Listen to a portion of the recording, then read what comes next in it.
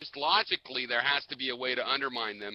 And then they'll start getting creative again, because when you put Bill Gates under the shoe, he's really smart, and he actually will outsmart you again and figure out something even cheaper or whatever, and then you can go back and forth. And so I agree with you there, but I think we need to create means of production.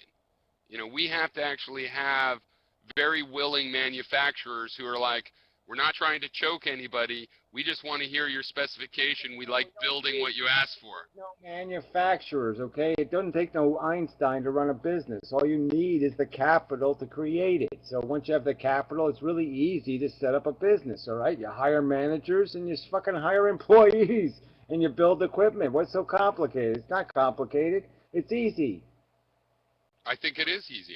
That's what I'm saying, because money, that's right. So if we the people decide to put a little bit of money together, we could fucking do it tomorrow. We could take over everything tomorrow. We can take over the fucking world tomorrow. But we the people can't do shit. That's such bullshit, because I mean, we could not do it in one day. I've calculated it. It would take 3 days, shortest time, 3 days. Well, I'm just saying, I wish it was possible, but it just seems like people are just so fucking hostile to fucking doing things the right way. They just keep wanting they're to do stupid it and brainwashed and sick and slave mentality. It's just disgusting. And they all have a self-interest. They're all part of the graft system, and so they want to keep the graft system. You know what? I've come to, that's true. I hate the people that are part of the graft system, but I've come to the belief that those people are the minority, actually. And that what really pisses me off, like about America especially, but it's everywhere a little bit, is all the people that are not in the graft system. They're getting ripped off, and they stay in and vote for it because one day I'll be on that other side where I get the graft. Yeah, well, those people piss me off. Is the wannabe, that's most of them. The wannabe grafters. That's even worse. I mean, it's bad that people I'm going to win the lottery someday, people. They're stuck in it because it's the only deal in town, right? You're a government employee, you become a government employee in terms of your mentality, so that's understandable. So you become a slave to the nonsense and the bullshit because the nonsense and the bullshit is paying your salary. So that you can understand. But these people who want to be the goddamn owners, they want to be the guy charging, exploiting their employees and making money off their labor. I mean, that's the bullshit. It's like, I want to own the company so I can hire the scientist that invents the great thing and I get all the fucking money. I mean, that's, the Bill Gates thing. I'll buy the software from the guy and I'll deal with, Big Blue and fuck America. That's, you know the story about Spyglass, yeah, but what about right? What about the guy that just wants to, what about the guy that just wants to, own the local gas station? We're not talking about local gas stations. He's good for him. I like hard-working immigrants. But anyway, Gary, that's a famous story. So Gary Kildall that actually wrote DOS. Just checking. Okay. That wrote DOS, that they did that. But do you know the story about Spyglass? That's the other good one Microsoft did that's so classic, because they wanted to compete where Internet Explorer came from with Spyglass. You probably remember. I don't know.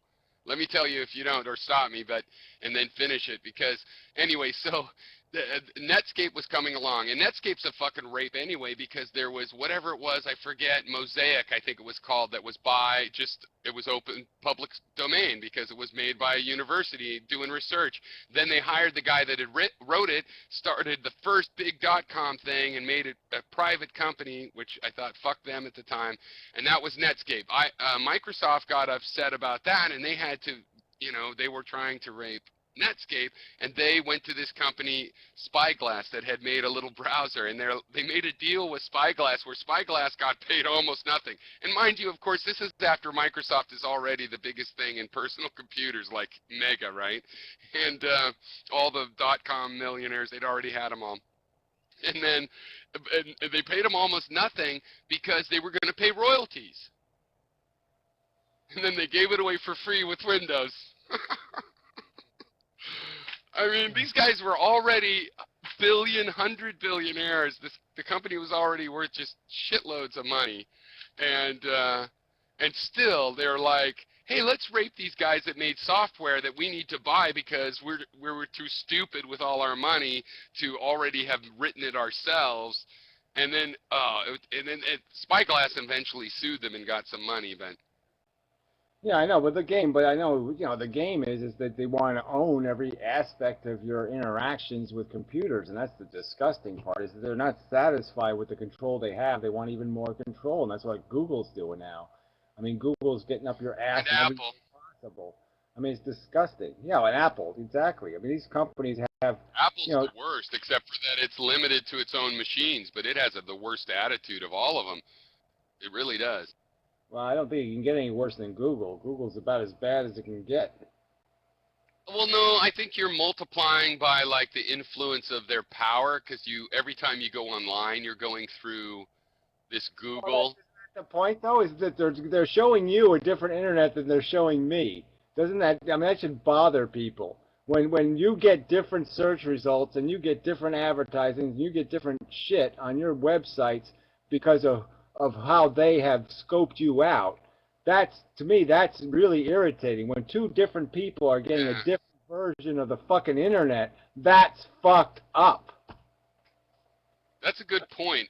There should be a term for that. Like we got net neutrality for those laws, it should be, or maybe net neutrality that's just a part of net neutrality. But that's actually a good point because, Yeah, I mean, I'm entitled to the same. I don't want somebody getting a better internet than I'm getting, and I don't want to be getting a fucking skewed and slanted one. That is just bullshit, and that's what they're doing. you're right. It's like, no, it's interesting. It's like giving everybody a distorted lens. It's like if you invented telescopes and everybody gets a uniquely distorted lens. Oh, you'll like this one better. Arguably, it's like prescription glasses, though, too. I mean, like, oh, but you need that so that that neutralizes it.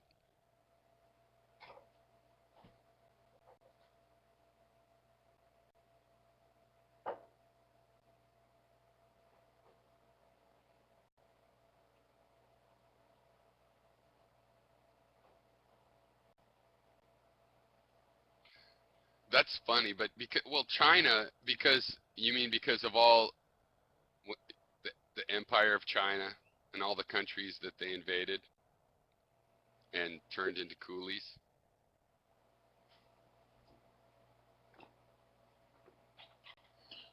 Yeah, well, I hate foreigners, so I don't really go for your whole. Yeah, I like immigrants. No, I don't like immigrants. Fuck 'em. I love them. I'm Well, sick of that's the. a funny thing about up there in Maine. It's like I'm a little bit nervous. It's like 98%, Europeans, white Yeah, people. well, yeah, I've never exactly. lived anywhere like that. I'm a little bit scared of white people.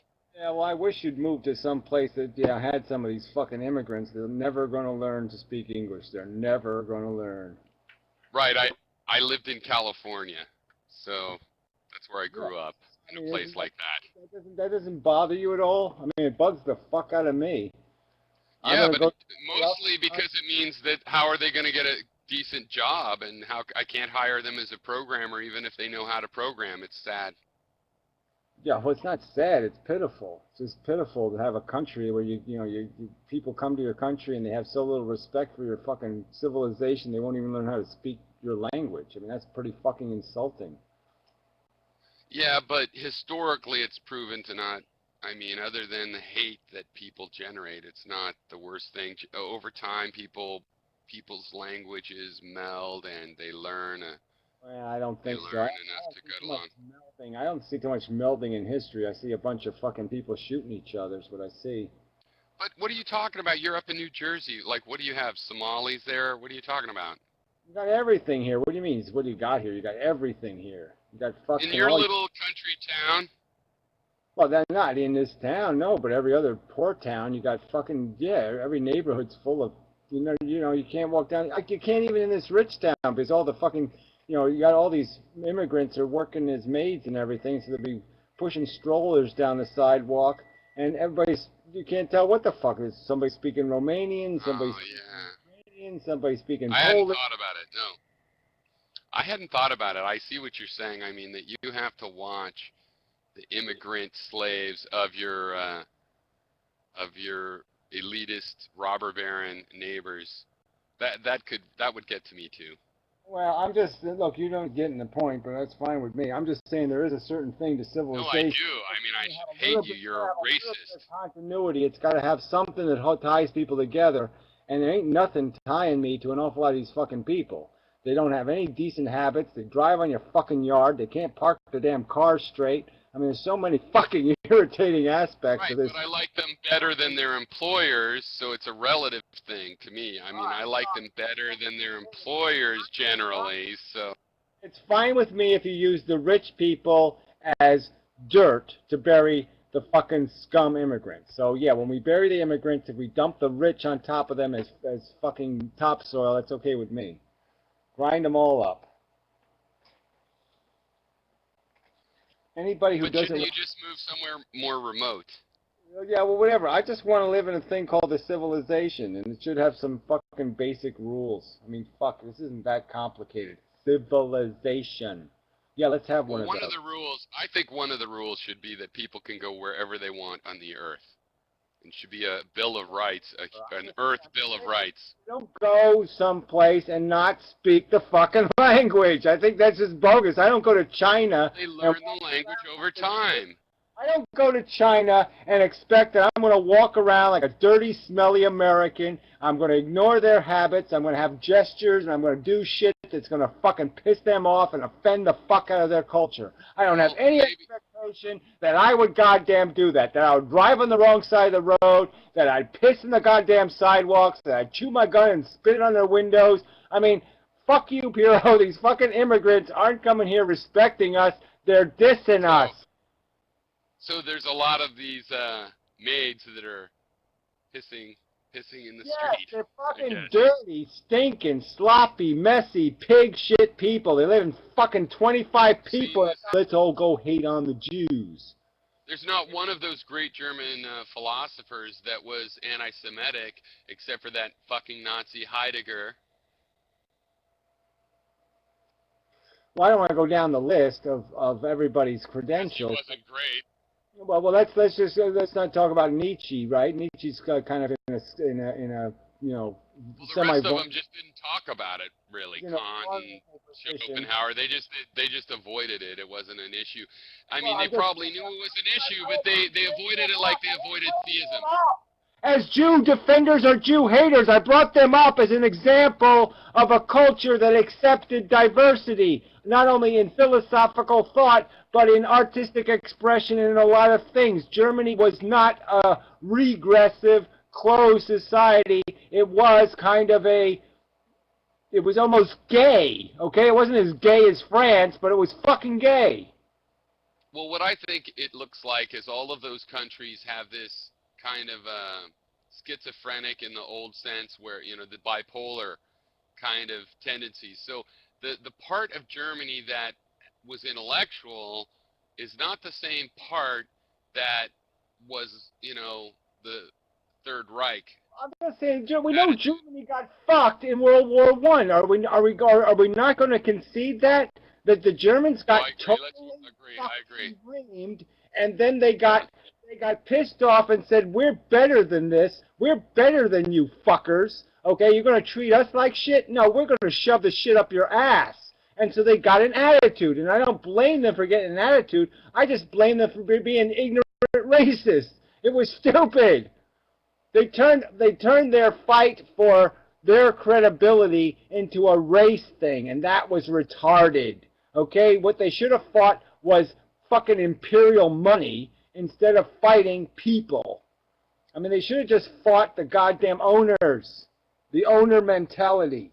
Well, I don't care what you say. I don't care what you say. I think jungle fever is the way of the future. Well, I'm just saying that you're heading for a goddamn future of a bunch of non-pedigreed muttery, okay? And it's just going to look bad. I hate pedigrees. I hate pedigrees. They're always the ones with like loops of flesh over their face and stuff. Fuck pedigrees. I like mutts. You know, with their tails growing out of their asses and all kinds of shit going on. And so what's the fucking point of that? What's the fucking point of creating a fucking only pedigree I care about? If you're a full coyote, maybe, then I care. If you're a wild animal, maybe your pedigree might matter. Well, they're all wild to an extent. I'm just saying we should. I mean, this is the joke, is that I have some respect for the fact that you have to have some sort of standards. You just can't sit there and do this cultural diversity thing because it just creates too much noise, and noise is toxic. No, I like noise. Oh, why? At granular level, we're all just elements. Yeah, right. Elements going one way, and elements going another way, and elements going another way, and you can't create anything coherent with that. All you create is a bunch of bouncy, fuck, nowhere. You're not going anywhere with that kind of shit. Yeah. Well, yeah. I mean, like that was like my whole point. Like the whole thing that I got to listen to Pyro for like the last 18 hours was okay at a fucking microscopic level. We're all just, gluons and fucking stink-ons. Yeah, well, you're right about the stink. Yeah, you're a great intellect. I'm glad you followed me down there to those gluons. Yeah, well, whatever. It's so funny that you don't understand anything I said. That is funny. Game. You do play the game. This whole that's the other thing you did in your damn video. You brought this quantum crap up again. God, that's I love them gluons. Yeah, well, you do. No, it's science, Gary. Could you just try to be fair to my idea? Be fair to my idea. It's just like a doodle. It's a little schematic. I'm just saying reductively, this subjective I am me experience. Not making a big deal out of it. We're just having a series of emotions from our point of view. I'm talking a subjective one. We have a series of feelings and we react to them, right? And I'm just saying it seems to me that that's the general thing. That's what I'm looking for. Any system that can have some sort of, not my sensation, doesn't have to see, it could feel heat. Maybe it only feels heat or ultrasound. That's exactly the upside down way to look at it, okay? You should turn that thing around and realize that yes, what we are doing is mimicking the crude functions. The crude functions of attraction and repulsion exist in the matter, and we're just mimicking that, okay, totally in our expression. We're just playing this idiotic chase and run away bullshit. Okay, this response of pain and pleasure, of gratification, of dissatisfaction is the same mechanism that's fucking, attracting goddamn meteors into the sun. I mean, it's just the same toxic, hostile, crappy environment that we've fucking. In a fractal way, right? We're fucking mimicking with this high complexity. We're mimicking fucking rocks. Well, it's the same in this like fractal scale thing, where fractals, if you zoom out, they actually do change. Oh, it looks different. I'm zooming out. You could tell you're zooming out and it's changing inside, and then it gets the same pattern again. And in that sense, I think it's the same. But to me, that's why I say, hey, humans are talking bullshit to draw that many lines in the whole gradient between scales. Sure, one is bigger, the smaller one is simpler, probably by definition. But there's also a similarity, a fundamental similarity, and I see that going all the way down through life. I mean, it could be wrong, and in a way it doesn't matter because I do think everything is physics. I don't think any of the stuff I think happens is magic. I think it's just physics, and we should go like, oh, that's how it works. It does matter. It matters incredibly. Did you see Anaconda Vod's response video to you? Maybe not. I've been kind of offline for a few days. Okay, well, he just made one tonight. So, he made a response to you basically, saying, okay, I'm not a Jainist, but, yeah, I believe all this crap that supports their philosophy except for the part that has any meaning.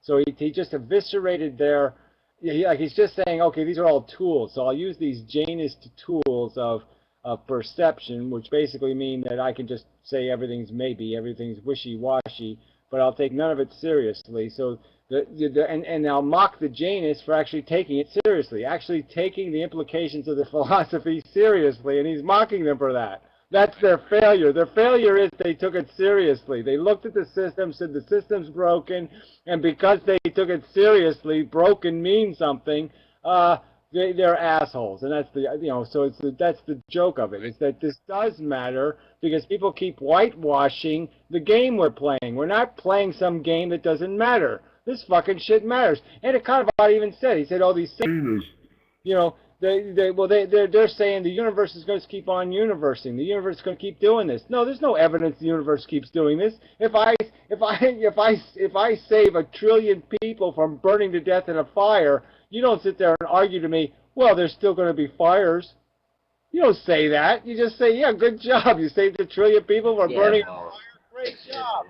You stopped a nuclear power plant from melting down. You don't walk up to somebody who just stopped a nuclear power plant from melting down and say, well, there's going to be other nuclear power plants. You don't do that. You say, bravo for stopping this one. And it's just this whole idea that fucking Evanader is basically saying, yeah, life is shit, life is stupid, but who cares because there's probably life in the universe and we don't have to worry about it. It's doomed for everybody, so fuck it, it's all doom. Let's just throw up our hands and fucking have more babies. I mean, it's just stupid. Well, implicit in what I think DoNotGod is just a self-absorbed nihilist. Well, I'm just saying you have to... He's a nihilist, and that's what I had said. See, I was very careful to not actually call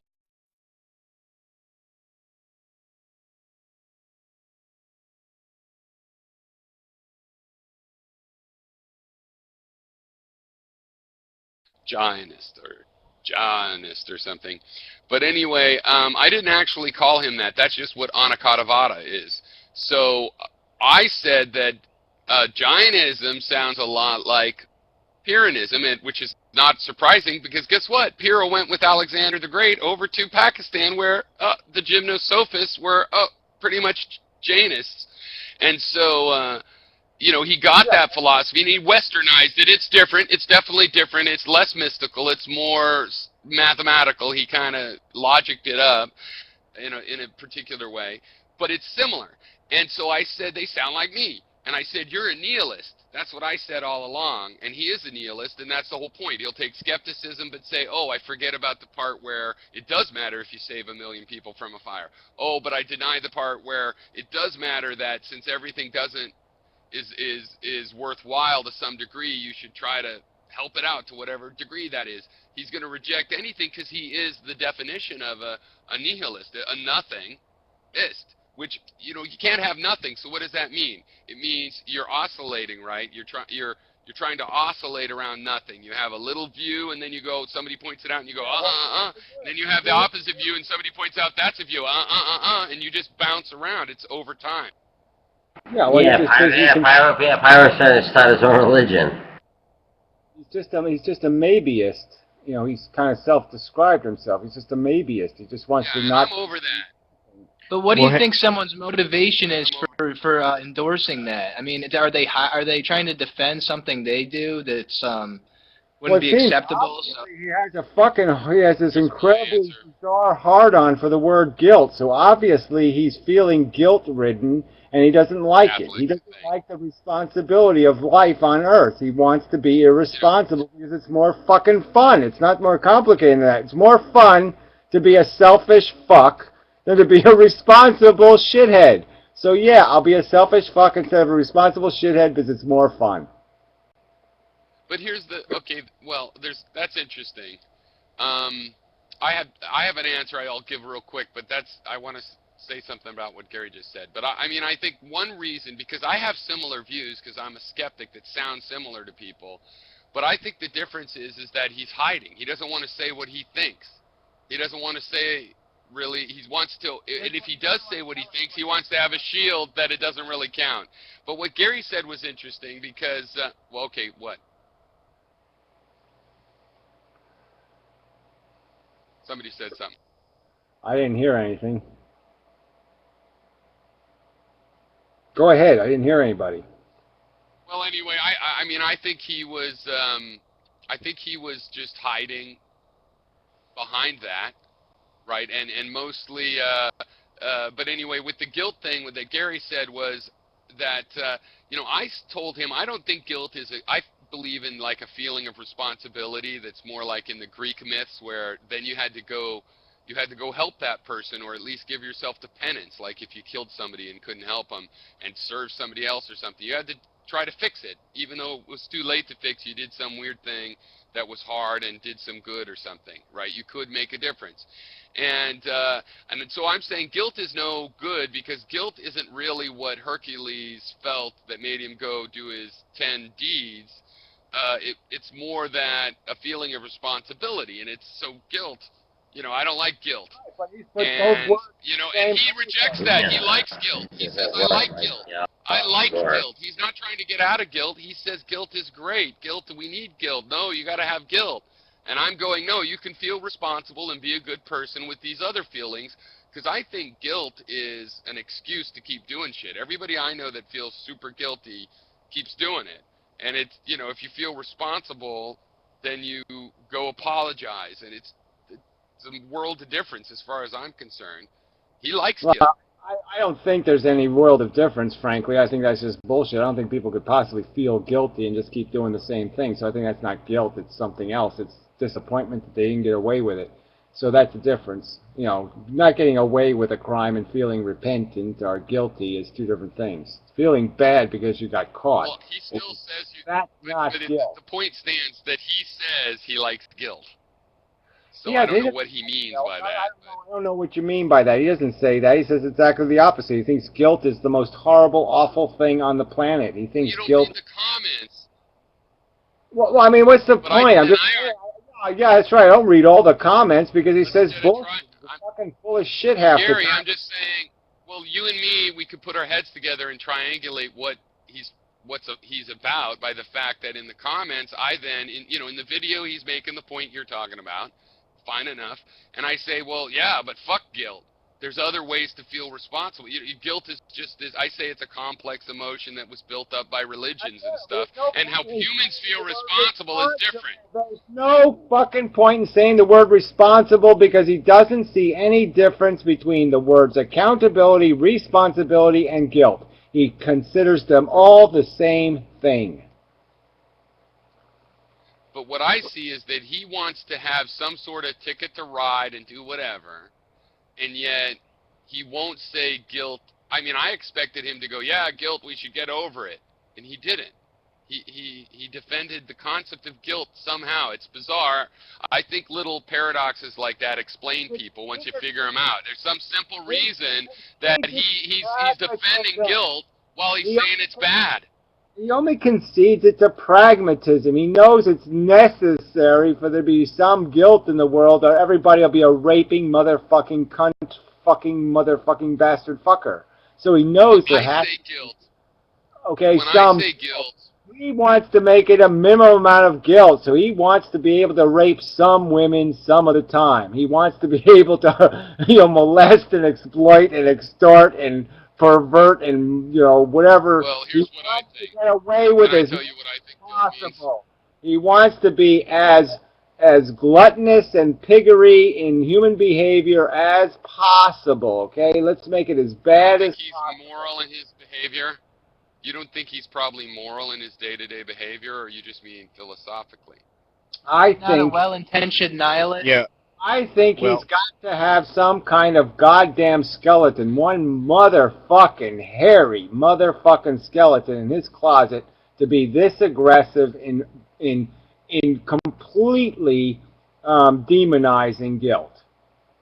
Like Gary said, I'm sure he'd probably act like a nihilist fucking cunt if he could, but for pragmatic purposes, he chooses to obey the law because doing otherwise would be like landing him in jail or something. I don't get that. He annoys me, but I don't get that at all. But the thing is, I make the distinction I make for myself, where I can read and feel my own mind to some degree, is that guilt is when you feel like, holy shit, I just did something that is irredeemable. I am now a bad person. I will always forever have this stain of smirch on me. And I don't ever feel that way. I feel like, oh my God, I just screwed up so bad.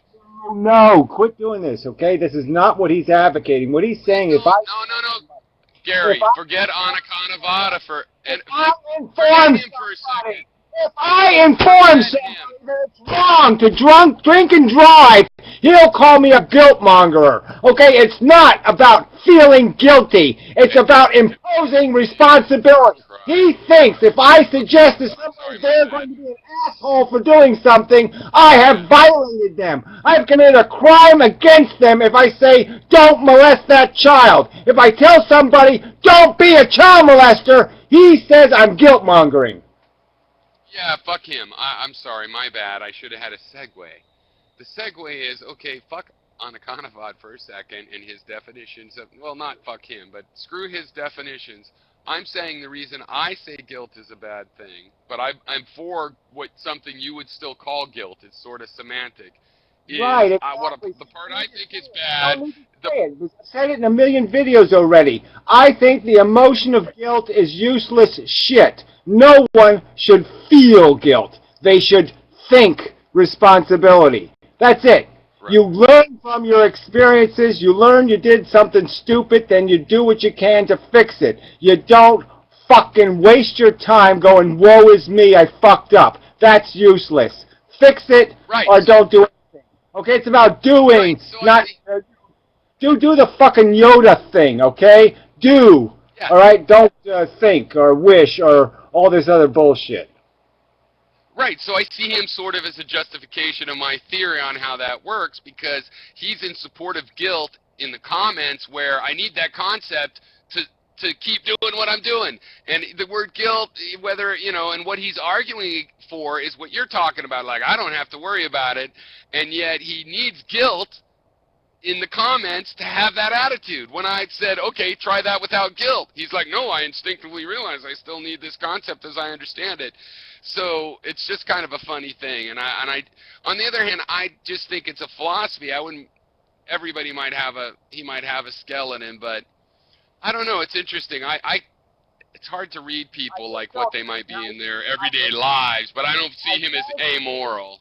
I don't see how you could develop a philosophy like his if you have lived some sort of normal life, like in the sense where you have experienced guilt in your life, you have realized you did some stupid things, and you feel better for learning. You feel improved by the experience, not ruined by the experience. And somehow he thinks guilt has harmed him, not improved him. Somehow he thinks, okay, that guilt is the enemy, and I'm like, no, guilt is only positive. You can only make a fucking civilization better by having guilty people in it.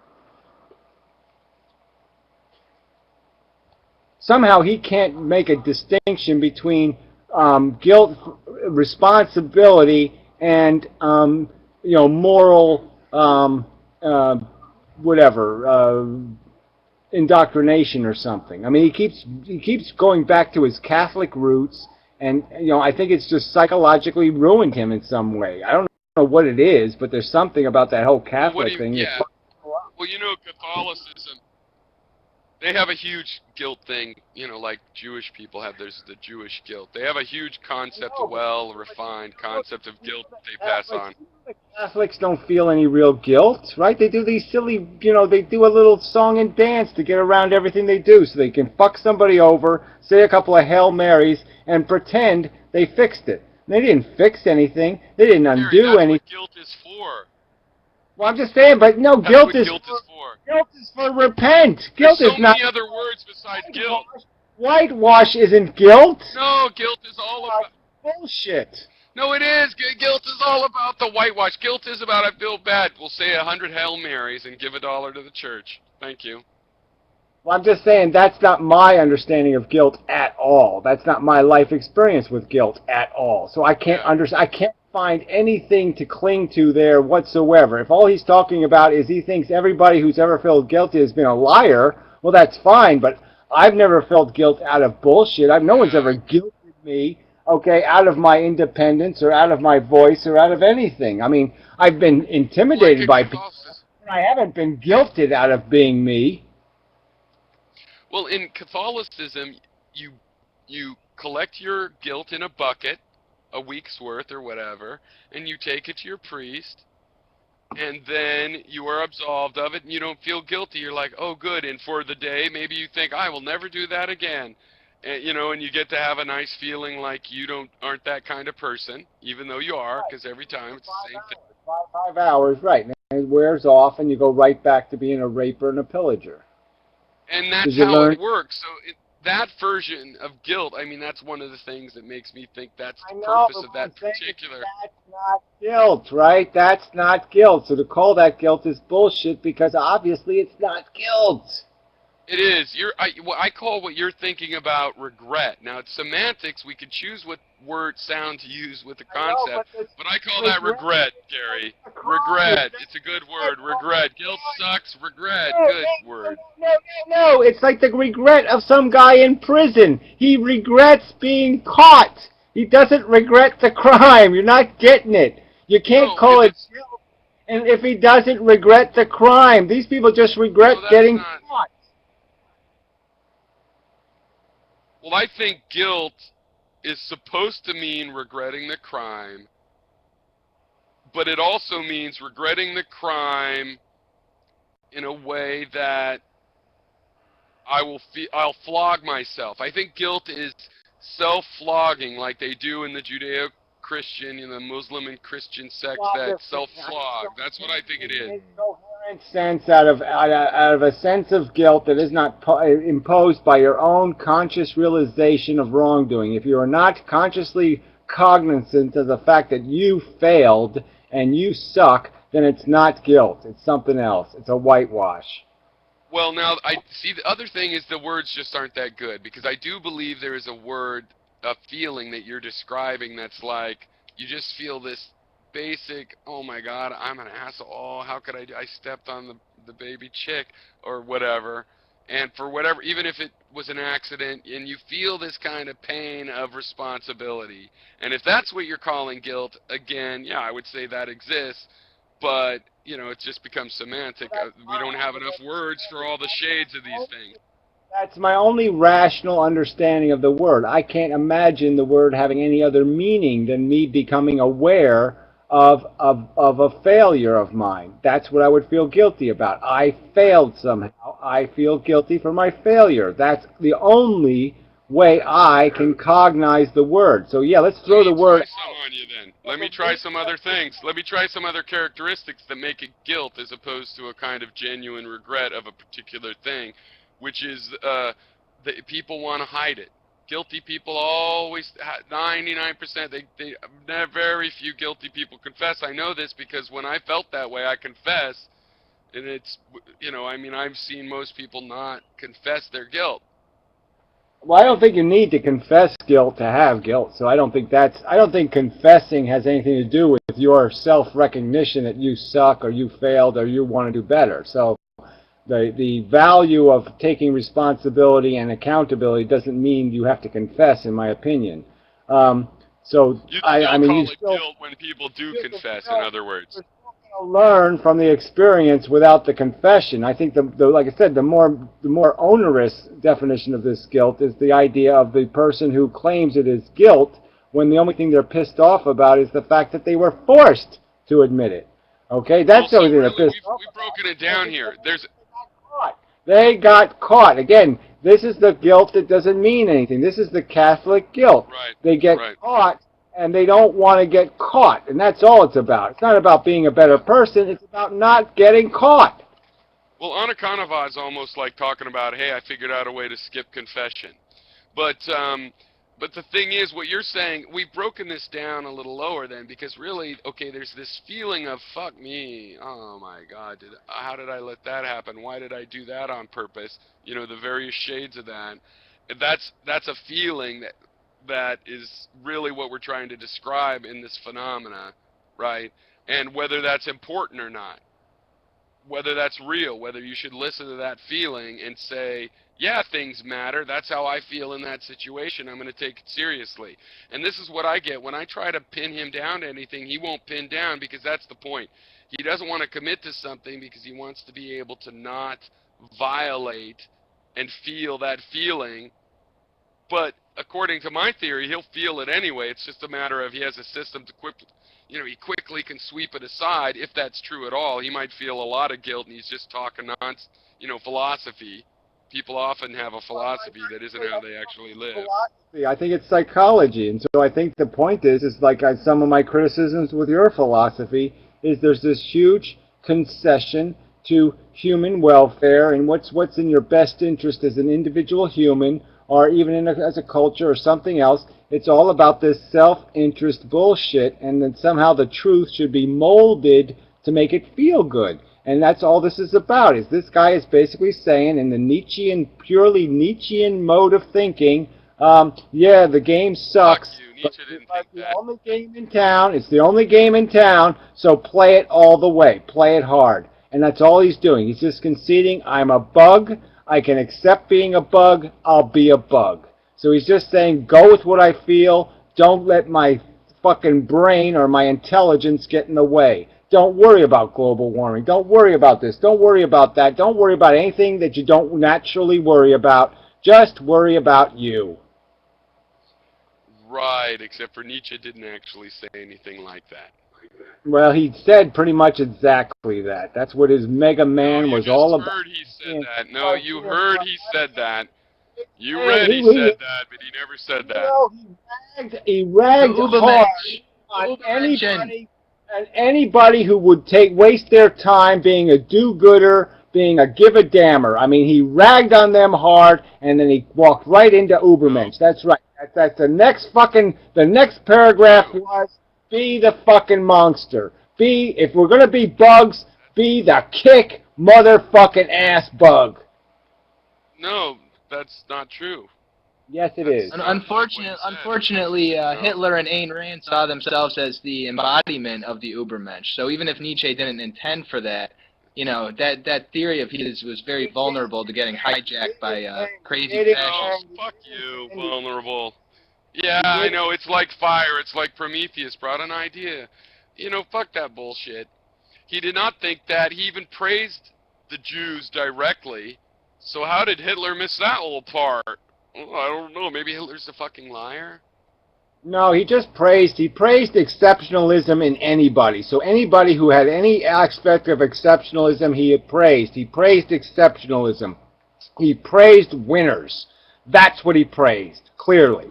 Okay, so in whatever field you could win in, he praised that, and he basically was saying, let's just win the fuck out of the game, and fuck the losers. The losers are losers for a reason. Fuck them. That was his attitude. No, that's not true. No, that's not true. Well, it's the goddamn true. He had no charity. Shut the fuck up, motherfucker. Gary, as a matter of fact, no, Gary, it's more like this. Like you say... The first fucking Randy. No. Yes, show me one paragraph he wrote showing any empathy for a loser. He had plenty of empathy. You're mistaken. It's more like you say how crap life is. No, it's like you say how crap the world is, and people would say, you like that. You like that the world's crap. No, Gary, that's what they'll say about you. They'll say you like that the world is crap. He made it clear, okay? No, they will say you... He was Randian before Rand. He was Ayn Rand before Rand. He was basically saying the do-gooders are the enemy. He did not say that at all. If you obviously haven't read his work. It doesn't say that. You read it, Pirro. I could see your own video back at you. It was in the fucking goddamn text you read. No, you just must interpret something some way. I don't know what you're talking about. But the thing is, Gary, can you not see... You say the world is crap, and people, when they reviewed you as a philosopher, if they don't like that, they will say, hey, he said the world was crap. See, he's always saying the world's crap. Oh, the world is crap. Well, you might as well do anything. They mischaracterize you right into, and thus all of your ideas are taken in this light. And, in fact, to do that, they actually lied about Nietzsche because he was an early liberal. I'm just showing you, I'm just telling you, go ahead, prove me wrong. Show me the paragraph where he showed any empathy, okay, for the loser. Well, okay, in Zarathustra, the guy comes across tries to tightrope walk, and he's and he has this truth, it's all metaphorical, and he has this truth to bring across. He's walking for the tightrope walk, and he's trying to do a good job. and he's trying to do a good job, and this Joker, who represents whoever you think, comes along, easily walks across and taunts the guy and jumps over and back and forth over the guy until the guy finally falls and dies, which the whole crowd leers at and goes, yeah, great. And Zarathustra walks over to the dying man, and in the whole book of Zarathustra, that's the only guy that gave a shit of what Zarathustra had to say, which Zarathustra, of course, has Nietzsche's philosophy that he's trying to describe to the world. So the only person that appreciated him was the guy that had fallen off because he was taunted by an asshole that for some reason was already able to walk across the tightrope. And there's other examples in his actual works from history, but, you know, he covers a lot of history. That's kind of real-world example, and it's exactly almost making my point for me, because it's, again, talking about a feudal world, okay, where you can't fix anything, and that there's some fucking victory in retaining your Mega Man bullshit attitude. That you're back to stoicism. You're back to stoicism. You know, this pointless, idiotic, ego-driven, stoic crap. Well, that's kind of, Nietzsche was considered, you know, a dark philosopher for that kind of reason. There might be no, he said maybe truth isn't going to help us. Maybe truth isn't going to help us, guys. Yeah, exactly. A Randian stoic. I mean, he was as useless as in a way he was at all. That's not true at all. Well, you're saying it's not true. It's quite true. It makes no sense. It makes no sense. True. Well, Gary, I've read his books. It's a dog-eat-dog world. Be the fucking mad dog. That's all he's saying. No, he says it's a dog-eat-dog world. He does not say be the biggest dog. Hey, what do you think Ubermensch is? What do you think his definition of the master man is? What do you think his definition of the master man is? Is a master man is a man who does not crippled by emotion, is not crippled by love or concern or empathy. It's exactly the kind of selfish motherfucking cunt who will just step right the fuck in your face if it means his success. No, it would be more like an artist that did whatever they wanted instead of what the society said. It would be like Jesus Christ, people that would try to lead a moral strength through their personal will to do so, actually. Well, there's no point in arguing this to death. I'm just saying you want to tell me. Because you know nothing about it. Well, I'm sorry. I think I know plenty about it. I didn't want to. I forced myself to read 2 of his shitty books, and they're crap. Mad and Crazy, I mean Good and Evil, and the other fucking aphorism book, whatever the fuck it was called. They're all aphorism books, but what, Genealogy of Morals? No. Twilight of the Idols? No. The Antichrist? No. Certainly not Thus Spake Zarathustra. That is a piece of shit to read. It's hard. It's just full of like a bunch of... I didn't bother with that. Puzzles. Well, whatever. The point is, I read this shit, and I hated this shit. That's right. I went through every fucking... All you did... He ragged on every other goddamn person on Earth and offered nothing as the alternative. His alternative explanation was just this bleak statement, like a Buddhist. He made a bleak statement about the nature of life. Basically said, well, it's just there's no God. God is dead. Here we are, stuck in this shithole. And what do? Well, I guess we'd be really good fucking toilets. I mean, that's all he said. He just basically said, be the master shit.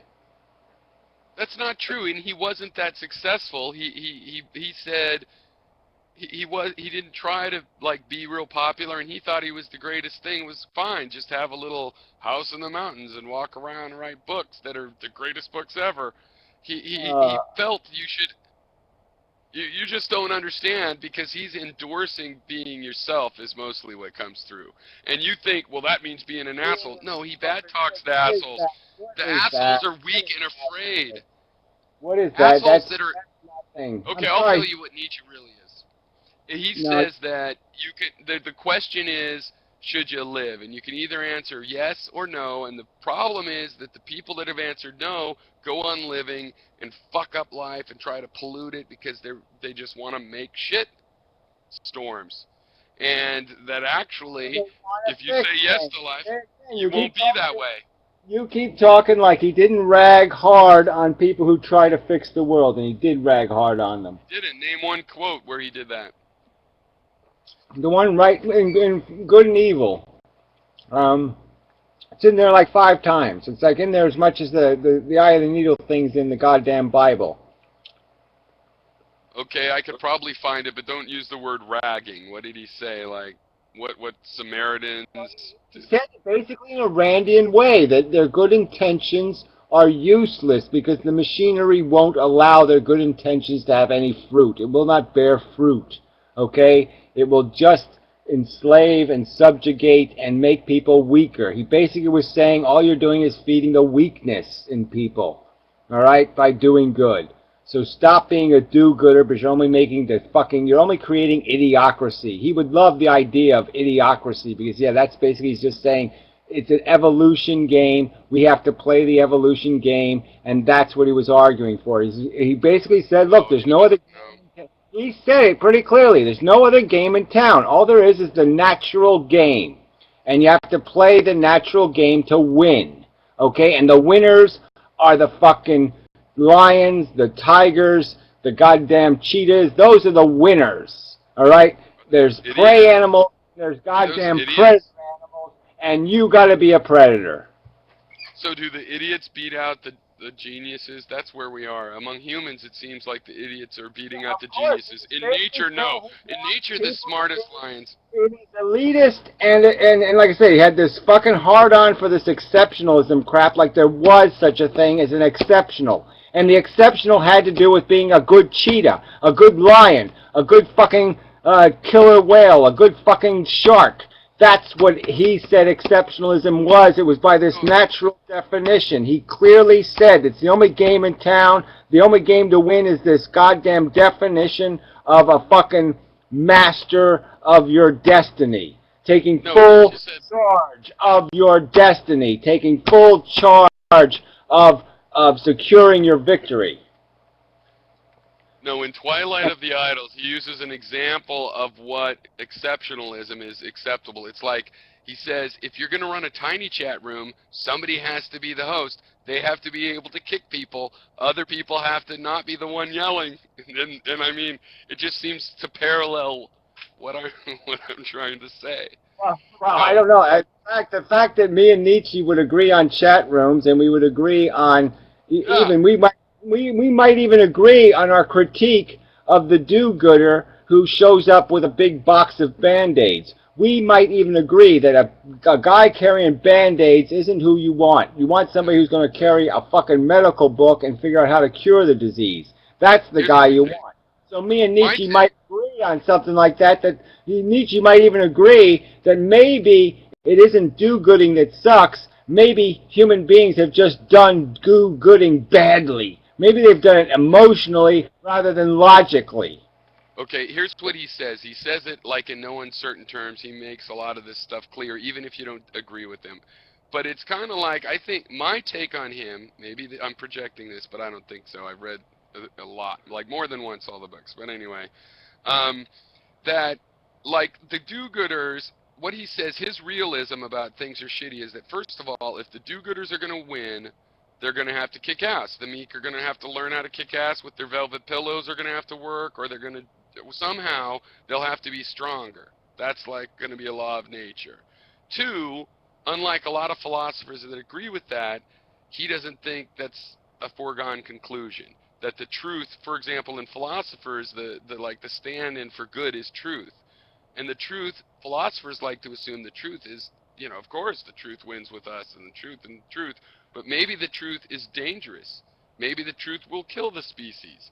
And I like the truth, but maybe that's an affliction in terms of survival. There you go. That's kind of odd. There you go. You just fucking. No, it's different. No, but he's not saying don't act for on that. But where you're missing is he doesn't say, therefore you can do anything. He says you better fight hard for the right, because you're going to actually have to be more powerful to win. Well, the point is that it's about winning, okay? And he's ignoring the fact that you can't win. He's basically conceding. He's conceded it's a bad game, and he's still saying, but you should win it anyway. If all you have is this candy from the baby game, and he's basically saying, well, go ahead, steal the candy, because it's the only game in town. No, Yeah, the people that...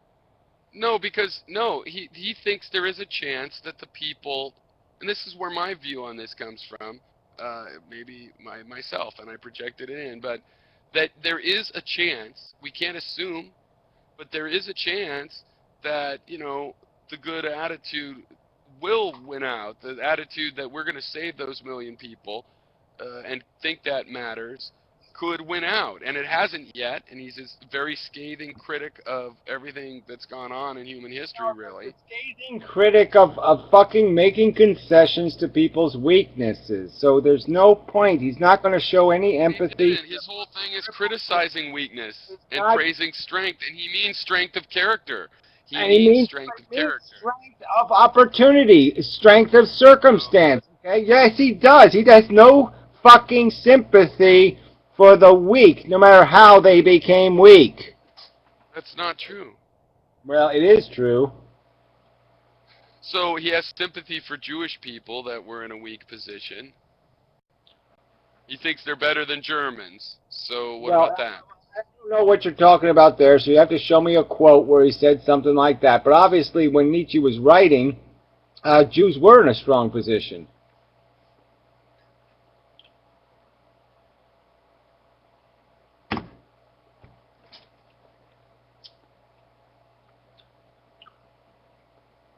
They certainly weren't in fucking concentration camps, that's for damn sure.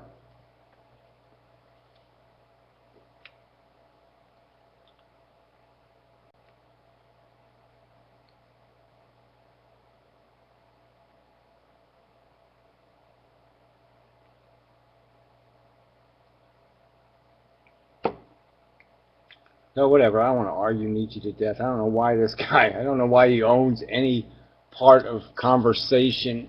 It's like, you know, we're just blighted by these fucking Jesus and Moses and fucking Noah and all these bullshit characters of dead history who had dumb ideas, and we just gotta fucking live with that. Somehow he was writing the truth. All he did was rag on everybody else on earth. He just ragged on every fucking thing on earth. He probably had some critique of Mr. Natural's... That sounds kind of like you. Well, I'm just saying, I don't brag on everything else with nonsense, and I offer fucking solutions, don't I? My solution isn't just be your... He offered solutions. His solution was... Your solution was, you only have one life, kick fucking ass with it. No, it was to live with esprit, you know, to have a spring in your step, take life with like, fuck life, you can overcome it. Why he died of syphilis, right, is because, he basically just took his philosophy to the max and probably just said, I'll fuck anybody and I'll do whatever the fuck I want, and I won't give a shit about consequences, and fuck everybody else, I'm going to get mine, period. Yeah, too bad he never said that. Be a glutton. Well, I'm just saying he said it in the sense that there's no alternative.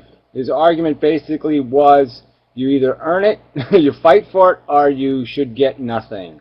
No, he did not say you should get nothing. He said that you will end up with nothing if you can't fight for it. He did not say you should at all. Same difference. He did not side with the things that were going to win. Same difference, in my opinion. I'm just saying that he was basically giving up on the idea of civilizing the game. The game had no future. You just go back to nature. It was just going back to nature. It's another guy just saying, go back to your native gorilla. Be the gorilla. That's all you are. You're just a gorilla. You're just a fucking wanting machine. Just go satisfy your wants, and you win. They lose. Who cares? He didn't have any perception of the net benefits and the net failures. No concession that slavery would be expensive in terms of the people suffering under slavery. No, he wouldn't have any kind of perception like that. Funny thing is, I recognize that interpretation is coming from bigoted 1950s British philosophers who lied their ass off about Nietzsche, and that's simply not anything like his philosophy at all. I told you the part that people could disagree with. I'm not saying it's uncontroversial, but it's not what you're talking about. He said a lot of ways that people could be more better people and more interesting and intellectual and follow the truth, and how we could be stronger about the will to truth, and why we can't just assume the will to truth is automatically going to win, and it might be dangerous like fire, and various very useful things that a lot of people could actually understand a lot better, and a bunch of 1950s semi-fascist German.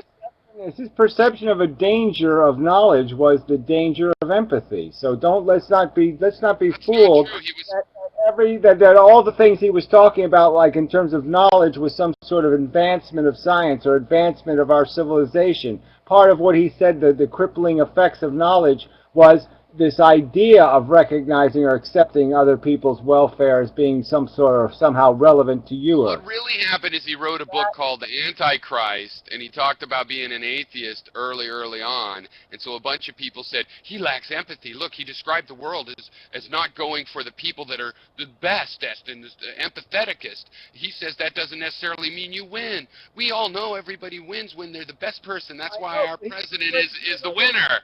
We know he wins, and Nietzsche was saying, your president, Nietzsche specifically says that the ruling class is a bunch of barbarians, and the word nobility comes from barbarians that beat everybody up with guns, and that's why the Queen's English is the stupid form of English, not the sophisticated one, and he traces this through history, and you're telling me he's glorifying the royalty. You're an idiot.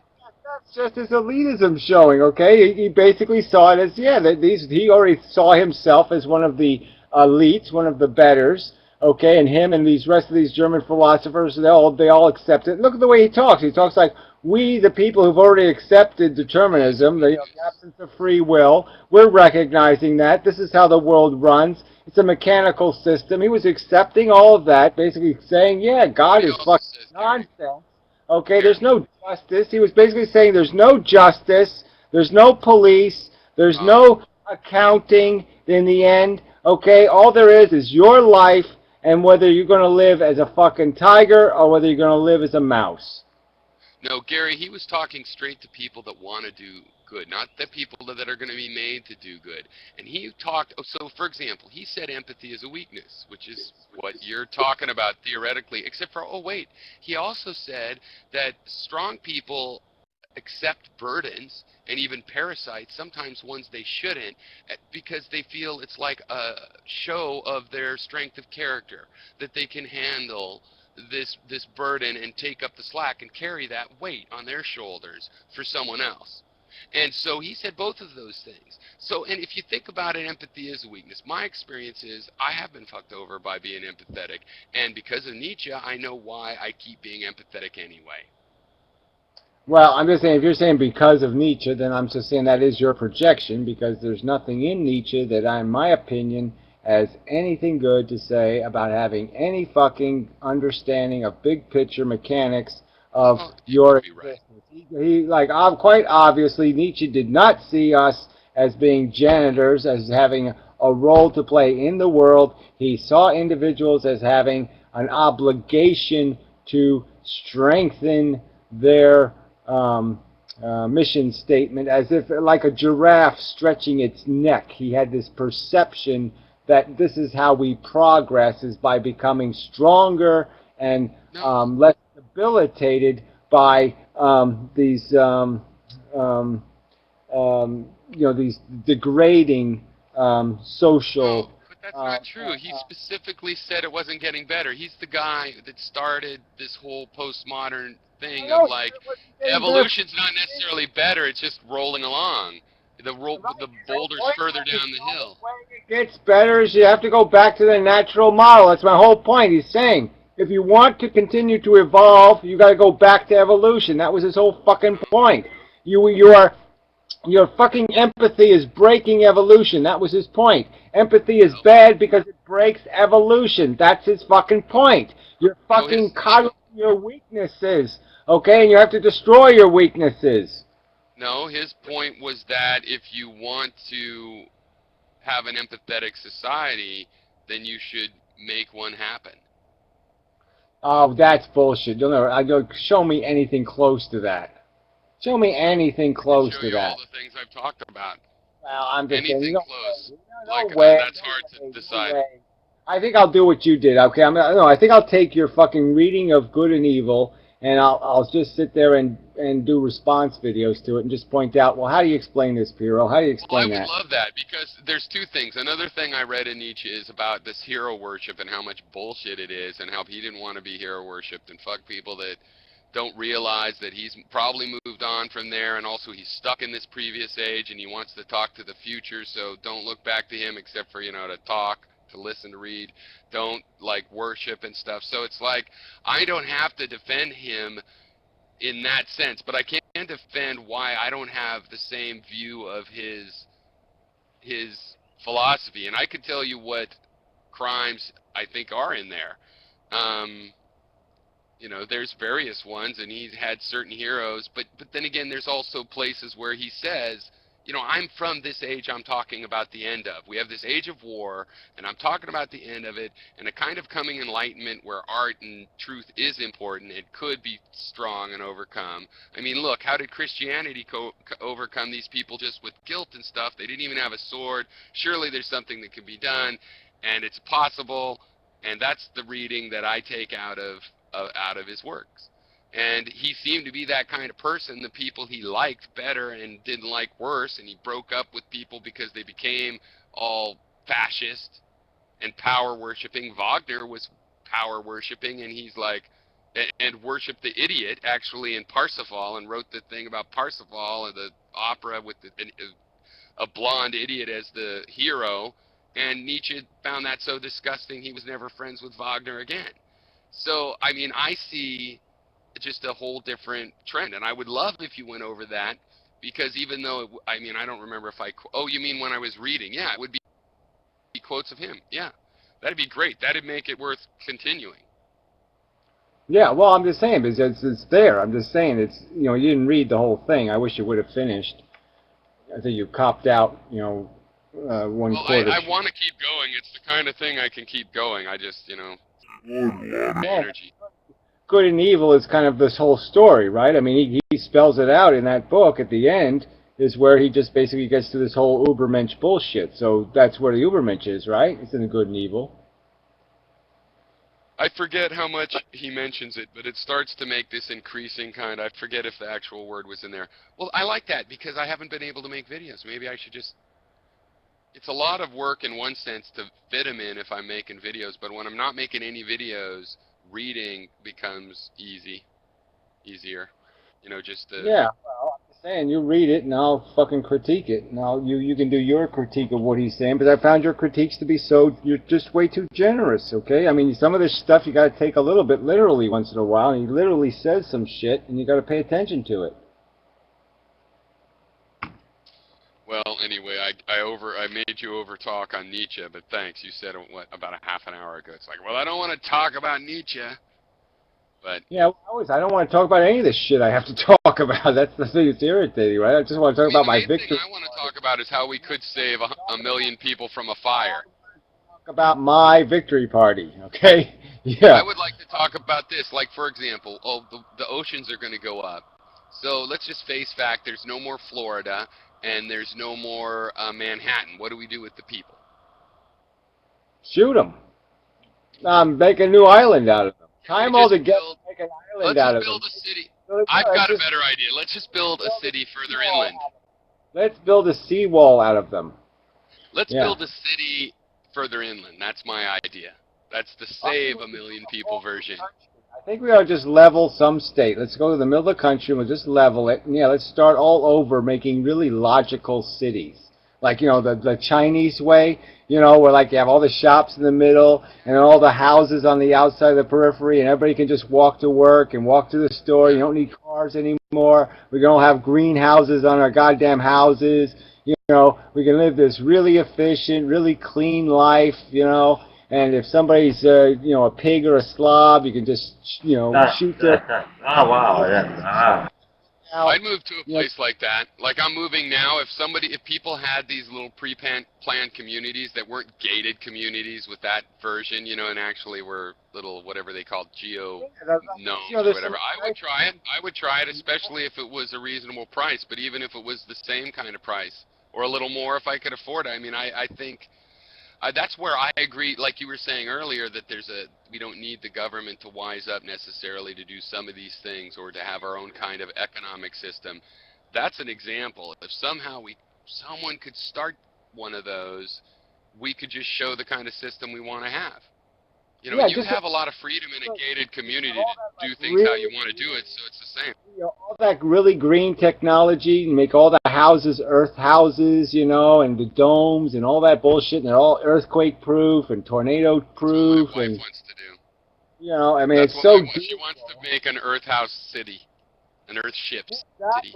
Exactly. That's the. It's just, you know, all you need is one Bill Gates. You need one scumbag rich fuck to fucking finance some of this shit, and we could actually have. Well, the Venus Project's idiotic, so that's spook. You're silly there. I mean, I just know. as How the come we don't have one of those? It's amazing. The people that have done that have just been more or less upper middle class architect types, and doctors that wanted to retire early or something. You know what I mean? There hasn't been one Larry Ellison that buys all of Lanai. He says he's going to do something high tech on Lanai, but he won't. It's not going to be like that. Waste. I mean, that's the irony, right? Is that they're doing it in China. It's fucking China's doing this shit. Well, it's some crazy thing like a city the size of New York every 2 years or something. Well, the cities they're making, okay, have you seen some of these cities they're making? I mean, but they're all unpopulated. They can't even fill their own city, so they're going to have a huge housing crisis pretty soon. The fact that they did it, though, they made fucking green cities, all right? They're fucking China, and they made a green city. Well, if they make it cheap enough, they'll just start getting, they'll just go into the immigration business. Everybody thinks, oh, the Chinese only emigrate. That's temporary. Way ahead of us is all I'm saying, okay? They have a video that the Modern Mystic posted a link to, and it's they put a building up in 30 days, right? So they have the time lapse of a fucking 100-story building that went up in 30 days, all right? And that's actually a private guy. That's a private guy in China that I've read a thing on the guy that did it. He's awesome. He has a lot of ideas like that. They're an air conditioning company. I'm just saying that the fact is they're doing this thing seriously in the sense of making things efficient, all right? And that's the way people have to start thinking. No, and that guy's not the government, so he can build those other places. And it was green and cheap and goes up fast. And he can build them really tall he's working on. And this guy, and they were an air conditioning company that when they've got more capitalist in China, if you know what I mean, they let him do a little more free market stuff. I think he changed it around. My only point is that it's obviously the fucking strategy was to go with this efficiency thing, you know? I mean, the fucking crane is built into the building. I mean, the whole thing was goddamn smart right from the start. I mean, it's a smart way to build. I think even the roads, I've imagined that you could have a whole city that's a lot out of more or less the Lego concept, though of course it would lock in a little, better than that. And because why not even the roads and everything should just be things you could unplug and plug back in, just a chunk. It's just a matter of standardization. If you have the standards, then those things are always cheaper to build than custom molding things to a particular shape. Well, I'm just saying that this is where we should have some investment in this shit, and we don't have that. Instead we waste the money on fucking goddamn windmills in Wyoming or something. It's just such bullshit. They're leading the world right now in battery technology because they're gearing up for electric vehicles. Yeah, well, that's only going to work in cities. I mean, I just think they ought to just go with golf carts. Just say fuck it. Exactly, where they have billions of people in their cities. Well, I'm just saying, that's kind of what I think. Fast. I mean, I'm just saying, I rode in golf carts 30 years ago. I mean, the thing had 2 car batteries in it, and you could do 36 holes with a goddamn golf cart, and the thing went 30 miles an hour when you really pushed it, and that's good enough. 30? Yeah, well, it's a $500 golf cart, okay? It's not, I'm just saying, it's $500. It's not like it's a lot of money. And, yeah, it'll get you from here to there. Here's the good thing. Is what's happening. I guess the ones with the golf carts put a governor on it, so you can only go like 10 miles an hour. Well, Yeah, that's no, but you different. can go 30 miles an hour if you take the governor off. I'm just saying it doesn't. There's nothing stopping a fucking golf cart from going 30 miles an hour. So obviously, I worked. Okay, I worked on a golf course, so I drove in the golf carts that weren't fucked. So yeah, you can go 30 miles an hour. My grandfather used to live in a retirement community in Arizona where everyone you have like were required to drive around this town in a golf cart. That's how they got around. It was like for people I think 60 and that's older. a good idea. And the thing is, though, with these electric cars, if they can make one of these regular, couple-ton cars go 100 miles, if we do go back to more like the golf cart thing, that means the golf cart can go 30 miles an hour, like 1,000 miles. It'll be a great vehicle, and so what, you have to go 30 miles an hour. Technology is only a technology for fucking short trips inside cities. This is not technology to be used as regular conveyance vehicles for 30-mile trips to work every day or commutes. This is not what Yeah, in golf the carts winter with the are. snow. Well, but what if the golf cart drives itself? Then it is, because you just... Electricity is not the way to move people. You don't use electricity to move people. It's stupid. So you only do that when you have to do it. No, what are you going to move people with? Electricity is the way. It's the universal language of power. You don't use electricity. Electric cars are green in the sense that they're great against smog. Okay, they're not green in their fuel usage. Okay, they take up more fuel. But I don't get what you're saying. We need everything electric, and then we need to produce power, because electric is how we're going to move it around. No, electricity is not efficient. Electric Well, motors they're not efficient. You're just not getting. You can't distribute electricity. What is the long distance travel then in your idea then? Not cars at all, like trains, and what do they run on? Cars would even be okay. They just have to have brake recovery systems. They have to be made more efficient. But I'd almost think you could use like a pull thing, like the old cable cars, where the cable pulled the car. Some kind of system like that is going to be highly efficient versus these, independently fueled combustion engines. Is no way to go. But I think you have to have a dual motor system, okay? So you have a motor to get you up the hill, then you have a motor that gives you back the electricity when you're going downhill, that kind of shit. So we got to take care of the electric engine. The electric motor makes sense in the sense that they should have electric generators on cars right now. So the starter should go back to being DC motors, okay? So you can run the starter engine in reverse to do your braking. So you should be braking with your starter motor, and that way you could recover a ton of electricity from braking. Right, I think they have some systems like that now. But, okay, did you hear about, so the hypertube, real quick, reminded me of something I'd read before in this old magazine in the 80s, Science Digest, but it was a little more realistic. But the idea is it's a tube, it's not evacuated, but it's semi-depressurized, and they're sucking the air through it, and that's how they get over the friction issue. And you could conceivably drive a car into a little tube that goes in this. It's basically a pneumatic tube kind of thing, and then it's gravitationally propelled along. And even with current solar power, the ride could be free energy-wise from solar power along the top of the tube in California. This one's made for California.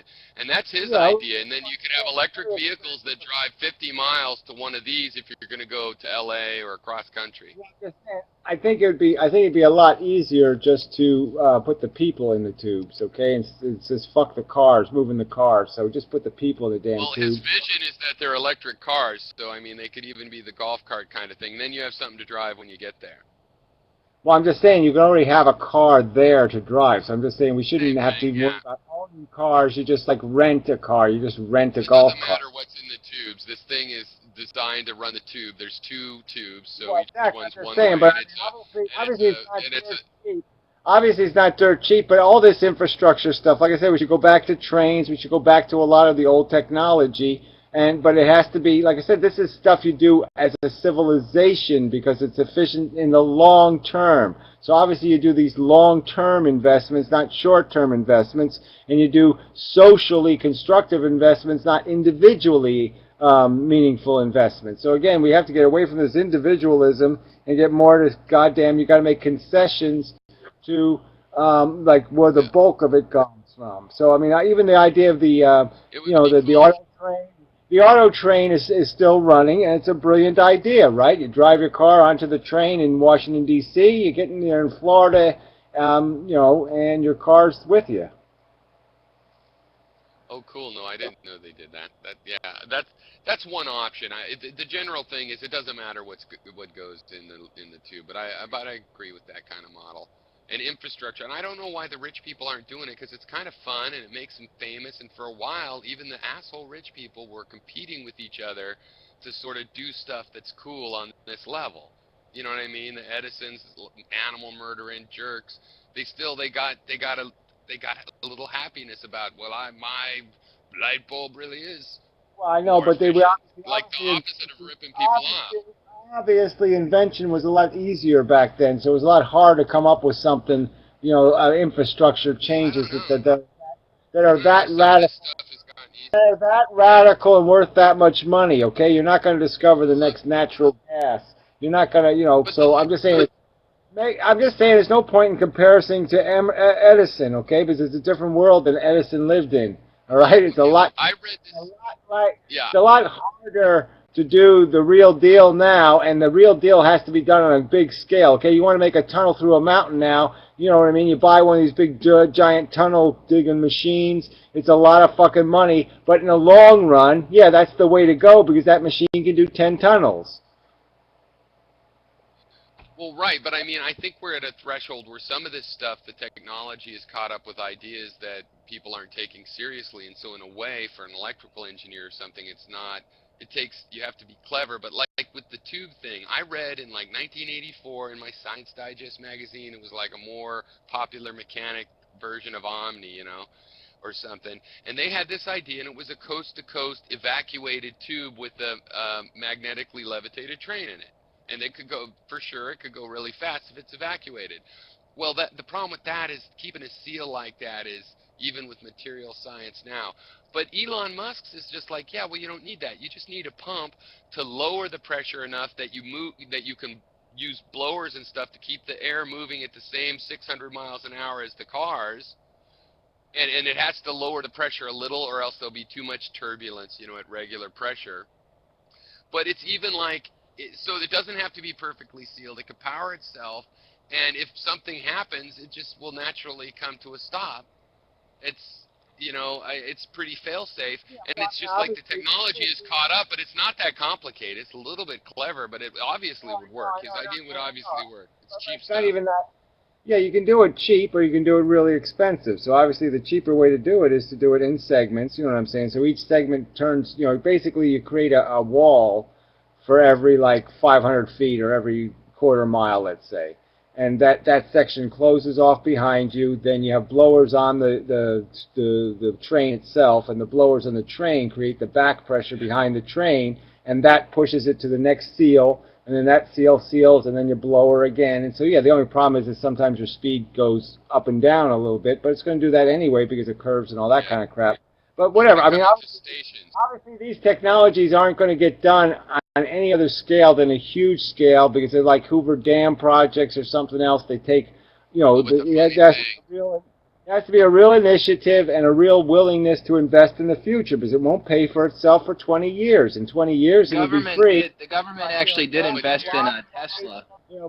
Cost yeah, a lot of money in the short term, okay, and nobody wants to fucking invest in the future. Everybody's a selfish cunt. They want their shit now. They don't want to pay for a better world tomorrow, okay? They want a better world today.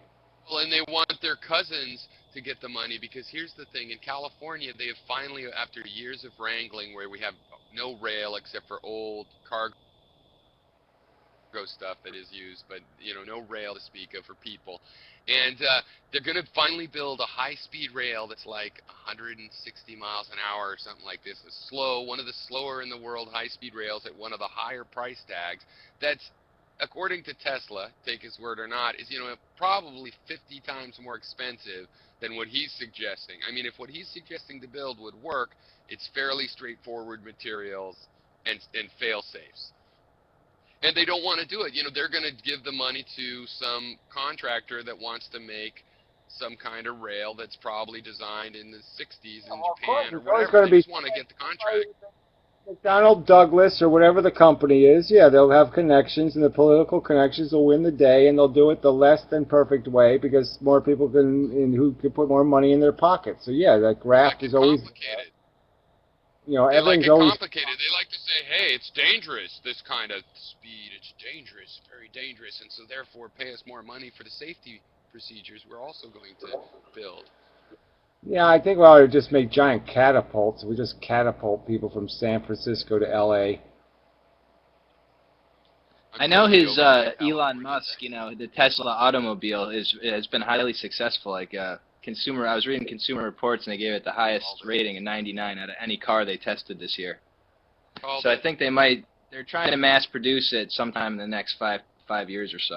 Yeah, called it years ago. The problem is I was realizing I should have bought some Tesla stock. So stupid, but I did call that. I have YouTube videos showing I'm a bad investor. Well, didn't the government kind of help them out a little bit? So once that happened, then you knew they were gonna be, fairly successful. What? Well, California is building charging stations just for them all the way up and down the coast. So you'll be able to go from San Francisco to Los Angeles in a Tesla quite easily.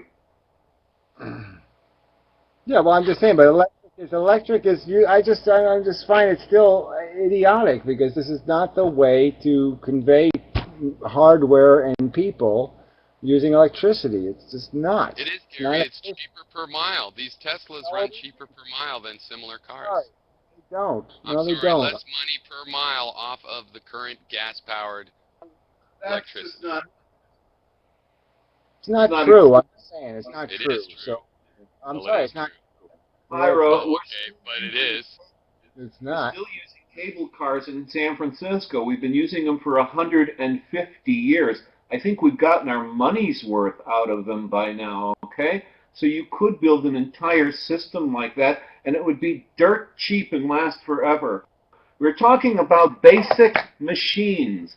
And basic machines are basic machines because they have a minimum of moving parts, and they can't be created any simpler, and they work like the brake on a train or like an elevator. And that technology, the pneumatic technology you were talking about, that stuff has been around for 100 years. We just have to fucking use it. Right, I know, but my argument still is about electricity, okay? Its production and its efficiency, and it's still not as efficient, okay, as producing the number of torque miles or whatever you want to convert it into, all right, as a combustion engine, all right? And so if you're going to travel a distance, you're better off with diesel than you are electric. Now, whether we're just going to talk about greenhouse gases, that's a whole different issue. But again, in producing electricity, if you're burning oil, okay, to produce the electricity, it doesn't fucking do you any goddamn good. You're still burning the oil. Well, most of my family farms back in Minnesota are all changing over to geothermal. The farms have found that they can just bury some pipes about 12 feet in the ground, grow their crops on top of it, and create all the energy they need for their house needs. Well, you can, yeah. Again, this is one of those things where this is technology that you have to pay for up front, and it pays for itself in the long run. So it's like hydroelectric. There's lots of examples of energy that essentially, over a 40-year period, will be half the cost of any other energy source. It will pay for itself and twice over. All right, so it'll be half the cost of even nuclear or something. I mean, it'll be dirt fucking cheap if you spend the money up front to put in the hardware. And but my argument is that you do have to have some sort of pragmatism about this idea that you can't go all electric, okay? Because electric is expensive to produce and it's expensive to transmit, okay? So unless you create a lot of little electrical plants, you're going to still lose, a third of your value in transmission.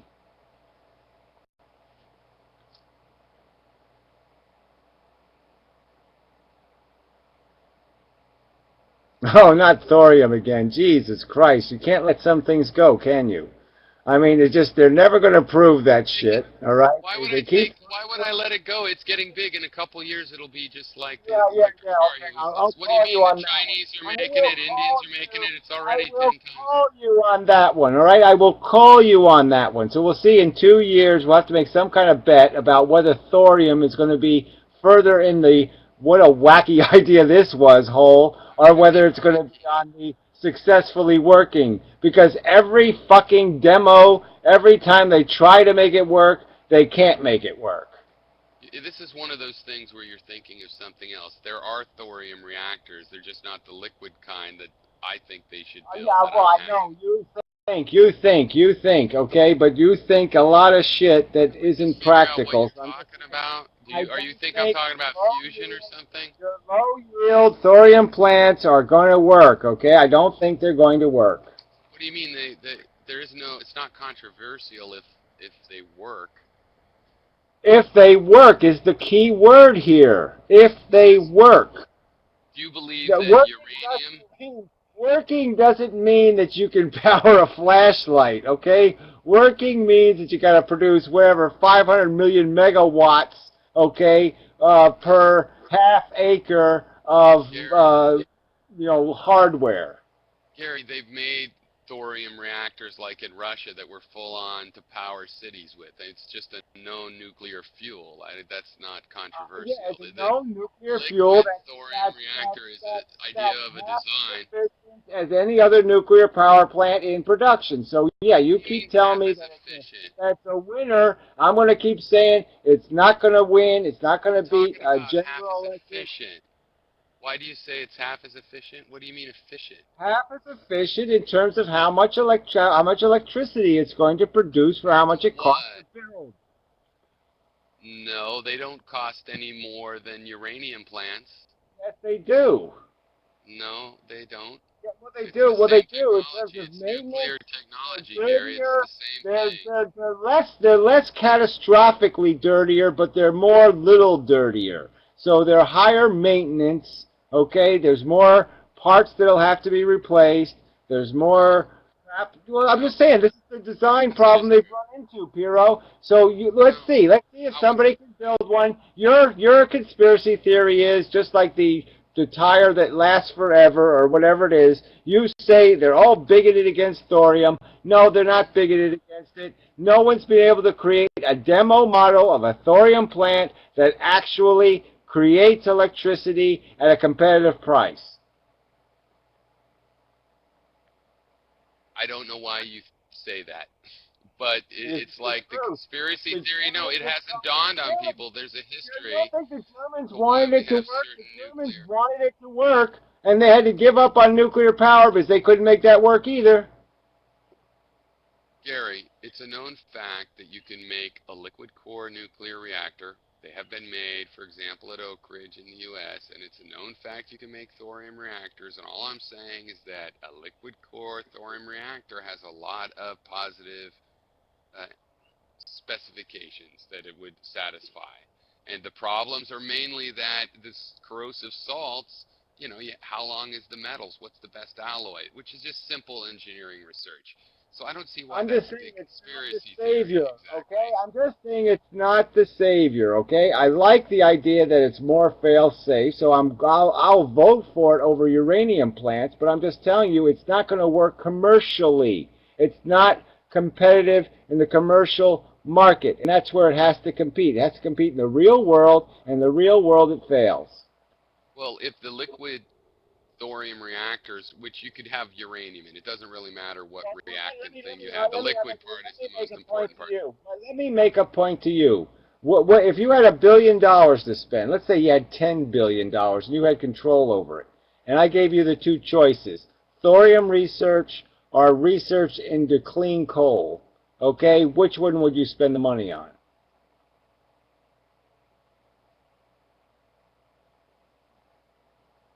Sorry, I got distracted. Can you repeat yourself? I don't mean to be rude. Well, I'm just saying, if you had two choices, okay? I gave you $10 billion, and you're going to decide which. It has to be all or nothing. And here's your choices. Thorium research or clean coal research. Which one would you invest in? Oh, thorium, for sure. Yeah, well, see, I would go with the clean coal because there's a fucking monster amount of coal, and if you can burn it clean, there's our energy problem solved. And it's coal makes it's a lot easier to pull the fucking energy out of coal than it is to pull the energy out of thorium.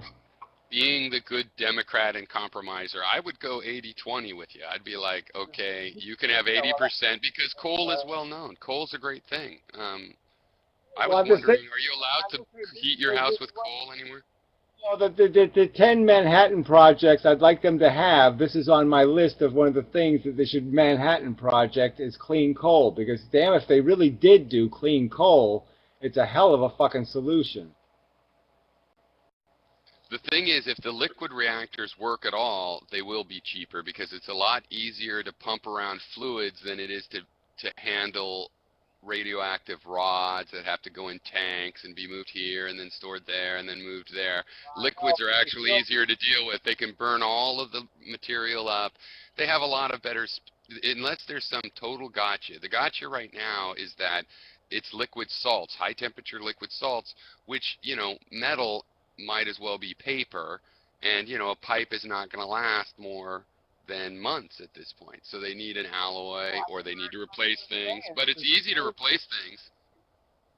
Well, it's not easy to replace, but I'm just saying, Well, yeah, you easier can make than a current nuclear reactor. No, it's not easy. They'll probably want to have robots and stuff, but make things modular, and so yeah, you'll have less really, really bad radioactive waste, but you'll have more low-grade radioactive waste.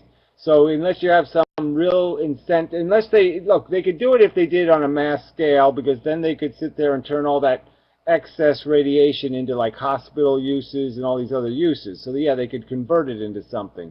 But if they're not going to convert it, yeah, your thorium plant's going to end up creating a lot of low-grade radioactive crap that has to go somewhere. right, the advocates are pointing out some of those are useful in medical and spectroscopy, and they, we make them and they need to be used for medical tests and stuff. But whatever. Yeah, well, I'm just Another idea that's similar is there's this guy that wants to do just a liquid core and still uranium, and we would be able to you dissolve the uranium into the salts that we have as nuclear waste now, and you can actually burn that. And again, because it's liquid, his idea is, again, it fits in the size of a 18-wheeler trailer and can power 10,000 homes. Yeah, So, I know. Well, they have obviously they can make very efficient, very nice little nuclear power plants. They got them on aircraft carriers and submarines, and they put them on right. even space probes. So you But can make lots of good nuclear. You can make lots of good old nuclear engines. I'm just saying that everything nuclear is a little bit messy, and obviously the capitalists have demonstrated. Well, I'm just saying they haven't demonstrated enough responsibility because we keep seeing the accidents happen. So obviously we just don't have enough respect for what they're playing with. So I think I'd like to be able to go to a simpler technology just because, yeah, let's go with something less dangerous. But that's my preference. Well, I love high tech, but I'm just saying you can't put high tech in the hands of greedy capitalists because, yeah, they're not gonna do what they need to do. They're not gonna buy the extra batteries.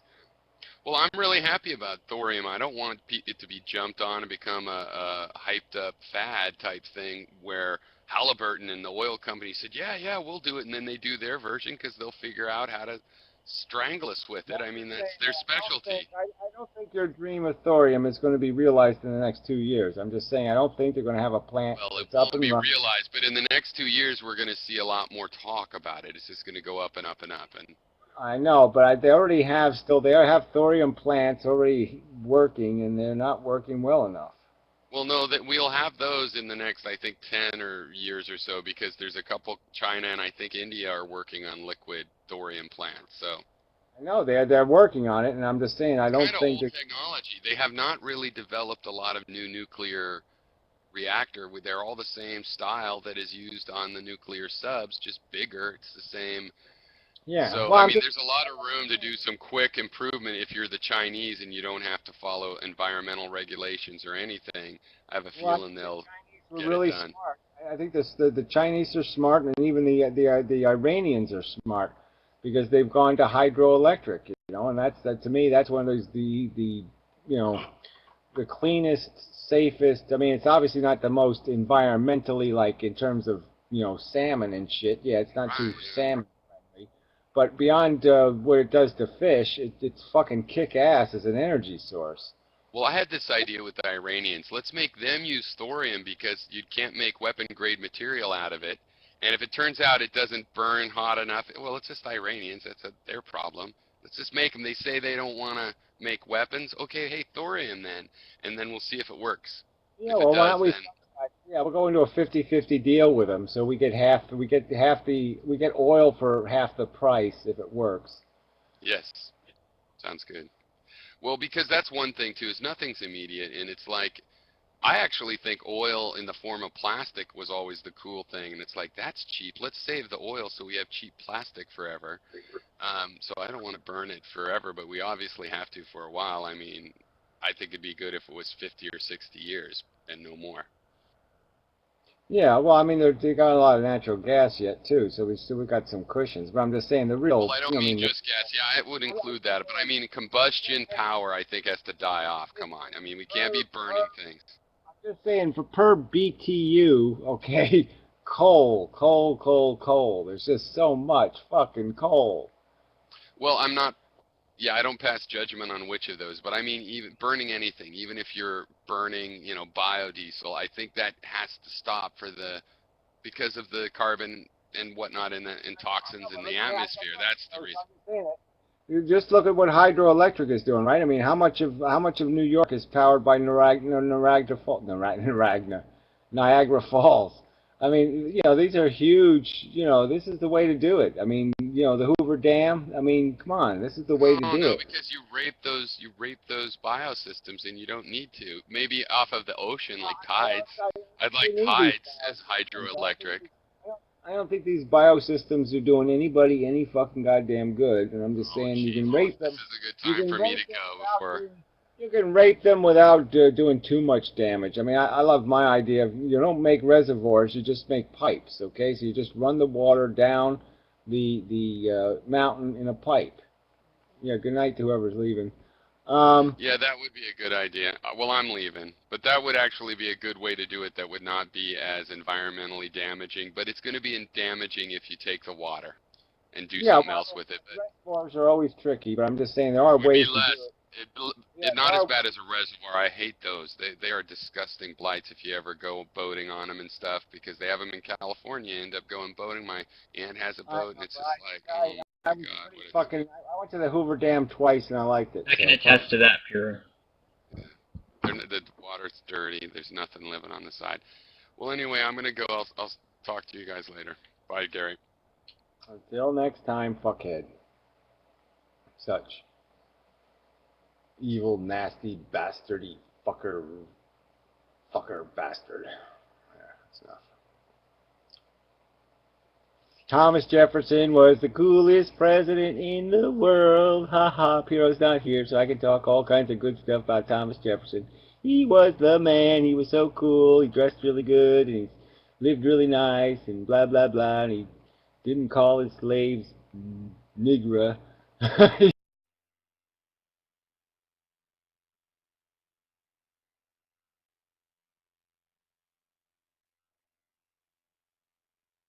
Oh, look, Gary left. What a terrible thing.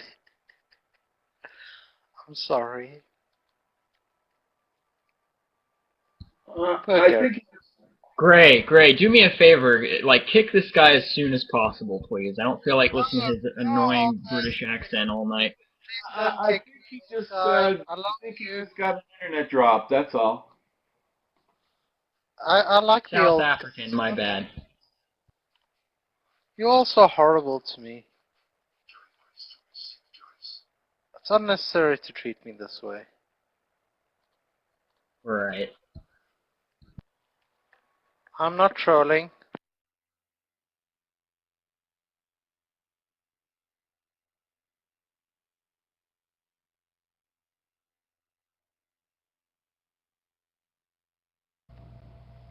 Ugh. There he is, back again. We lost Puro and got this guy. Yeah, well, it's always, whatever. Whatever. He'll do something stupid, and I'll kick him out, and I'll be done with it. Blah, blah, blah. Bandit's got the right idea. Sleeping. Sleeping comfortably. That's some way to sleep, though, you know? Just crashed out on the desk. You'd think you'd fall back in a chair or do something else, but this whole idea of just crash on a desk. I wonder if he wakes up with a headache. Yeah, I don't have enough room on my... You know, I guess if I had more room, I guess I could do it. Wouldn't be too bad. Well, it explains a lot. You know, when you sleep like that, all the blood is being crushed on your head there, and that's where the front part of the cortex is. So all the damage kind of explains his personality, doesn't it? Well, I don't know. I mean, it's kind of good damage, right? I mean, a little bit of an lobotomy is probably good for you, right? It keeps you unemotionally crippled. Horrible about this. I mean, come on, be nice to me. I just want to be your friends. Not the show anymore, okay? Nobody, you're a one-trick pony, okay? You've done your silly trick. You know, you pissed on people's shoes. Oh, look, the pony pissed on everybody's shoes. Oh, isn't that funny? Yeah, ponies are pissing. Yes, isn't it funny? Trick, Gary? Will you teach me? Please, teach me. No, we're done. We're done with it, okay? You're boring and uninteresting. Everybody's just saying, oh, go away, silly person. You're just going to say silly things. I love you, Gary. See? That's all you're going to do. You're just going to waste time with inane rubbish. Yes, apples are red. Yes, they grow on trees. Yes, it's very interesting. I don't want to waste your time. I love you. I think you're all wonderful. Yeah, Atlas need to be loved. That way they won't want to commit suicide all the time. whatever. I just wish there was some sort of force in the universe that would just smite all the stuff properly. All the stuff, everything would just get what it deserves. Get what you deserve day. Let's hit the button. Gary, don't be depressed. I'm not depressed. I'm all energized for the fact that we should have a let's give everybody what they deserve day, and so all the little cunt lying motherfucking cunt weasel. That would be great. I'd like to make an orchestra out of just sad instruments.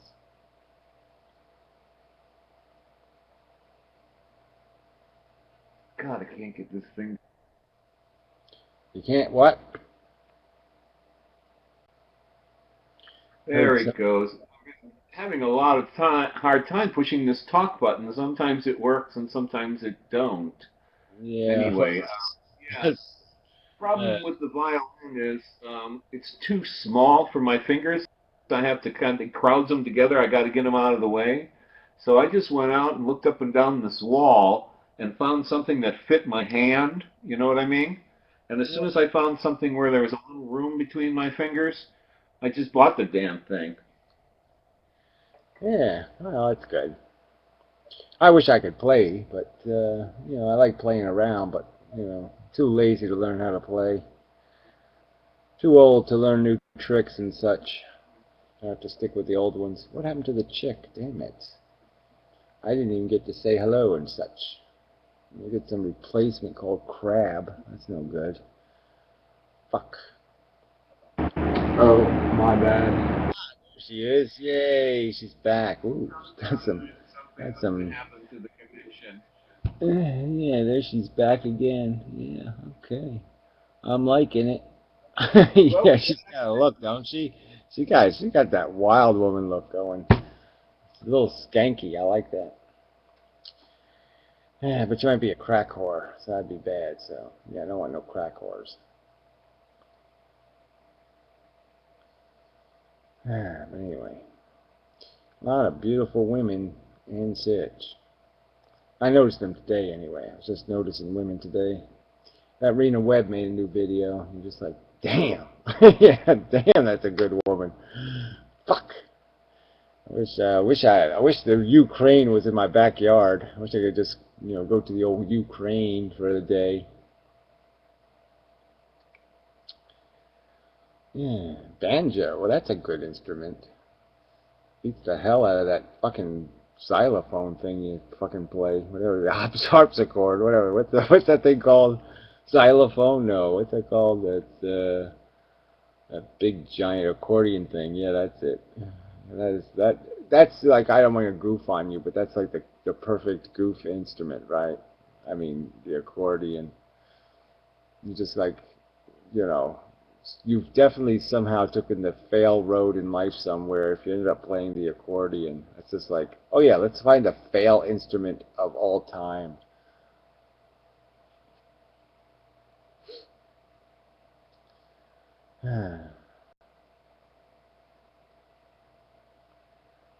Well, don't let the trolls bother you.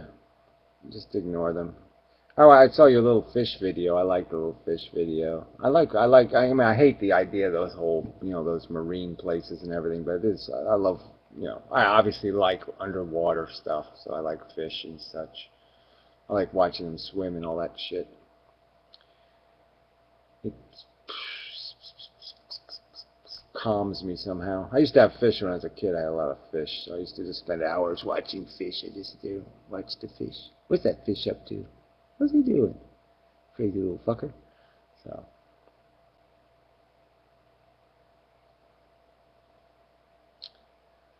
Very Chicago. Accordion is a very Chicago instrument. That was one of the shoved in my face as a child when I was about 4 years old, because there's a huge, huge Polish population there, all up and down Milwaukee Avenue.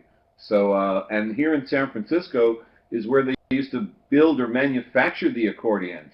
The accordion is actually on the flag, our state flag. That's pretty funny. An accordion on a flag. Oh man, you want to have a parade? Fucking yellow buses. Yeah, yellow bus full of accordion players. Oh, that's priceless. Yeah, I didn't think of the Polish-Chicago connection, so that does sort of make sense. But yeah, I mean, accordions are just, they're just, it's interesting and it's funky and it's funny, but it just is kind of just a noisy piece of shit of an instrument in the first place. It's just not very. I don't have any like positive accordion experiences. Like, oh yeah, that was a great accordion song. It's always polkas and shit, and they're just so fucking bad. Do you like country western? Not too much, to tell you the truth. Pop music? Yeah, well, I like the 70s and 80s stuff, even some of the 90s stuff, but, anything after that, fuck it. What about Broadway from that period of time, like Phantom of the Opera or Jesus Christ or any of those kind of things that were out there? Yeah, not much. I mean, of course, there's always a song here and there, you know what I mean? Like, there's a couple of songs from Jesus Christ Superstar that were nice, what was that song she sang? That Melissa Manchester, or no, it was Yvonne Elliman or something. Yeah, Yvonne Elliman. She sang a couple of good songs in that thing.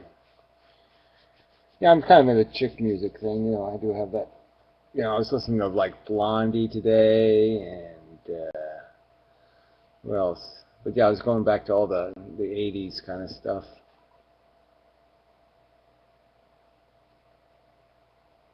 Yeah, unfortunately, nobody likes to be around when I listen to the music I like, which is all modern 21st century modern composers. And it sounds so much like brick and mortar and noise and gutter and construction and factory working. People don't hear it, but I do. It's something I was raised on in my later days in Chicago. Yeah, I like space music, as funny as that sounds. I mean, that cosmos kind of music. I mean, I really, it was really popular for a few years, and I guess it got died off again. But, I mean, I like the tonal stuff. I like something very quiet and peaceful and relaxed. I tend to like relaxing music. I don't like people yelling at me too much. Yeah, good night, wayward guy. Thanks for showing up again, as usual, and such, and whatnot, and putting up with it, and whatnot, and commenting and whatnot, and such, and so forth. Night, Gary. And everybody else. Yeah, well, they don't really count. So.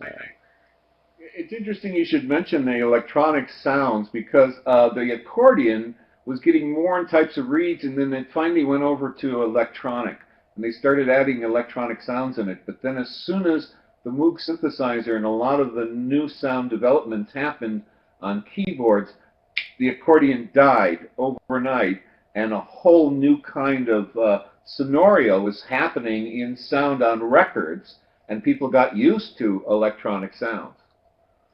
Yeah, well, obviously you can make a really compact instrument that can do a lot of stuff, So, I mean, accordions are obviously bulky and all that. They have a lot of disadvantages. I mean, accordions are just You know, it's a complex instrument too, right? I mean, it's got to cost some money. Accordions can't be cheap, right? It's got to be a pretty expensive instrument.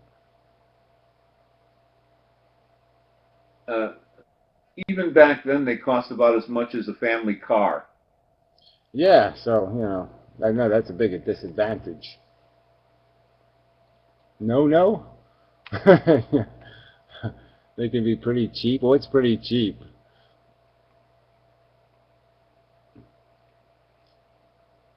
$2,000, you know.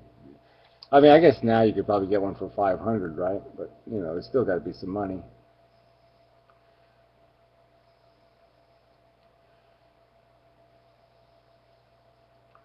But yeah, there's a lot of instruments that are interesting. You know, you think they could do something if they start to synthesize them or something. It's like bagpipes. You know, there's a lot of interesting shit going on there. You know, an electric bagpipe might be an interesting instrument.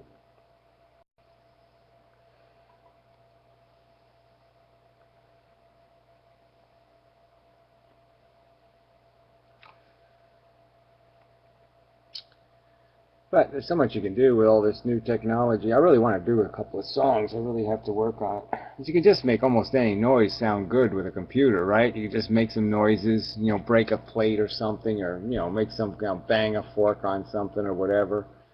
You know, put it in the computer, fuck with it a little bit, and you got an instrument. You know, Bandit sleeps, you know, because he drinks a little. So yeah, people drink and then they sleep. And it's late, you know. Well, it's not that late where he is. Ah, he's a pussy. I guess that's the bottom line. Just a pussy.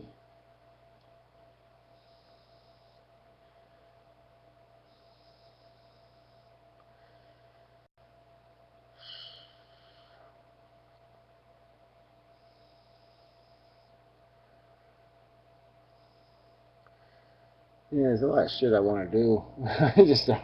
I need people. I gotta get me some people do my shit for me. Not enough days in the week, not enough hours in the day. I feel like shit too much.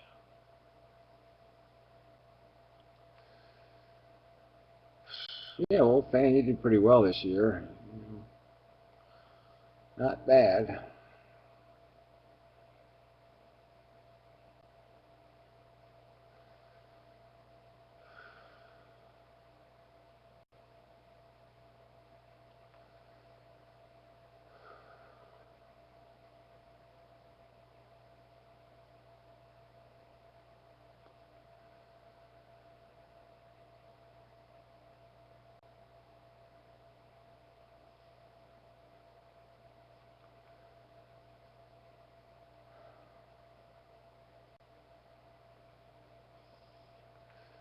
Yeah, well, I gotta start doing something. I gotta take it up a notch. Keep doing the same. I still have this habit of trying to argue with people, and there's just no point.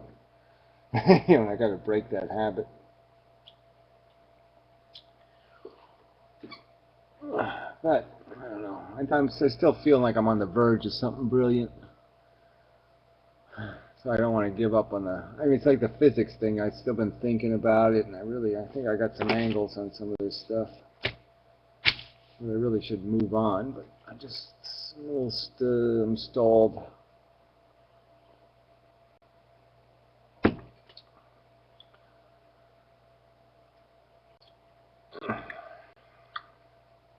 Ah, you have a question. No, I think God is a cunt bastard. I don't think God is good. What is time? Time is a consequence of distance, actually. Yeah, so, you know, time is what happens when things move. So. It's 12:17 here. Yeah, well. Yeah, that's another thing I want to do with some work. I mean, the special relativity thing, I really don't. I think Einstein got that one. I think it's a little fucked up. It's still got too many paradoxes in it. I got to do some work on that one. I think there's a bug in it.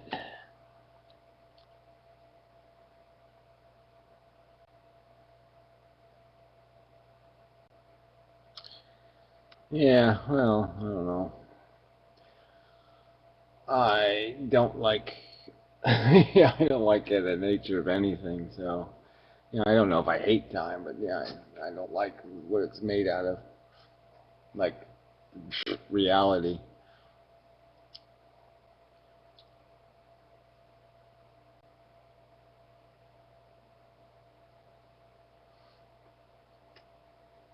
It's kind of funny how it does perceptually move at different speeds.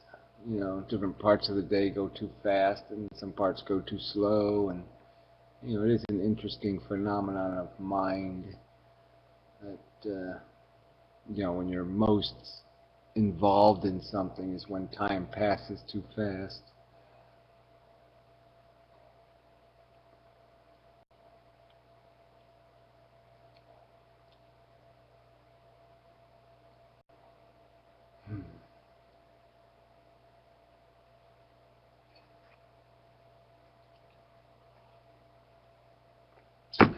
Well, I think everything was. I'm just not sure there was a Big Bang, actually, but, if there was, everything was determined then.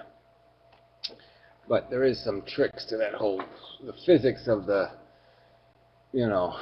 origins of the universe are still a little bit theoretical. I'll be back. Yeah, I think the Big Bang was kind of wimpy, actually.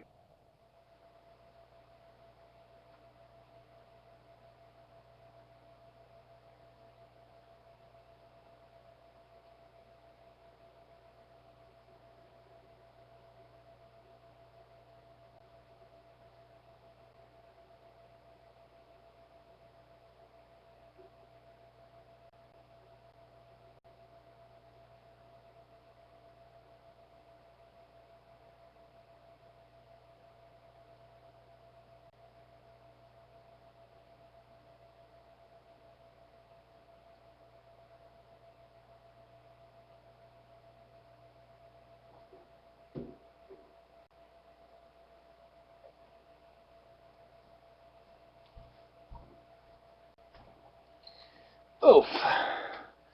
Yeah, well, my problem with the Big Bang is just the whole clumpiness. You know what I mean? Because it's like the stuff that is furthest away, or that, what we think is the oldest stuff out there, is like some of the biggest stuff.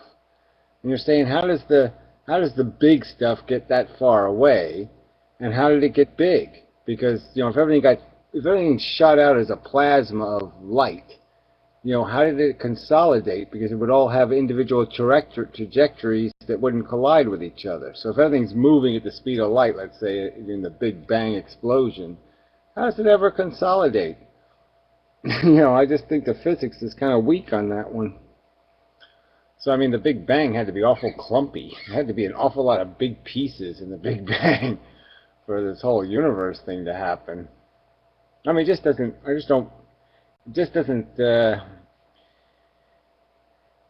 fit, in my opinion. There's something else going on. I think of it in reverse, actually, and not as an explosion, but as an implosion, because you have negative space. So it's actually being sucked inside out. Makes more sense. Yeah, well, inside out's pretty hard to figure out too, but I'm just saying the idea of it going from small bits to bigger bits kind of requires a jar of some kind, right? You know what I'm saying? I mean, you have to have something that forces the little bits to interact with each other. And what would that force be? I mean, it's like they have to bounce off of something, have to collide with something, or else they just keep going about their way. It's like you turn a light bulb on, the photons don't all crash into each other. And, they end up going, it's like that, I'm seeing light from stars that are billions of years away, and, light years away, and that light made it here without crashing into anything. I mean, fuck. How do you explain how the light from the Big Bang, turned into big, heavy stars? Well, one of the reasons that the light from like 14 billion light years way, never crashing into anything, is like gravitational lensing, where the light actually bends around other masses that are extremely large. Well, I know, but you don't have any of those when the Big Bang happened, right? You're just talking about empty space that the Big Bang flew into. Well, when the thing, I think it was like maybe like 300,000 years after the Big Bang happened, there was what they call like the dark period or something like that, when there were like no stars. I could be wrong on that though. It might Well, I be know. 300 million years. I don't remember. I'm just saying theoretically. I'm just saying it just doesn't make sense.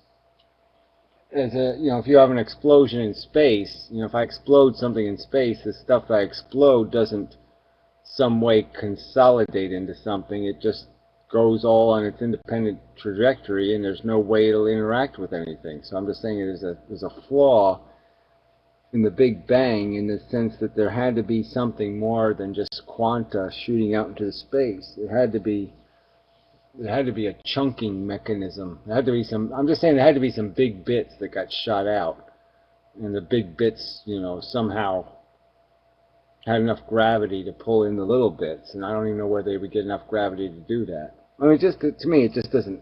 I've never seen a great model of it, so I'm just saying I don't think they really have an answer. Well, although they call it the Big Bang, it wasn't really so much of an explosion as it was an expansion.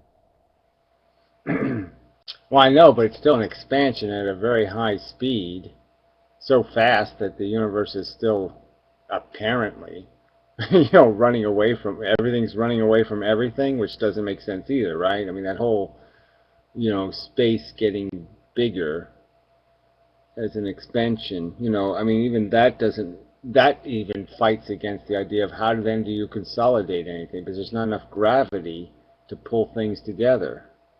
I mean, the gravity's not strong enough. How do you explain it flattening out? I mean, if it's an explosion, it's 360 degrees in a ball. How do you get this pancaking thing? And even if it's an expansion, why is it only expanding along a flat plane? Well, they don't have it as a flat plane. I mean, the pictures I've seen are kind of like a tube, which is kind of strange too, which that doesn't make a hell of a lot of sense either. It's kind of like a cylinder, the big cylinder, and it's like over time it spread out this way. The tube went this way, lengthwise, which is strange too. Well, what doesn't make any sense to me is why the universe was like consolidated down to a point like right before the Big Bang anyway. I mean, it just doesn't make any sense for it all to be like in one point, right? Well, I see the collapse. That's like a black hole. You can see where the gravity becomes supergravity, and it just sucks everything in the universe into one little spot. So that I can see the consolidation of gravity. Like if you mix 5 or 6 galaxies together, you get a super black hole, and it would just eat everything and suck all the light back, and everything would just get sucked back into it. So that sort of makes sense to me, a super gravity well. But breaking the gravity well or letting go. If you pulled the gravity well, if you did the Einstein thing, and you pull the well down, and then you let go of it, and it shoots back up. I'm just saying that the shape of the universe sort of fits that a little bit, some of these theories, but it just doesn't do what it needs to do, which is you're talking about this idea that you don't have the clumps. So I'm saying without the clumps, without the big pieces of matter, I don't know how it would work. Oh, those glasses are interesting. The chick's got a face. You got a face, you know that? Yeah, you do. You have a face. Yeah, you do. You have a face. I like it. Yeah. Well, I don't know if this is true, so I'm more or less like talking out of my ass here. But like I suspect that when the universe was in its like rapid expansion period, like for the first few million years after the Big Bang, that it was probably like the energy density was probably more or less constant throughout the whole universe, and then like gravity started taking over, and then you started to get those clumps. I mean, I don't know if that's true, it's just a guess. And theoretically, it's really hard to do that, right? Because the whole thing has to explode in a matter of milliseconds. And so how did this slow light, the light that's still away at the little beginning of the explosion or something, how does that slow light get created, So, I mean, the whole thing is really hard to understand it in quanta kind of, mechanisms, and you know what I mean, photons, as photons. And that's sort of how I envision what matter's made out of. So to me, it's like I said, I have some problems with the Big Bang. I'm just not sure that's the way it happened. I mean, they based the Big Bang based on this background radiation and you know, this echo noise. I'm just thinking that maybe there's some other reason why that echo exists. Well, they base it off of like how the stars are like accelerating away from like us too. So I mean, there's that piece of evidence as well.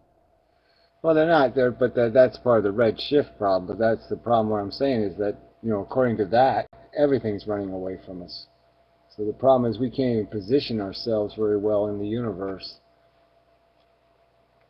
So I'm just not sure that the red shift isn't being created by another phenomenon too.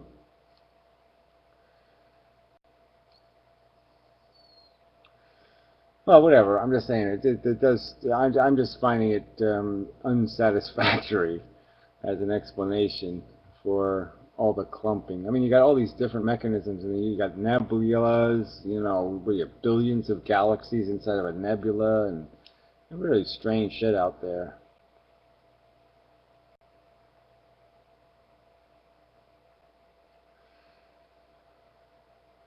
You know, and the black holes in the center of galaxies, just think about the gravity that they must possess to be able to hold a galaxy together. Yeah, you know what else is a weird thought is that like at the center of the black hole, you supposedly it has like no volume, but you have mass in there, so it has like an infinite density. I mean, that's just kind of a weird idea. Yeah, well, I see. I'm sort of okay with that because I'm thinking of like, you know, say if atoms were consolidated, you know, if you took out all the empty space out of an atom, you know, you'd end up with this zillion to one kind of ratio, you know, in terms of its size. So the idea of the size exchange seems to make sense to me because if you think of a black hole as being a rearrangement of the photons in a really tight arrangement, you know, like where they're all right next to each other and everything's really tightly wound, and you took all the space out of the mechanism, you know, that you'd end up with something really tiny compared to the size of the regular atoms, which are huge. I mean, atoms are huge in terms of the tiny bits that they're made out of. You know, there are this, you know, it's not like 99.99%, it's like 99.9 to the 49th power or something percent empty space. Well, I think I heard that like the nucleus occupies like 1/10,000th of the volume of an atom. So like I don't know, it just seems to me that if you're gonna pack some amount of mass into like a volume, it's got to have like there's a limit to how much mass you can pack into there. You know, you can't just pack an infinite amount of mass into it. Well, I know, but I'm just saying volume of a that certain take size. a typical atom, I'm just saying you got this zillion to one or trillion to one ratio between the amount of the size of the atom and its actual the actual size of the components that make it up. So I'm just saying there is a ton of empty space in that atom. If you got rid of the empty space by consolidating the material parts in some mechanism, some way, I'm just saying you could have a very small object, you could have an incredible mass because the mass is in the goddamn parts, not in the atom itself. So I mean, all the gravitons or whatever you want to call them, all the dense or the gravity-carrying electrons would be, you know, in one packet. So I mean, you know, it's like the Earth would be the size of a teardrop or something, you know.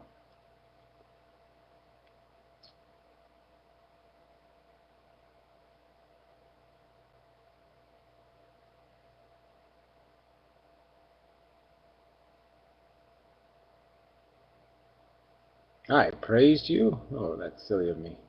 Well, that's right. I did say you were one in. You're all 1 in 100 million. Yeah, such exceptional people in the Inmendham room.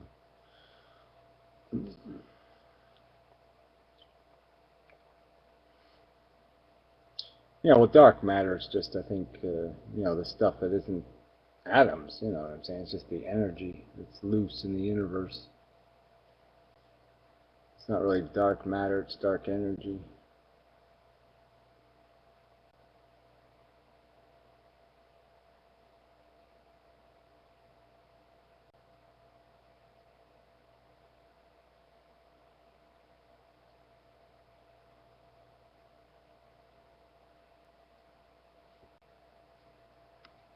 Gary, if I may, I'd kind of like to shift the conversation over to like the possibility of there being other life in the universe, and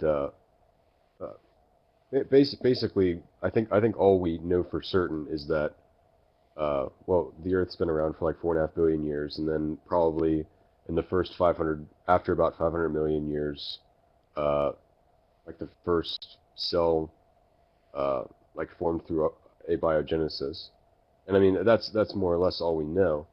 So I mean we only have a sample size of one, but I mean given the fact that life formed within the first 500 million years, it seems like it might be a maybe not a common like a commonality, but you know it doesn't seem like it's impossible, right?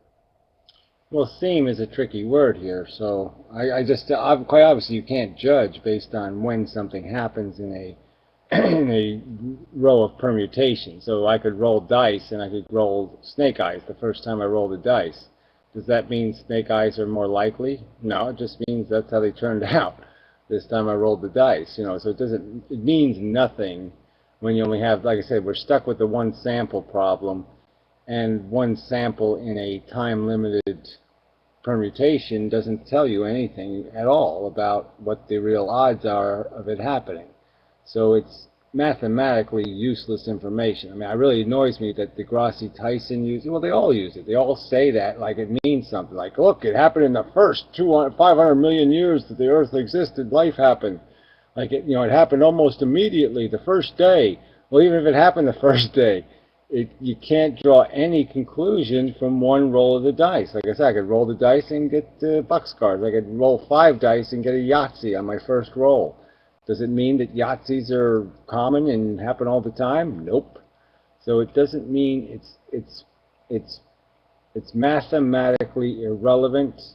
It's scientifically useless information. You just can't draw any conclusions from that whatsoever. So I think the more important stuff to focus on is the fact that in all the time that life has existed on Earth, no other life form ever arose that was survivable, that technically could survive better, or was a better mechanism, that was more hardy or more structurally efficient. So even though there was millions of different environments, all kinds of, especially once life started littering its body parts all over the place, there were amino acids everywhere, inside volcanoes, in cold places, in hot places, in high pressure places, in low pressure places. The amino acids have been exposed to an almost, a huge plethora of environmental circumstances, and yet not one single competing replicator ever formed. So that tells you what? I mean, that sort of says this is rare chemistry. It doesn't say it's common chemistry, it's rare chemistry, because even though we did a zillion experiments here on Earth, it only happened once. And we did most of the experiments, right? For 4 billion years, we've been doing the experiments with body parts all over the place. So we gave it a huge head start in the sense that we now have life forms that are creating huge amounts of body parts for a new parasitic life form to exist in. So even though tons of species have been able to coexist, with competing interests, tons of organisms have existed, not one survivable alternative form of replication. And then I can go into the arguments about all the other one-time events. So not only was abiogenesis only a one-time event, the Akira-Roach thing, that the absorbing double nucleuses, one-time event, neurons, one-time event. So, and there might be many more one-time eventers. So before you can get to something called intelligent life. So it doesn't seem like it's something you could say, oh yeah, life happens really easy, just throw some water on a planet and bingo, you got life. It's not gonna, no, I don't think it happens that way. Well, it might be the case that like some other kind of I don't know, maybe non-DNA based life like formed through abiogenesis, and it was just outcompeted by like the DNA based I know, but I'm just saying, I mean, I don't know if that's true though. There's just as much of a possibility that it would be stronger rather than weaker, And the evidence is in the fact that many competing species, like I said, there's not only there's rabbits and there's deers and there's lots of animals exploring the same environment where they learn to coexist. So I'm just saying there's no reason to think that one life form would annihilate the other life form. It's more likely they would become parasitic and then in the end symbiotic. So those are the more likely end results of relationships that organisms have, is they don't usually exterminate, they usually find some way to exploit.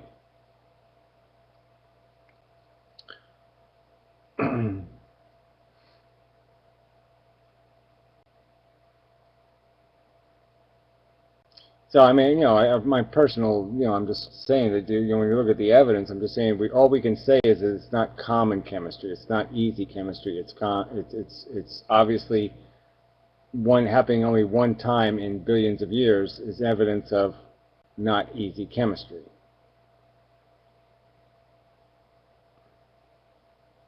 Well, you have no evidence of the first time it died out, so that's just made up.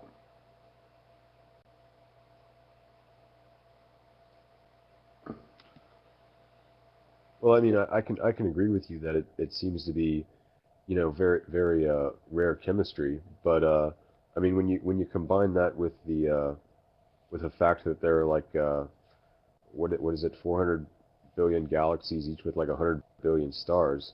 I mean, it might be the case that incredibly rare events like might occur like fairly often in the grand scheme of things or something. I don't know. Yeah, I'm just saying it's not an answerable question. So, I mean, I can't tell you that the odds are a zillion to one or a gazillion to one or a bazillion to one or whatever number you want to put on it. So I can't give you the odds. I can just say for every galaxy you create, I can just make one more lightning strike. So if, let's say, it had to be 7 lightning strikes in a row in 4 square inches of seawater, and that's what created the first replicator. I can just add one more lightning strike, So add another universe. I'll just add another not lightning strike, and you're out of luck.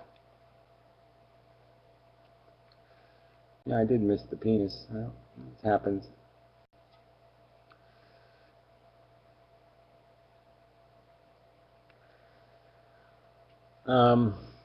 But yeah, I mean, like I said, all we can say is it's rare. We can't duplicate it.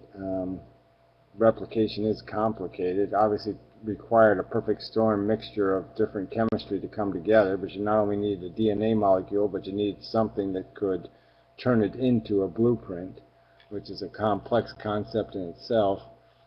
So it was asked before about why there's males and females. Well, I mean, the asexual, the idea of having what do you call that? Mixing, mixing different DNA together, from more sources. I'm just saying it creates mutations is the bottom line. So that's why there's sexual replication. Is it just creates more potential for variation, and so that's sort of what the system feeds on is variation. So you want to create, broken things, because some of the broken things are improvements. And as for Attenborough, I'm sure Attenborough didn't say different forms of life. He probably said that the first organisms that inhabited the earth were killed off once they became oxygen feeders rather than oxygen producers. So the first organisms were oxygen producers, but they were still DNA life forms. So they just radically changed. So what happened is the first organisms on Earth made a ton of new chemistry into the environment, and they basically poisoned themselves. They basically ate everything and turned everything into shit. And then the only things that could survive were organisms that evolved to eat the shit. And so the shit eaters took over the world. But they were still relatives of the people who made the shit. So it's not like there were 2 separate life forms. The first DNA molecule just created, the organisms evolved to live on the shit they turned the world into. Just like human beings might turn into cockroaches, to live in the shit they're going to turn the world into.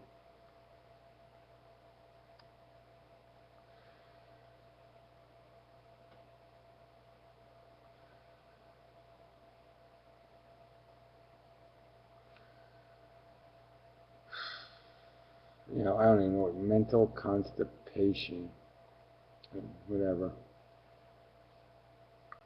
I mean, it might be more rational to say diarrhea than constipation. I don't even know how you have, I don't know, how could you have mental constipation in a room where someone's talking all the time? Yeah, that wouldn't make any sense. Yeah, I guess my like the conclusion I've come to on like the question of whether or not there's like other life in the universe would ultimately just be I don't know. I mean, it seems like it's a fairly improbable event, but I mean, it's Can't answer though, right? I mean, you know, we talked about this earlier, but you can speculate that most of the universe is older than we are, and that if life formed regularly in the universe, then it would have formed perhaps billions of years ago, maybe even 5 or 6 or 7 billion years ago. There were civilizations paralleling our own, and obviously none of those civilizations survived to make a single peepy little noise that we can detect. yeah. And I was going to go on to say that it seems fairly unlikely that civilizations, say, 1,000,000 years older than ours, would not have the technology to make enough noise for us to hear it. So you can sort of argue that it seems like the proof is in. There will be no light speed travel. There will be no, you know, intergalactical travel. None of that stuff is going to ever happen because it hasn't happened. yeah, I was going to go on to say that although I don't know, I'm uncertain of whether or not there's other life in the universe. I would say with a fair degree of certainty that there probably hasn't ever been any other like species that has arrived to our level of intelligence simply because we haven't seen any of their radio waves or anything. You see the paradox in that statement, though, or well, not the paradox, the contradiction, because you're basically saying that the odds of going from, say, a microbe to a human being are somehow greater than the odds of going from simple chemistry to replicating chemistry. And I guess I would argue that physically, the more challenging thing is probably going from raw chemistry to replicating chemistry, you know, chemistry that can replicate in an evolving manner where it mutates. That is probably the bigger physical challenge than going from a paramecium to a human being. I'm not entirely sure I would agree with that. Just looking at like the history of the Earth. I mean, in the first 500 million years, you had like the first cell arriving, but it took from the 500 million years after the Earth was created to 4.5 billion years after the Earth was created to have the first intelligent species. Well, I know, but look how long it took you to get from fucking the first living thing to the first trilobite. That was fucking 3.5 billion years just to get to a trilobite. Yeah.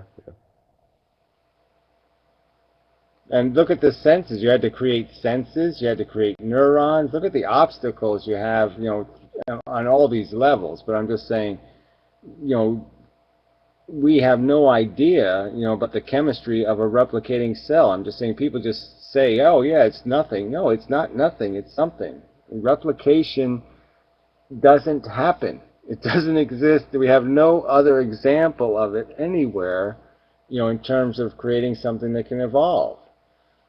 So it's not exactly a nothing mechanism. It's a pretty substantially difficult mechanism. And I guess we can't even replicate one. We can't make one. You know what the mind-boggling thing is about?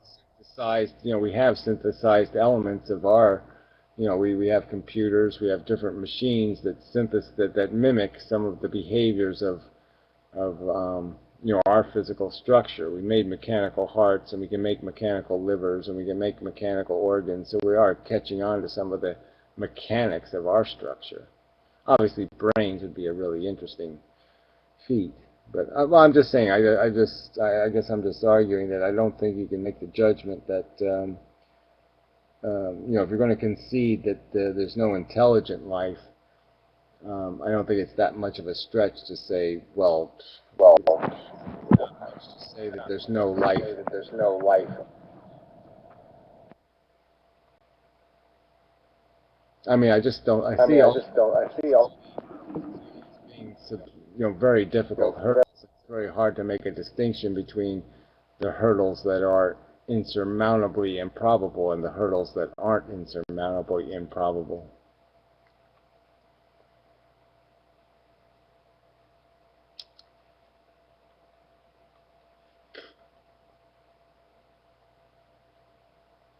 Meow. Hey, it's a black and white. It's kind of like Gray's cat. Yeah, he's gray and white, but he keeps. There's a gray cat over here. And she's old and she's sleeping. He's like going under the blanket to try and attack her from beneath the blanket. Yeah, well, hierarchy. She's probably eating too much of his food. Cats are somewhat retarded. Except for my dancing kitty. Yeah. Very good cat. Doesn't even need a litter box or nothing. And does anything I ask. Look, dance, cat. You see, it does exactly what I tell it to do.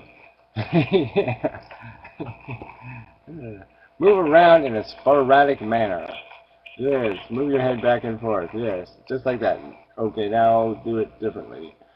This really is brilliant technology. Yes, its batteries are going dead. Maybe it ticked at me. It's a purring. It's like fake purring. Yeah, so it does it all.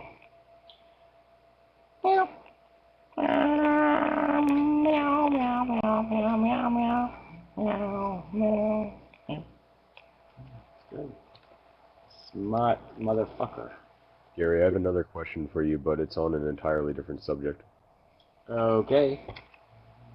I've heard you say before that you would like to see people have to pass like an IQ test or something before they're like granted the right to vote. Do you still stand by that? Well, personally, yeah, I don't think it's practical. I don't think you can get such a law passed. No one's going to vote for it because all the assholes will say, "Oh shit, I'll be out of luck because I'm a dumbass." But I think a minimum test would be appropriate. You just ask people 10 questions. Let's say you have 200 questions, and on each ballot there's a random 10 questions. And yeah, you have to answer, or even 5 questions. And they'd be simple questions like, what planet are you on? Who's the President of the United States? Just basic crap like that. And if, people can't answer those basic questions, they shouldn't be voting. Yeah, I agree with that, but I'd like to like add one other modification, and that's possibly making like another test that they have to pass that like asks them basic questions on like economics or like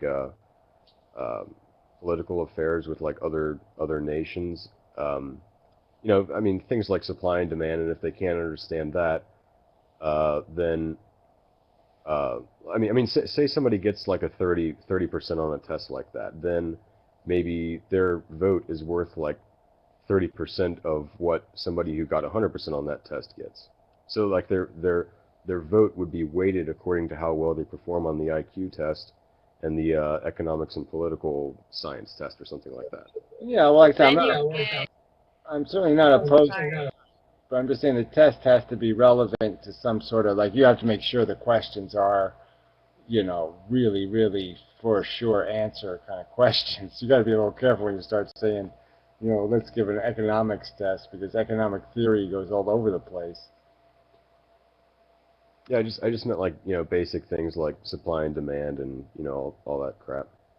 Well, I know, but what are you going to ask about supply and demand? What are you going to say? Do you know that people buy stuff and then people sell stuff? I'm just saying you got to be careful how you word the question is all I'm saying. I don't know, maybe just, a basic question like, if the demand remains the same but you increase the supply of the item, then the price will the price go down or will it go up? Just, basic question like that. Well, but that's not relevant, because anyone who's owned their own business can remember that one piece of data that doesn't go with the standard for economics, and then they'll say no, because body dot, and then you have to be one of those people who answers the question the way the person wants you to answer it, which is going to be hard too. You're getting into like a moral No territory. questions. I think obviously you have to make them yes or no questions or multiple choice questions, so you have to make it kind of simple.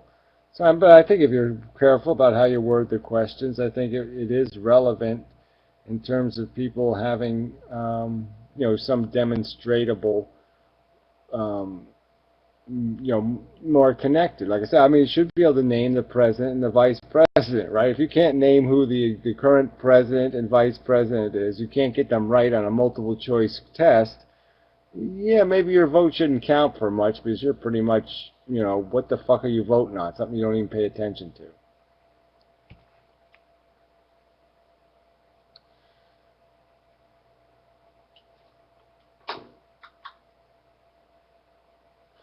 Yeah, I mean, you can't really ask challenging questions. I don't see any point in getting too faluty, like you somehow have to have a college degree to know the difference between an asshole and an idiot. But I'm just saying that, you know, yeah, maybe I should be on the test. You know, what's the difference between an asshole and an idiot? You know, everybody's got one or something. Yeah, I wasn't talking about like really difficult questions, just like you know, simple stuff on like going into debt versus not going into debt, those kind of things. Just, you know, basic stuff. I know, but I'm just saying it's a little tricky when you start getting into economics. I'm just saying because the economic theory is kind of radically, you know, you know, I mean, what are you going to say? Do you hate commies? You know, you can't do that. You know.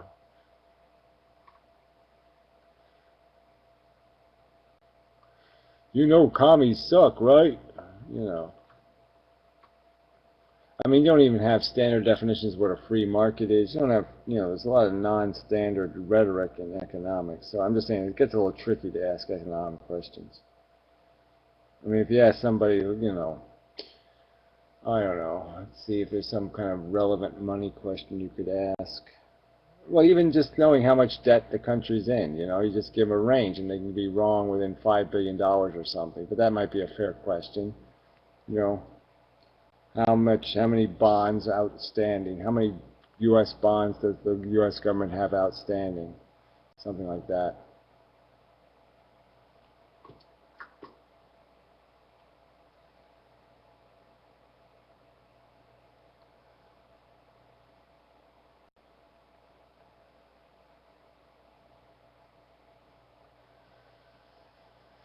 Wow, Nugget's a pro.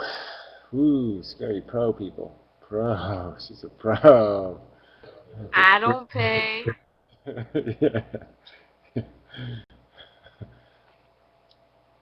That's like a double I don't pay joke, because one, I wouldn't pay for TinyChat, and if I did, it would be my man having to be paying for it, and two, this is my friend's account, double free. Okay, I was just making a joke myself about being a pro and such, so it's okay. It's just a Well, I hate being a pro, because then I'm like, I look like one of those assholes that pays for TinyChat when I'm indeed not. Yeah, well, I was making another kind of joke, like, you know, you're a pro, which means like you're some kind of professional, like, TinyChat slut girl who just goes from room to room being TinyChat slut. Whoa. Yeah. A professional is someone who gets paid for what they do. Ain't nobody on TinyChat making any money. Everyone's here for their own desire for attention. Exactly. Or something else, like discussions about the meaning of life, but, you know, that's, you know. Which is why I didn't think you would say such a thing in such a beautiful room. Yeah, well, not exactly beautiful, but I have a nice background, actually. I like it. I chose some sort of vertical lines going this and that way, so it's really quite nice.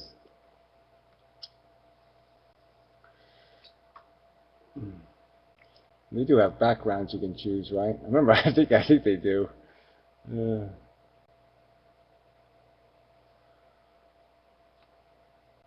But it works mostly. That's all that matters. Mostly.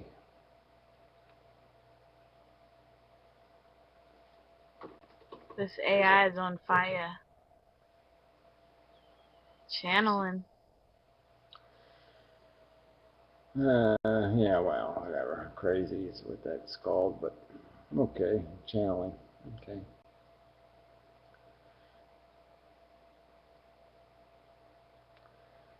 Hey, Gary.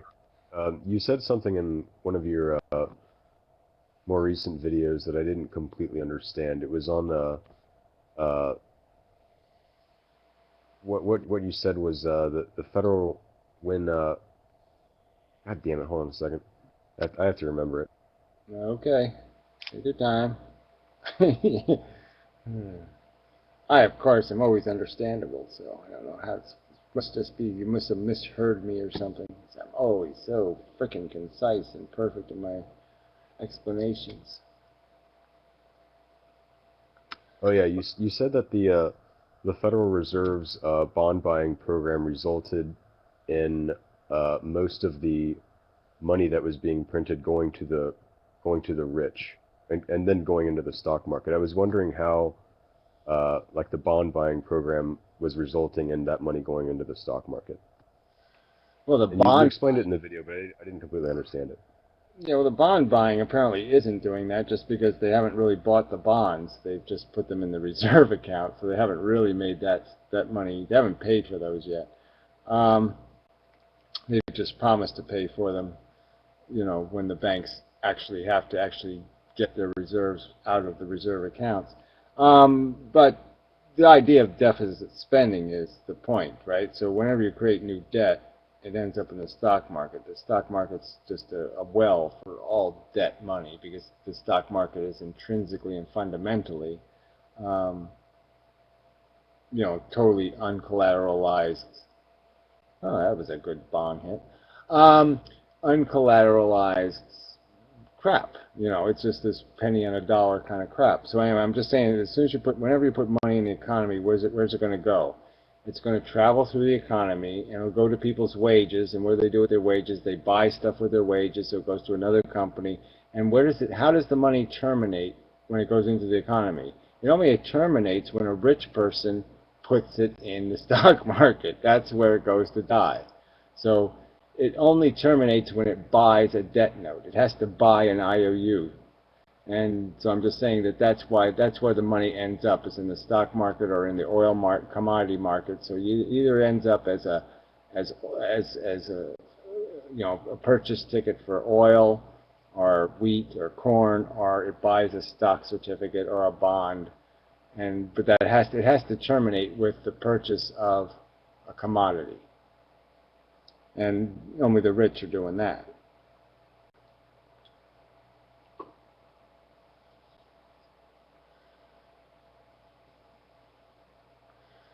So any money that goes into the economy eventually will just die as a debt note.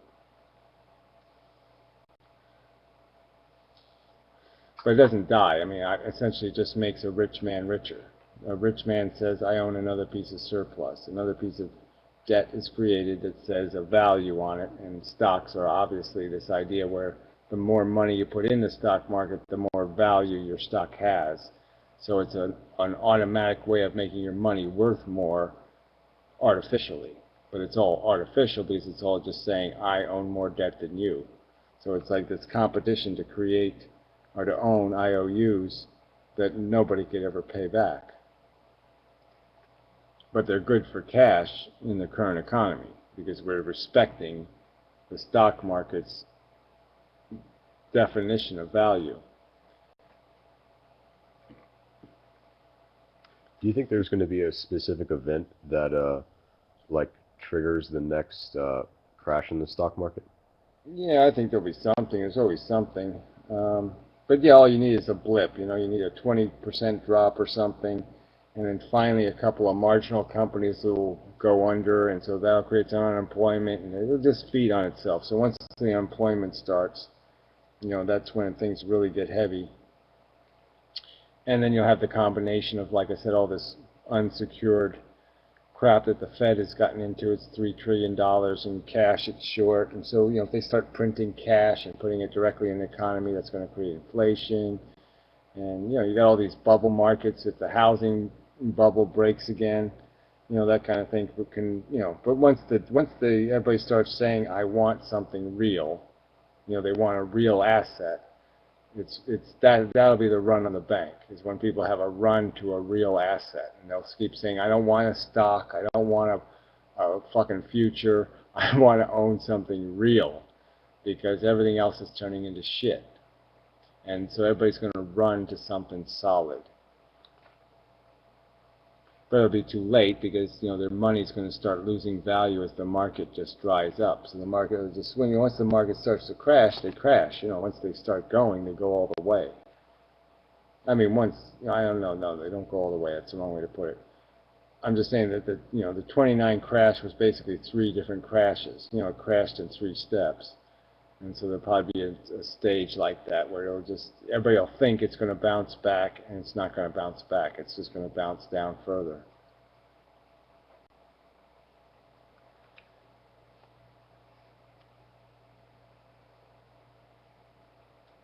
Something like that.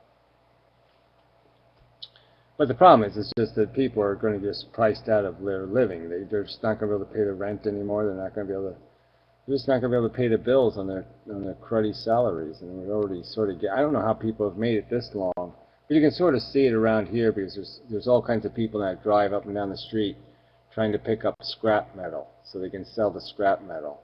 And you're just saying, that is so unpractical, right? It's costing them more in gasoline to drive up and down the street looking for this stupid scrap metal. So that's just a sign of a desperation. You're saying, well, if people are that fucking desperate, we just had a snowstorm here, and nobody ever, no adult would ever go out looking for snow shoveling jobs, right? And yeah, there was people out trying to get a job shoveling people's snow. And so those are all signs that, yeah, people are feeling it because they're desperate for some money. Yeah, I have 2 comments I'd like to make on that. One is, I know Amazon is like, they offer to pay people like 3 cents like for half an hour's work, like doing surveys or some shit. And I mean, when you consider like the cost of electricity just to power your computer, I mean, it's probably costs more to like actually power the computer than you're getting from the survey. And the other thing is, I think I read that like 51% or something of McDonald's employees are actually like on food stamps. So I mean, that's just like further evidence that people aren't being paid like a living wage. Yeah, well, 50% of kids are on food stamps at some point in their childhood. So yeah, there's a lot of bad signs out there. But I'm just saying, you can sort of see it, that we're all losing our capacity to demand the wages, and once, like I said, once it gets to a certain point, it's just going to get really bad, because yeah, people aren't going to be able to pay for anything extra. They're just going to be able to buy food and maybe rent a roof over their head, but there's going to be no consumption otherwise. So do you think people are going to go on strike, or do you think there's going to be like a basic living wage, or like both, or what? Yeah, I don't know. That one's really hard to figure out. It depends on how fast it crashes. It depends on how it crashes, right? But I mean, people have to get real and realize that the rich are the problem. They're the ones that have all the money, and we're renting from them, and it's the rent that's too high. So, but I mean, technology is marginalized human beings, and people have to recognize that to some extent too, is that our value is marginalized because machines can do most of the work we do better than us. So we're sort of, been outcompeted by machines, and we don't have as much value as we used to. But yeah, I mean, the majority of people are going to be in that value-less state, and they're just going to have to vote different. They're going to have to quit voting for the rich to get richer. I mean, they're going to have to do rational things like, instead of taxing workers on their income, they're going to have to start taxing the rich on their income. Instead of vice versa. I mean, right now, capital gains taxes are half of what a worker pays on their salary.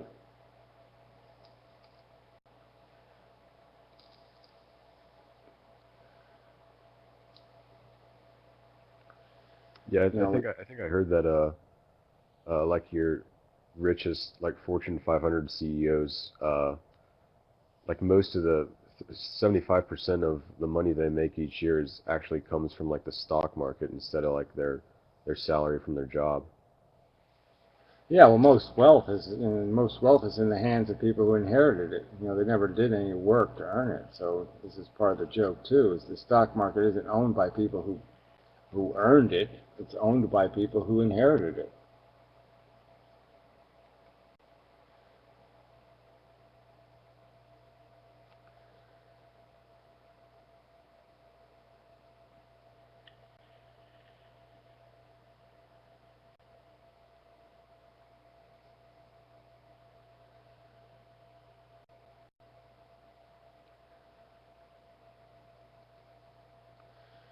Well, I'm pretty concerned about fish. What do you got against fish, big guy?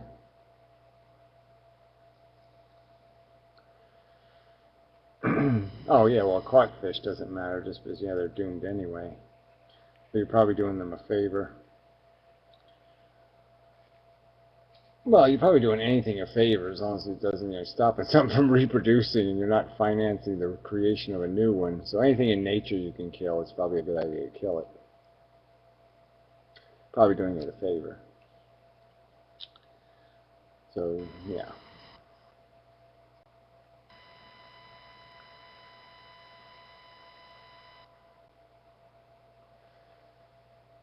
So we need to build lots of guillotines and just put them all out in nature so all the animals get guillotined.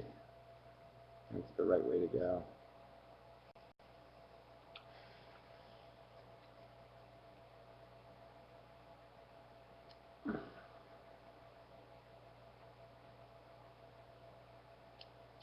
Yeah, plastic animals. Let's get rid of all the living ones, just have plastic animals.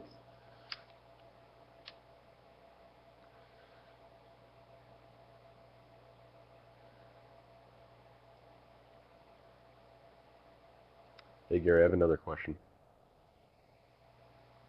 If you made it so that people couldn't give away their money to their offspring when they died, wouldn't that just make it so that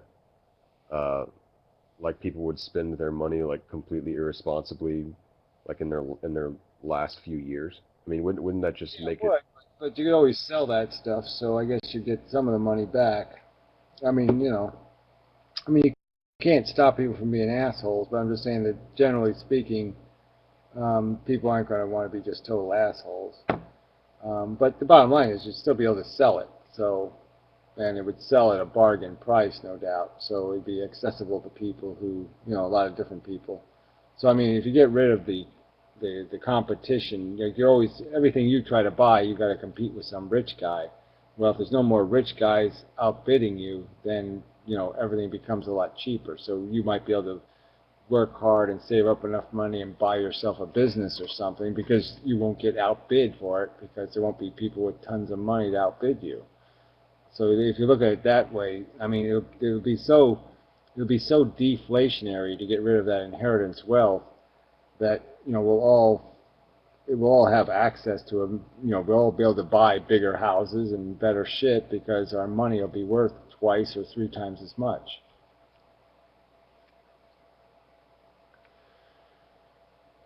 I mean, legacy ownership is just so toxic to a fair fight. I mean, it just wrecks the whole idea of a fair fight.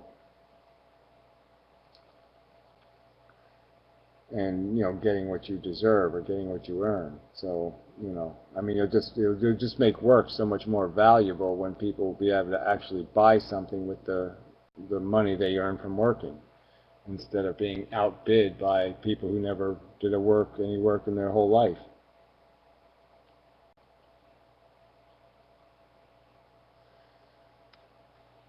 What about gifts? I mean, like a gift is an unearned reward. So I mean, would you like completely abolish or prevent people from giving other people gifts too? Well, to an extent. Gifts is like that secret passage in life. It's like in Chutes and Ladders, you get that one you want. Yeah, bloop, bloop, bloop, bloop. Yeah, I don't know what that was. Some sort of whatever. That was pretty boop boop boop. All right. Whatever. No, well, look. The point is, I'm not even opposed to some inheritance. All right. So if you want to put the limits back at $2 million per kid, that's fine with me. So go back to a $2 million limit and cut it off there. Don't let people inherit any more than $2 million as an individual, and don't let any estate give away more than $20 million, and you'll fix the problem. I mean, most of the inheritance, we're not talking about a few $1 million. We're talking about billions of dollars.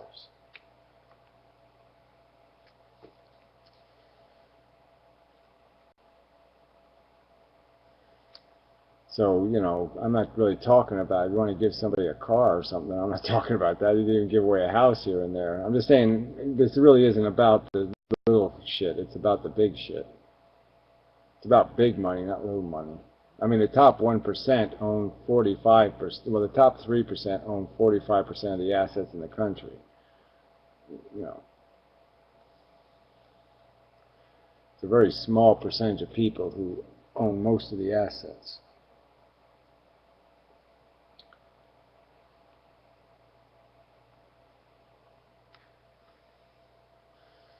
Good night, and thank you and such for your participation and whatnot, as always. You see, the problem I see with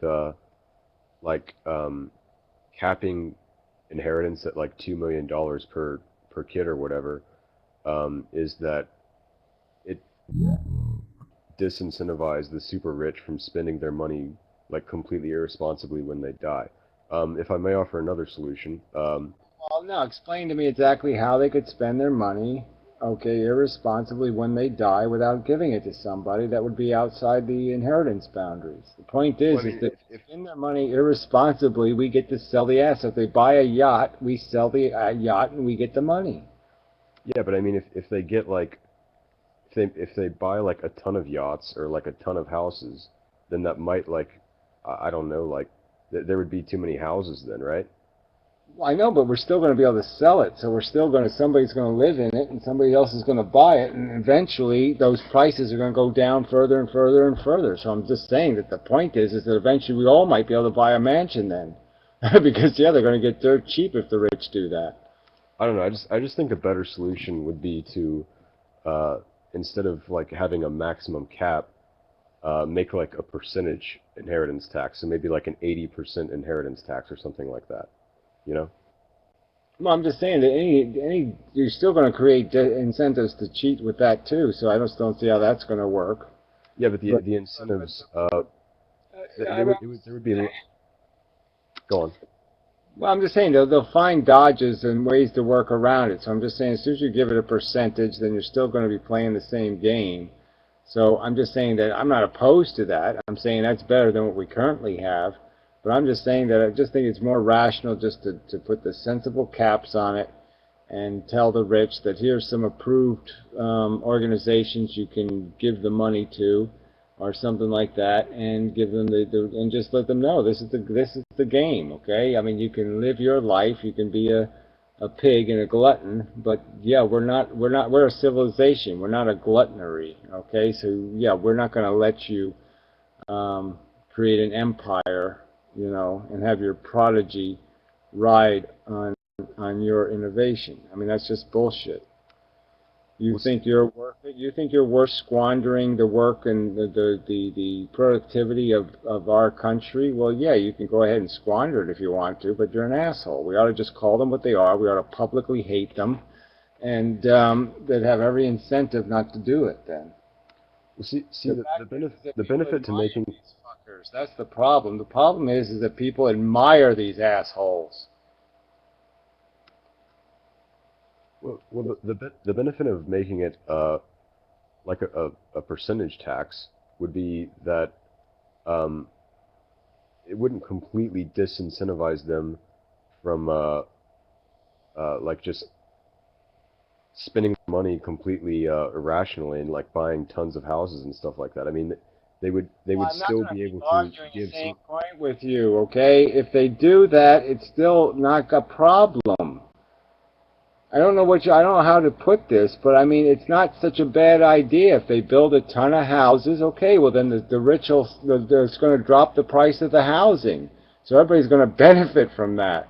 All right, but you just mean that everybody else gets to upgrade too. So yeah, the rich people get they get to buy the The houses we sell, we get the money for the houses, they get to live in the nice house, and somebody else gets to live in the house they would have lived in, and somebody else gets to live in the house that guy would have lived in. So everybody gets to live in a better house in the end. So what's so bad about that? Well, the bad thing is that only houses and yachts and things like that would be created. I mean, it wouldn't create any more hospitals or, anything like that. It would in the long run. You're just ignoring the point. You can't just keep buying yachts. If there's a fucking 500 yachts on the market, then guess what? The price of a yacht's going to go down. No one's going to want them anymore. So who cares? I'm just saying the thing will die out. And I'm just saying that I don't think most rich people are just going to buy shit they have no use for. They're not going to just sit there and throw the money away.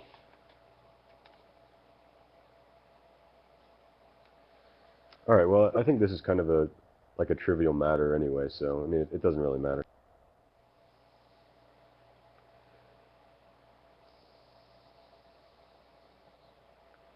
I mean, we both agree that, inheritance is kind of a ridiculous thing anyway, so, I mean, we're just kind of, arguing over... Well, it's the first thing to fix. It's the easiest thing to fix and the first thing to fix because it's the most unearned, the most insanely stupid. Yeah, why give people stuff for nothing? That's bullshit. Let them earn it. So yeah, nobody gets a free ride. This is a real game we're playing. Your life and death will depend on how you play this economics game. So yeah, why should we allow cheating? That's silly.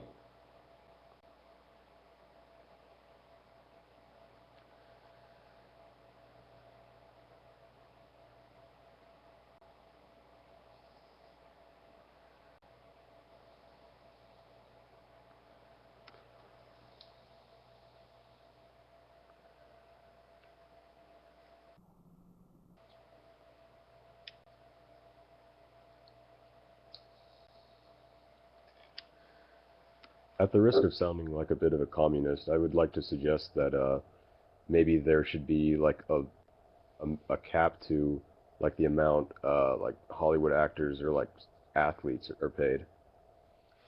Yeah, that's another one where I think you can take care of that one culturally. I think once people get real about what this is really costing them, they realize that they're paying these salaries. That these salaries aren't paid out of nothing; they're paid out of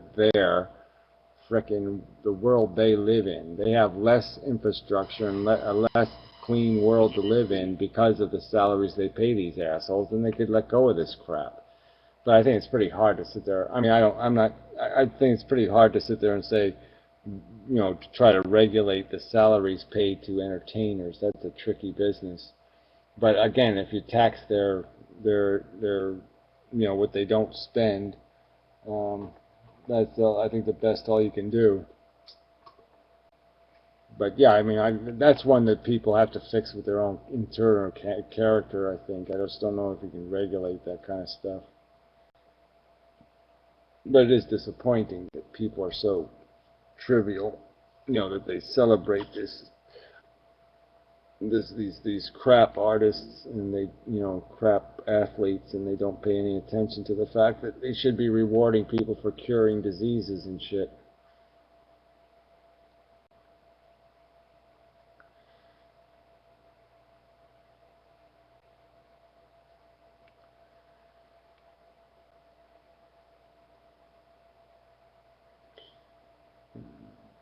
Yeah, I just think the way to solve, like I said, if you take care of the inheritance thing and then you take care of the business end of it where you have, not-for-profit competitions, competition with not-for-profit businesses, get rid of a lot of this stuff. And like I said, maybe people can find a not-for-profit, TV channel or something. And maybe they can find some other way to be entertained with something other than these silly, crap. I mean, all these industries are all overrated anyway, I mean, so much of Hollywood is such a Warholian shithole, all these pretentious assholes who think they are somebody when all they are is lucky. I mean, frankly, with the invention of videotape and all that kind of shit, actors don't even have to have much skill. They don't even have to know their lines because they can just rerun everything. Ah, there's a penis. I see penis. See, I see the penis. Yes, I see it. Yeah, not very talented, but I guess it's okay. Want me to take a dump on your dick, man? Well, he probably would. Seems like the kind of guy. Seems like it anyway. Seems like it. He's stroking something. I guess I don't know what he's playing with. Yeah, stroking the non-penis. So you like the black penis, you let it stay. Okay, black penis is in the team. Well, it's a penis. Penises always should be given a little bit of slack. Let them see what they got to say. See if they're going to say something interesting, do something interesting. His is doing something interesting. It's like, you know, twitching around and such. It's okay. It's showing some creativity and innovation. Some. No, anyway, but that's probably enough. Thank you very much.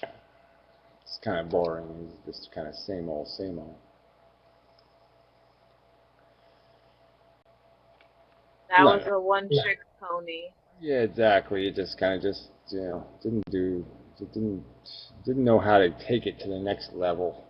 Yeah. Hey Gary, why don't you... Oh, is my mic too loud? Probably, but it's okay. Why don't you debate Stefan Molyneux? That might be good, because he's like basically... I suppose I should, but I just haven't gotten around to it, so maybe I'll do that. Somebody suggested it last week. I just haven't, you know. I have to email him or something, I suppose, and see if he's willing to do it again. I did it once in the past, so, you know, it's not like I haven't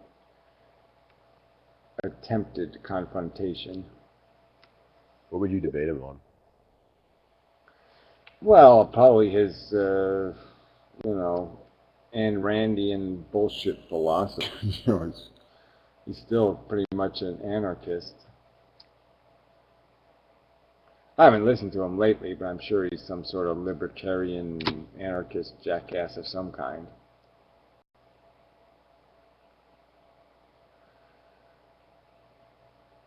Oh, free will, that could be hilarious. Well, he probably has some long convoluted thing like, well, it's not real free will, it's like borrowed sort of like wild will. Yeah.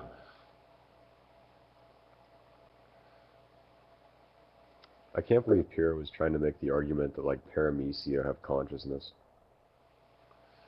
Yeah, I don't know why he clings to that. I guess it has something to do with his fundamental philosophy must include this notion of, you know, consciousness being mutual to more things in the universe or something. I don't know why he wants to try to equalize everything. You know, I mean, it's obviously there's a distinction between a human and, you know, platypus, and we should acknowledge those differences. And there's a huge difference between a human and a fucking paramecium. Yeah, there's just no point in comparing them. They have nothing in common. You really don't. Besides the DNA molecule, there's just nothing.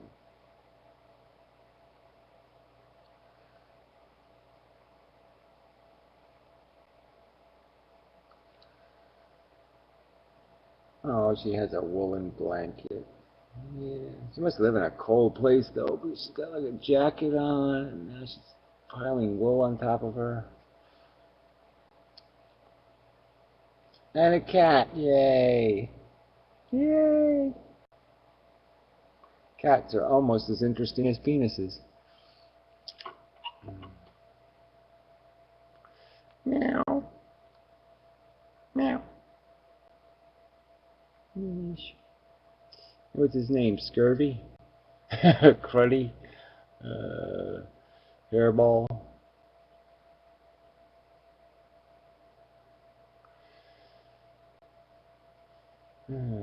Krusty, I like that. That's a good name for a cat.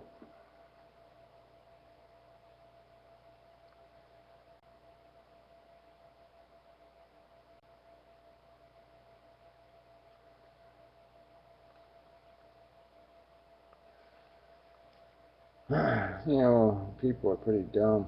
I think more than half the people accept evolution. I just don't think they like the word evolution.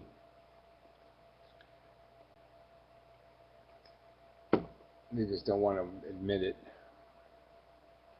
Little girl. No, it's kind of a silly name for an animal, but whatever.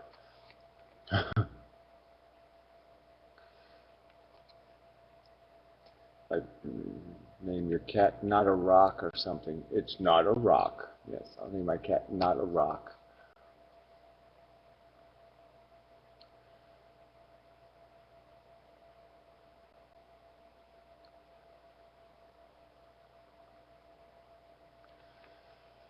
Yes, well.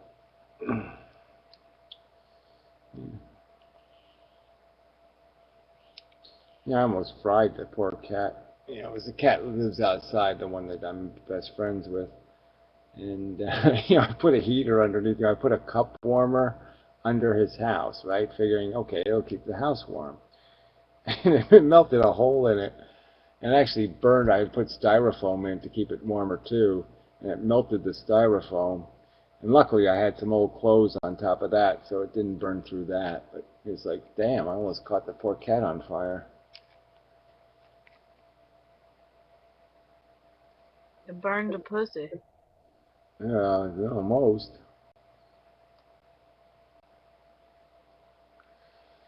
Yeah, Santino. Yeah, he's doing really well. Santino looks like he's like 5 years younger. He gained a bunch of weight, and his fur came back, so he's doing really... I'm surprised. I mean, I thought that cat was dead. And he's looking pretty good. I got a 20-year-old cat right here. Yeah, so, you know, they can hang in there.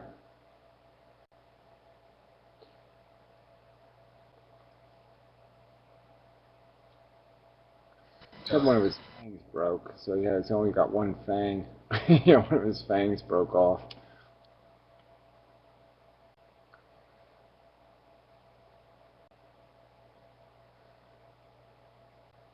Hey Gary, is my microphone working? It's been really annoying.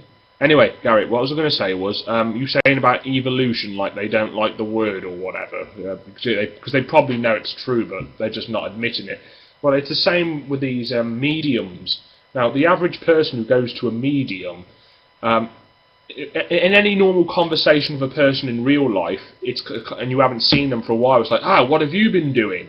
Well, when you go to a medium, all these people, so-called spirits, telling them, oh, do you remember the time we did this? Have you got a sister, you know, and his brother, you know, and a brother who killed himself? It's never saying what they're doing on the other side. And the fact that they don't even entertain that question with any seriousness, sincerity, proves that they know it's bullshit themselves. Oh yeah, no, well those shows are always kind of fun. I love that show where that guy would talk to the dead people, and it was just so hilarious. It's just like the dead people have nothing better to say than, I left a donut on the cement walkway by the swimming pool, so don't forget to pick up that donut I left there. So I mean, that's what's on the dead people's minds, or these stupid things like, you know, where they left the car keys or some other kind of crap, and it's like, oh yeah, sure, that's what the dead people are thinking about. Yeah. I mean, if you want to give them the benefit of the doubt, that yeah they can't, if they try to rationalise it like we're not allowed to know what goes on the other side, then what is it, like a conspiracy, you know, to keep this side of the world of reality in the dark about what goes on? And the next question then is why? Yeah, why do you have to lie about it? You know, why are we playing the liar's game? I mean, who invented that? Is that what smart things do? Smart, creative gods come up with, you know, a game where everybody's a liar. Oh, isn't that swell? I mean, when you talk about morals and ethics, that immediately implies, like, beings who can suffer. Well, I suppose the basic psychological suffering could be ignorance. Because, I mean, if people are so, in a world with so many contradicting views and opinions, leaving people in the dark could be considered immoral, and that would go to any so-called God they claim exists. Well, I mean, certainly, I mean, the idea of this free will or something, or somehow you're supposed to draw these, you're supposed to understand by some sort of intuition, it just seems kind of lame, right? I mean, I can honestly say I didn't have a bigotry against God. It's not like I didn't want to believe in God, right? It's just that it doesn't make any sense. It's not my fault. It doesn't make any sense. So what, I'm going to go to hell because it doesn't make sense? I mean, that's a silly reason to send me to hell.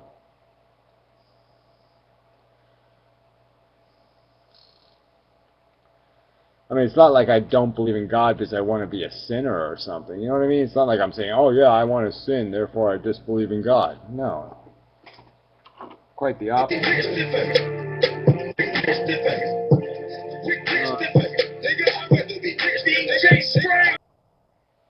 No penis, so fuck that.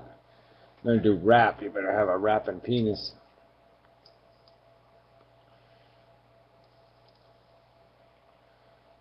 We need a rapping vagina. Yeah, I don't know. That could get a little spooky. Well, if her pectoral muscles are toned enough, you might get some rapping side boob, eh, Gary? Well, yeah, I don't know. I like vagina and all that stuff, but I don't know. Rapping vagina might put me off vagina.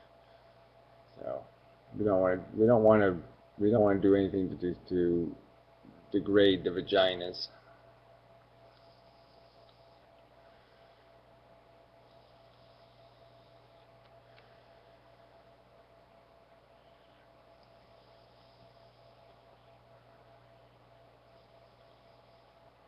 Yeah, it's like that talking orange almost put me off oranges. You know, remember that talking orange video guy? I was like, man, I really don't like oranges anymore. Yeah, annoying orange, yeah. It really made me not like oranges. Hey, and to top annoying orange all off, I have to fucking see them in the store, like at Walgreens or some shit. They have like stuffed animals and merchandise for sale, like nationwide. Yeah, doing a big. Wow. Gee, I guess I should have thought of that then. Damn, missed my opportunity. Right? Pet rock. Yeah, I blew it. I should have been bigger than the annoying orange. It was such a lame thing. I mean, some of his jokes were okay. I mean, he was a little creative, but, you know, I just don't get it. I don't get a lot of things, though, so it's okay. Kissing a vagina should be like kissing Hitler. Why is that? Well, it's a good joke, right? Knock, knock. So it's knock, knock joke? No, it's no knock, knock. Yeah, I don't know. How are you going to tight? What does that mean?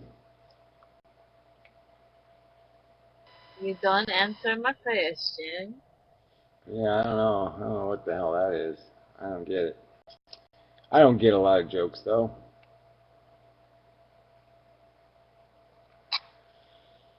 I'm not a racist, but I don't like Alaskans. Jordan's Alaskan. You son of a bitch. No, Alaskans suck. Ugh, Machine Ghost. That wasn't even good audio spam. If it's going to have audio spam, it ought to be good audio spam. Oh, where did the chick go? She left a stupid cat there, but no chick. Oh, there she is. She was disappeared. It wasn't a cat, it was her back. Yeah.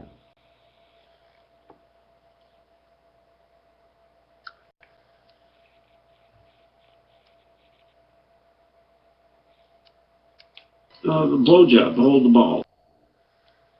Machine Ghost, guys. Stop that. Meow.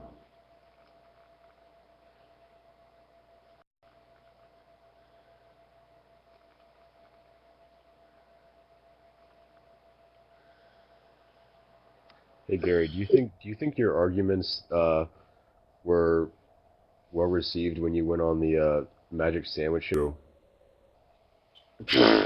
Yeah, right.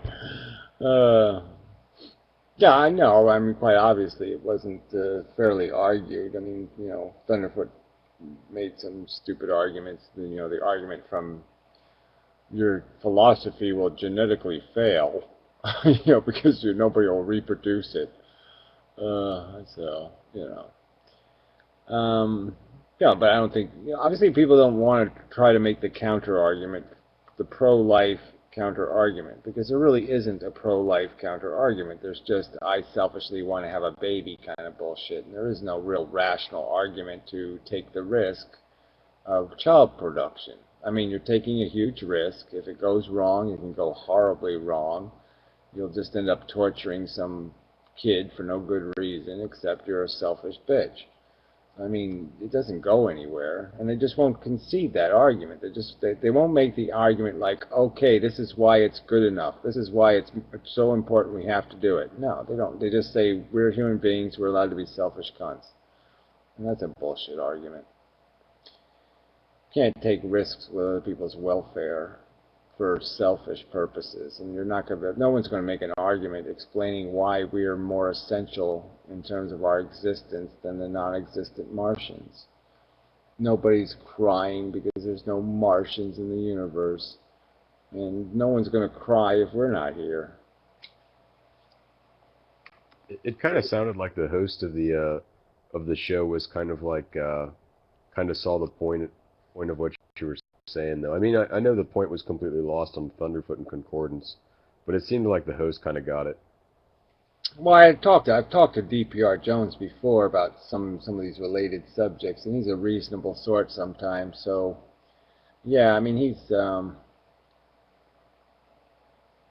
fairer than the others. I'm not saying completely fair, but he's fairer. So I don't hate him as much. I mean, he's not as big a waste of time. You can actually have a conversation sometimes with him. You can sort of get to something, and he'll concede a point here and there. So it's, But yeah, the Concordance and Thunderfoot just were way off the subject. I mean, they just turned it into another, well, why don't you just kill yourself kind of, what the hell is that? How does killing myself prevent my birth? I really don't see how that works. How does it prevent tomorrow's victim? I think if prospective parents were like shown the various probabilities of calamities, afflicting their potential children, that might kind of dissuade them from reproducing, or at least decrease the chances that they'll do it. Yeah, you would think so. I mean, my parents were kind of a weird example because actually, their first kid, my older sister, she ended up with a cleft lip, and so she had to go through all the surgeries and all that kind of crap to get her face fixed, and it didn't put them off. They went back to the well, so it's like that didn't intimidate them any. Yeah, I don't think so either. I mean, I was watching some documentary about that tsunami in the Indian Ocean, and this woman, the wave ripped her daughter out of her hands and she drowned. And what did she do 2 years later? Have another kid. So obviously these people just aren't going to learn. I remember the Japanese woman, might be the same one I saw. I remember a Japanese woman who just, I mean, she seemed pretty struck by it at the time, but I remember seeing her interviewed and the way she was talking about it, and it just seemed like she was so glib. And you were just like, you're describing how the water swept your daughter out of your hand. Your daughter was swept out of your hands and smashed on rubbish in this tsunami. And it just, she just seemed so like, well, it was a good daughter, but, well, whatever, it's dead now, and blah, blah. It was just like, what the, I mean, I would, this is like, who would we want a mother like this? She just didn't, she didn't, like, I hate people that are overly emotional, but I mean, she was just so, like, matter of fact, like, okay, it's a little sad, but yeah, I think I'll be over it in a couple hours. I mean, to me, that's one of those kind of events where I don't think you ever get over that shit. How do you get that fucking image out of your head? My daughter slides out of my hand. How could you ever? I mean, I'd be, every day I'd be. She was in my hand. I had her hand in my hand. I mean, I don't know how you get over that shit. This was a different one. This was the Indian Ocean tsunami. Yeah. Some white yuppie. Yeah, well, I guess it happens all the time and people get over it, right? Yeah, it's no big deal. You lose a few kids here or there. You get washed away. Yeah, whatever. Life goes on. Blah, blah, blah. Yeah, I had a friend back in 3rd grade who died of a brain tumor. And, I mean, she was in a horrible state. I didn't even recognize her because she'd swelled so much from the chemo. And she finally said to her mother, I can't take this anymore. Are you going to be okay if I just die? And her mother, it seemed like her mother felt bad at the time, but a few years later she went on to have another son. And Yeah. I just can't even, how can you even do that? You've experienced the risk that you're taking at that point. So how can you go and do it again? It just pisses me off to no end.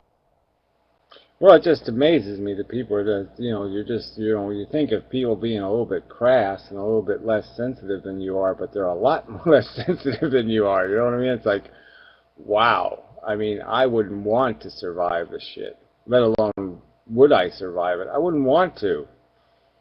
I'd be embarrassed if I did survive it. It's that kind of bad. It just doesn't get any worse than that. I mean, how the fuck do you just, make that go away? I mean, it's just, you just don't make shit like that go away.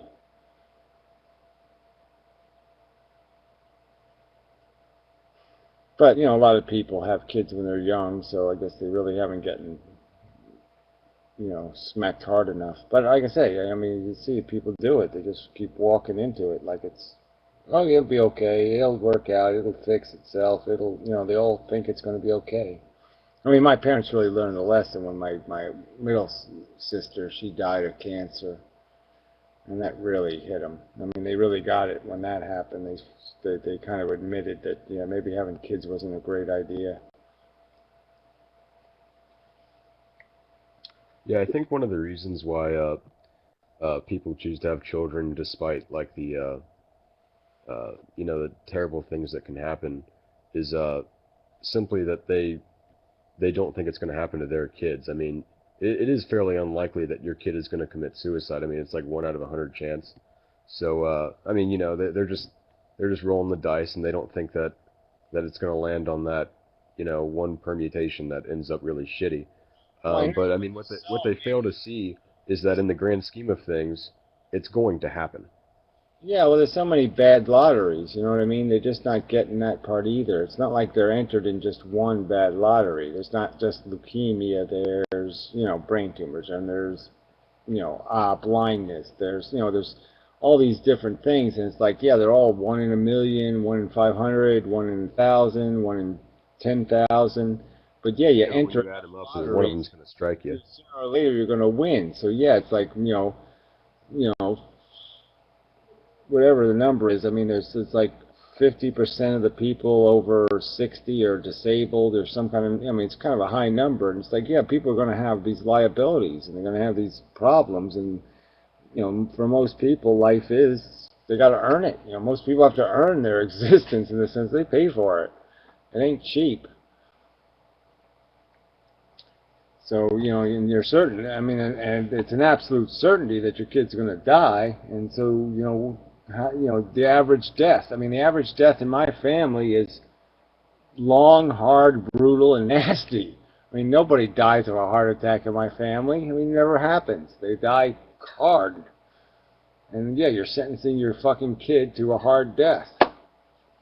Why the fuck would you do that? Well, I think part of the problem is religion. I mean, they think, okay, so the kid's might have a hard death or a bad life, but hey, they'll be happy for eternity in heaven, even though I have no idea what heaven exactly is. Well, yeah, I don't think they really believe in that shit. So I really think it just has to do with the fact that they want the puppy. You know what I mean? They want the kitten. They want the ducky. They want the thing. They're just, all this stuff is rationalizations. They just don't think about it. They just don't think about the downside. They just say, I'm going for it, and it's all going to be okay. I don't know, Gary. Everybody in my family, except for myself and one other person, like really believe in all that, Christian stuff about I the mean, afterlife. if you challenge them on the Bible, I bet you they haven't read the Bible. Well, maybe half of them have. Yeah, so that's half of them knocked down. And then the half that have, do you think they've really understood any of it? Yeah, there are probably parts they don't. Yeah, I mean, if you ask them how many times it's quoted in the Bible how the odds of a rich man getting into the kingdom of God, do they get that one right?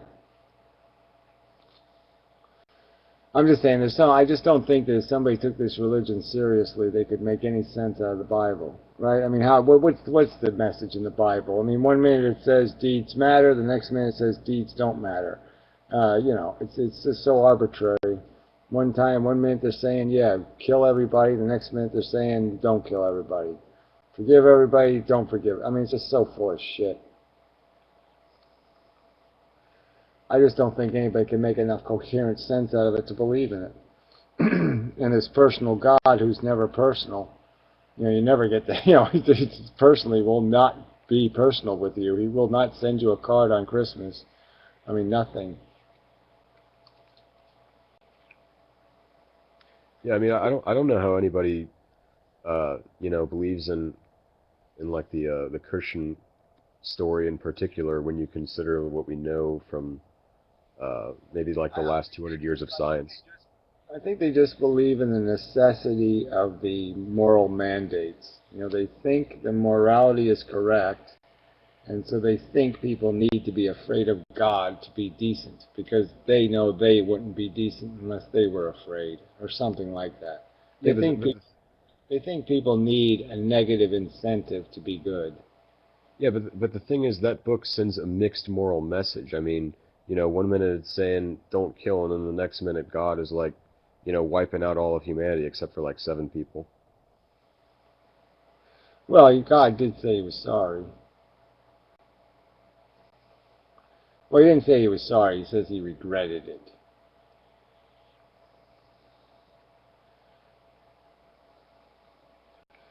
What a joke it is, yeah. Oh, I'll write a new contract. Yeah, sorry about that. I'll write a new deal for you. I'll send Jesus, and he'll fix everything, except he'll fix nothing. Yeah, great idea. Yeah, send down a useless Jesus. This is what we need. That'll make everything okay. I mean, it just kind of boggles my mind that people can think that like the world is around 8,000 years old, but we have 7 billion people here. I mean, I just don't think it's mathematically possible, given mortality rates in the last 100 years alone, that we could have gone from 2 people to 7 billion in 6,000 years. Yeah, well, it's even less than 6,000 if you're really sensible about it, right? I mean, unless you believe that, that Noah lived to be 900 years old. Who believes that Noah lived to be 900? It's obviously crap. So, I mean, by the real lineage, you're talking about something more realistic. It's like, yeah, the world's only a couple thousand years old. I mean, they say the world's 6,000 years old because they basically just took Genesis seriously and they just counted the generations. But obviously these people are living preposterous numbers of years. Like I said, who believes Noah was alive 900 years? It's just nonsense.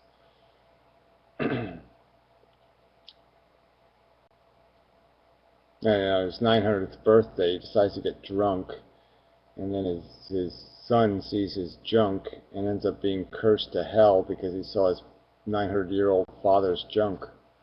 I mean, it's the silliest story.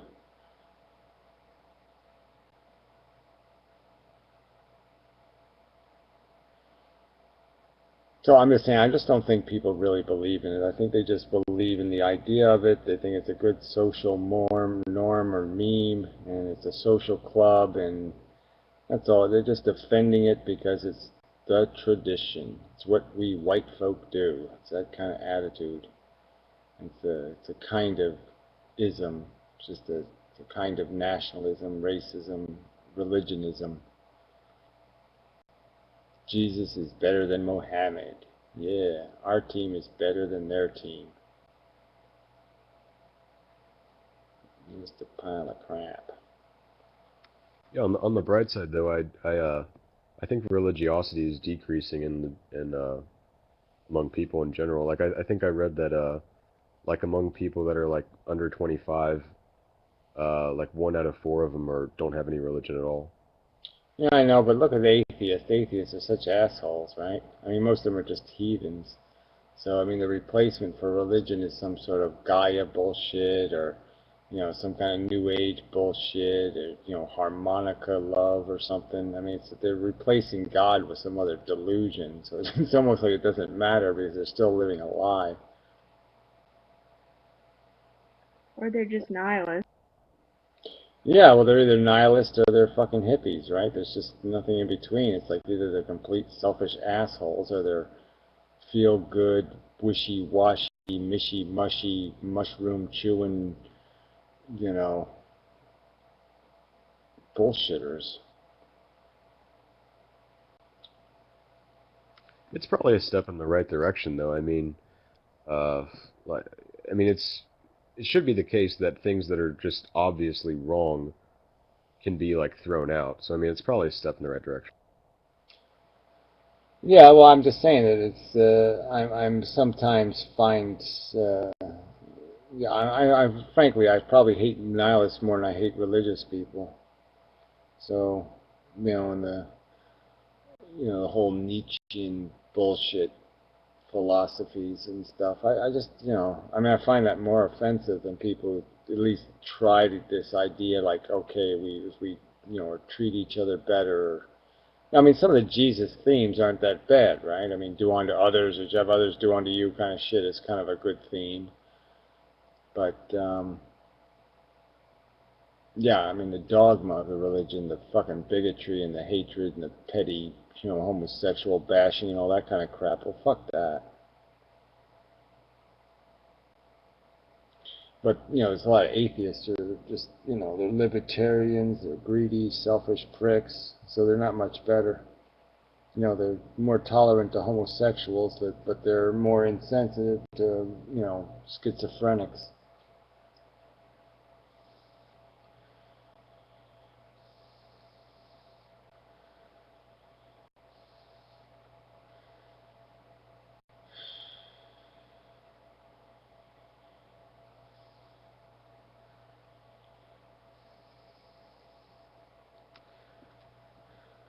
On the bright side, though, it's inevitable that eventually all this is going to come to an end. I mean, you know, I think I've read that in like 1 billion or 1.5 billion years, like the oceans will have boiled away. So I mean, life on Earth is going to be impossible then. Well, it's not going to take that long. I mean, we'll get hit by a meteor long before that'll happen. You know, an asteroid or something big, comet. Yeah, but then you're still going to be stuck with like animal life or something. Well, I'm just saying, it depends on the catastrophe. I don't think it's necessarily true.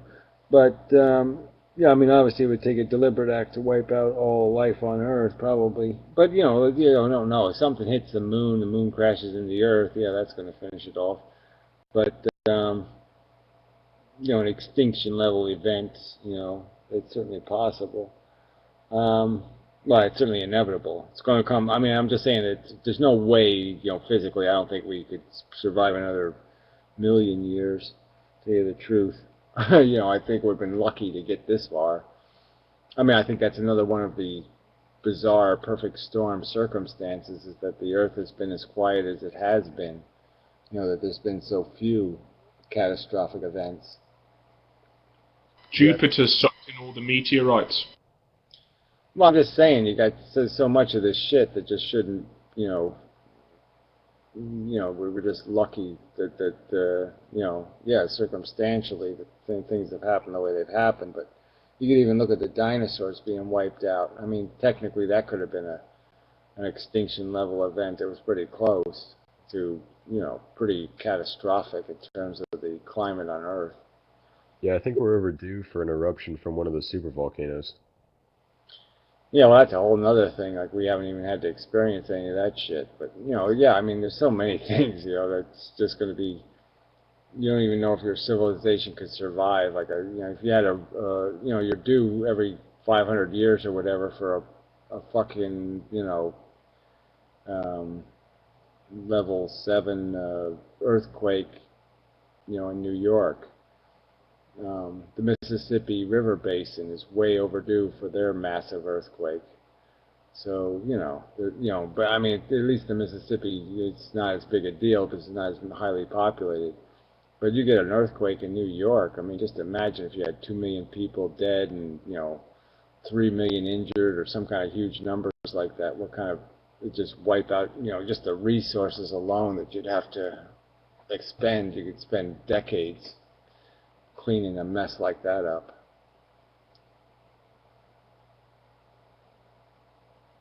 I know you're critical of the singularity, but I think there's a fairly decent chance that maybe within the next 100 or 200 years, like we'll have made like sentient machines.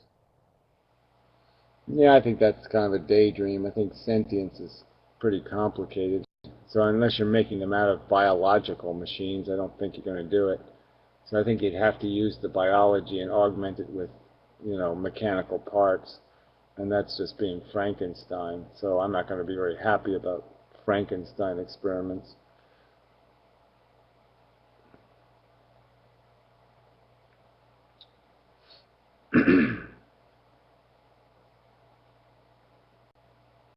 I mean, duplicating the sensations of feelings is, that's just, that ain't going to be easy to synthesize, I don't think.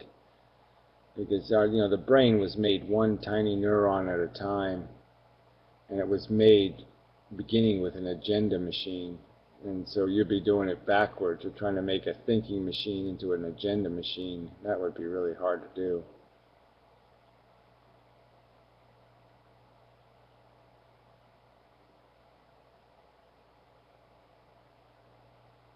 I don't know. I read Ray Kurzweil's book, The Singularity is Near, and he presented some pretty convincing arguments. Yeah, well, you made some arguments about the odds of life in the universe and all that kind of stuff that I didn't find very, not particularly challenging in terms of their fundamental flaws. So, even the use of the word singularity doesn't mean anything to me. What's the singularity? What, we're going to have sex with the universe? What, I'm going to fuck the fucking brown nebula or something? What the hell am I going to be doing in this singularity? Well, I think what he was getting at was just as we don't fully understand what happens when you get to the singularity of a black hole, when the singularity comes, we don't really fully understand what's going to happen for the human race. Well, I mean, I think we do fully understand that it's over, game over. There's no singularity. There's life and there's death, and we're just a machine. We're a machine. Machines grow old and die.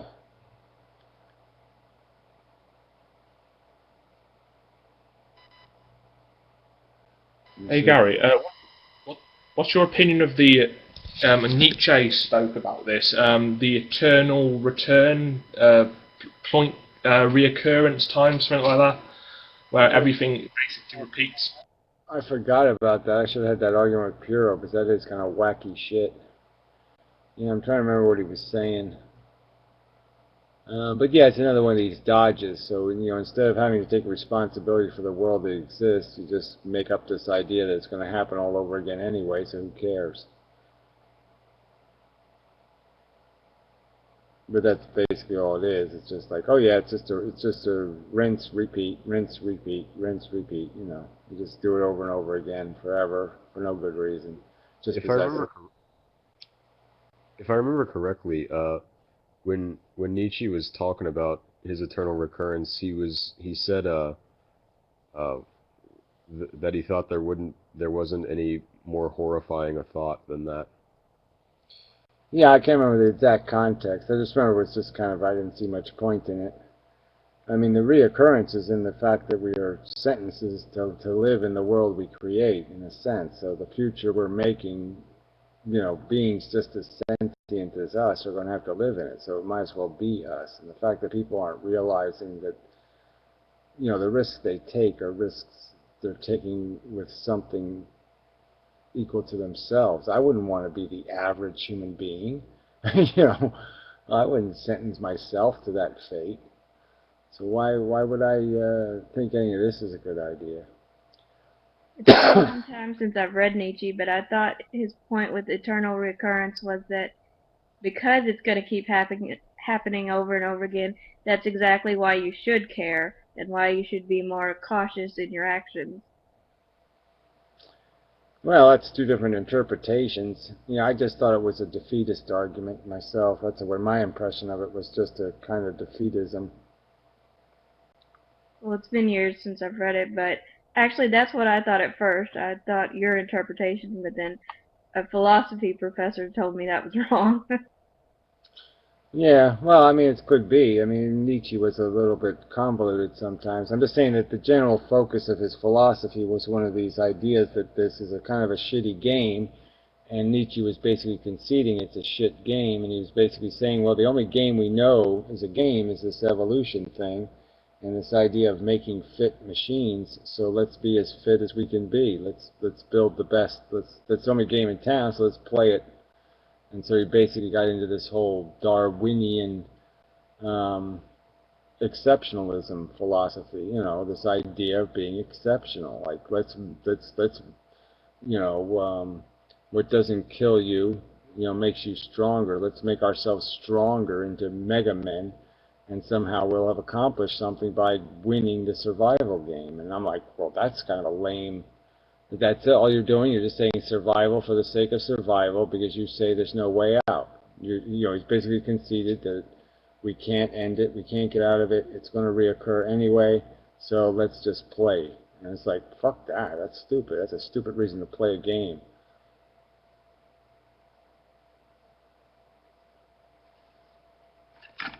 Yeah, I read once that he was okay with having an innumerable amount of people having bad lives in exchange for just one living like the Ubermensch.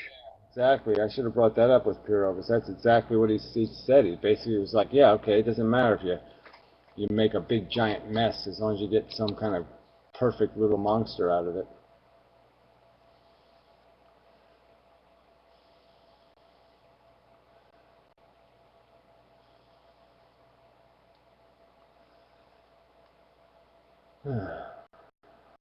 It is getting late. No, I am getting tight. 7 fucking o'clock here. God damn it. But I did make it through another, Saturday night. I thought I'd cop out early tonight, tell you the truth, but I am feeling kind of poorly. But I survived.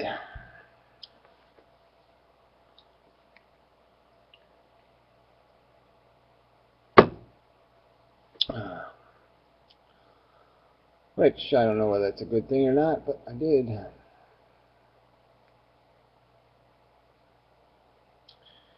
Took you an hour to get coffee? Well, 2 hours, whatever. Jeez. Gotta walk a mile for your coffee. I don't care either way, Gray. Oh, you don't care. That's not very nice. YouTube is 24/7. Well, that's true. Ah, okay. You took care of your life. Yeah, that's a good idea. You gotta live your life. I took a lovely bath this evening. Yeah. It's, it's a cold day, so it felt good. I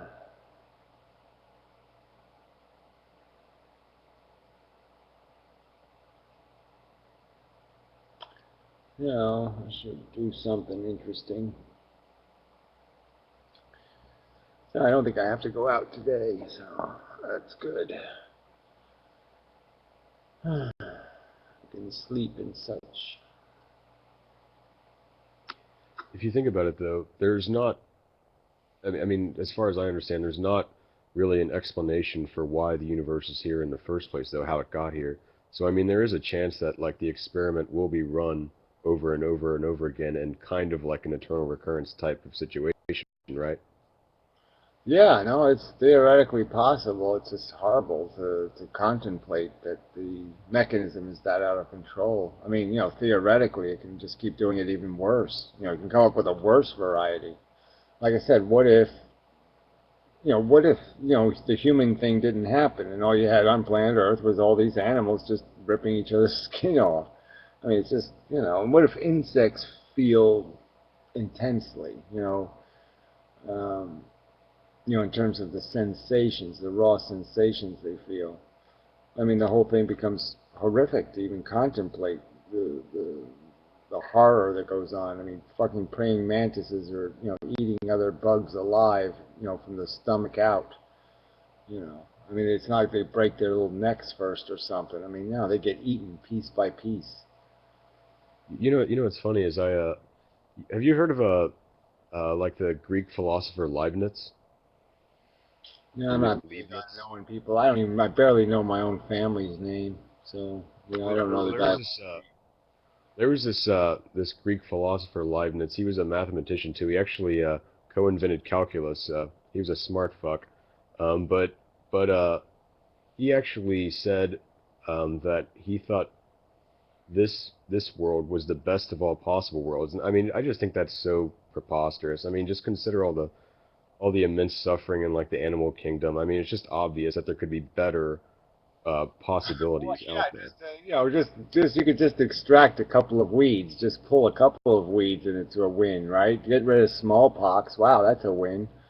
You know, the horrible slow deaths of some things have caused. I mean, the flu, even. Just little things. Get rid of plague. Yeah, oh yeah, plague. We can do without that sucker. That one was a fucking pain in the ass. Yeah, it just doesn't make sense to me how somebody who can be smart enough to like figure out all that fancy math can't like realize that I mean there could be better possibilities out there. Well, yeah, I guess, I wasn't thinking back to how old that is, but obviously they didn't know what microbes were and all that kind of stuff, so I guess we figured we were getting what we deserved somehow. I mean, it's hard to imagine what people thought, thousands of years ago when it came to trying to figure out why shit happened. I mean, why was there thunder? And I mean, all these natural forces weren't really understood, and certainly diseases weren't understood, and Sandy wasn't understood. So it does get a little bit funky, Well, in this terms. guy lived in like the 1800s, so I mean it wasn't like way back. Oh, I thought you were talking about Greek, so I thought it was older. Um, yeah, well, that's not far back at all. So yeah, all right. So that's a whole different game then. It might have been the 1700s. Yeah, well, I mean, even in the 1700s, you were already capable of being, of understanding the idea of, the natural system and how arbitrary it is and how mechanical, the seasons and the fact that it's just a machine, that's running.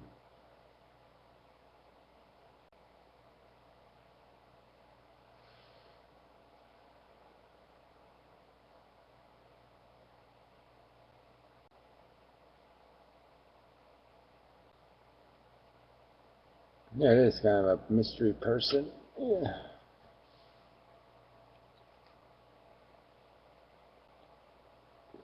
Oh, that's okay.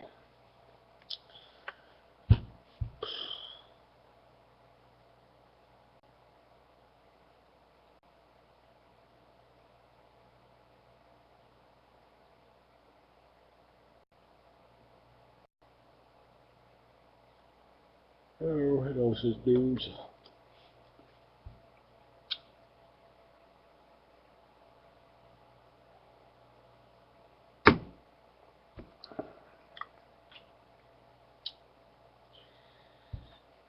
Well, it's okay conversation. Yeah, it's quite adequate.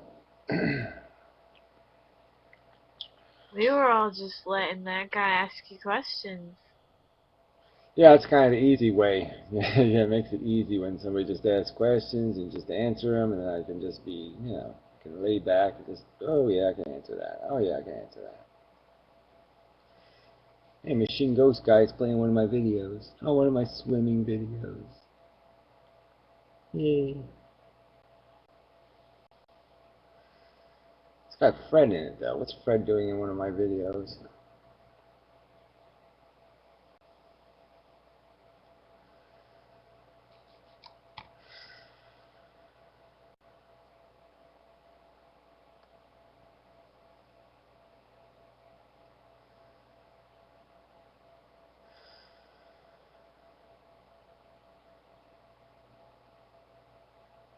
Yeah, well, forget the rest of you have rough lives living in worlds where there's unreliable electricity and such.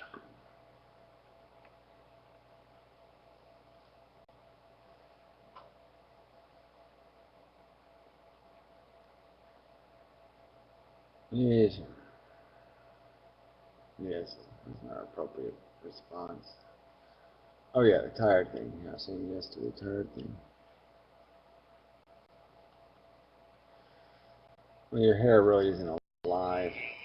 Actually, your hair doesn't grow. The truth is, your scalp shrinks, so it looks like your hair is growing. Yeah, so yeah, your hair doesn't really grow. Because I want pessimism done right. Oh, yeah, right. Whiny and wimpy and poetic. Yeah, just waste your time reading sad songs. I mean, how can you even do this? It's like goths who buy clothes at Hot Topic. You're the fucking goth. You want to just waste time doing moany laments. Oh, to be or not to be, that is the question, but we won't fucking bother answering it because that would be serious business and we won't want serious business.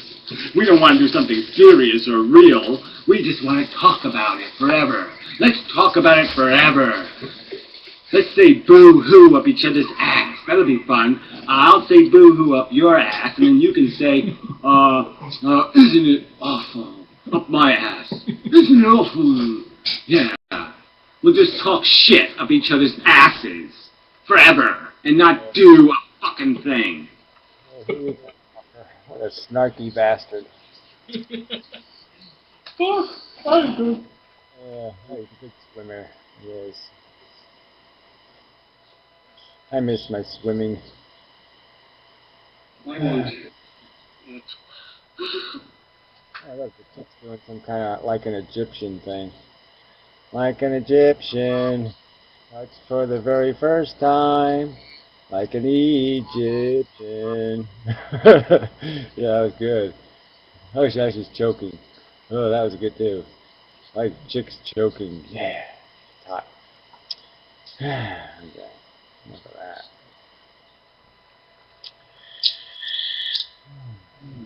Alright, Machine Ghost, turn your mic off. Yeah, wait there 1 second. Sorry. Yeah, sorry. Yeah, I like to make noise and be irritating. Sorry. But I'm not really sorry.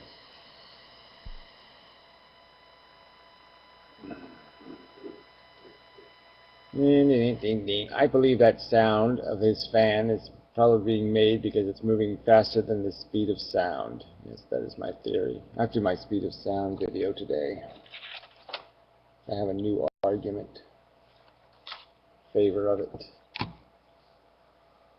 Ah, so much to do. So Gary, I think your videos might reach a larger audience if you maybe like consolidated your points or like made your videos like a little more organized. Just a suggestion.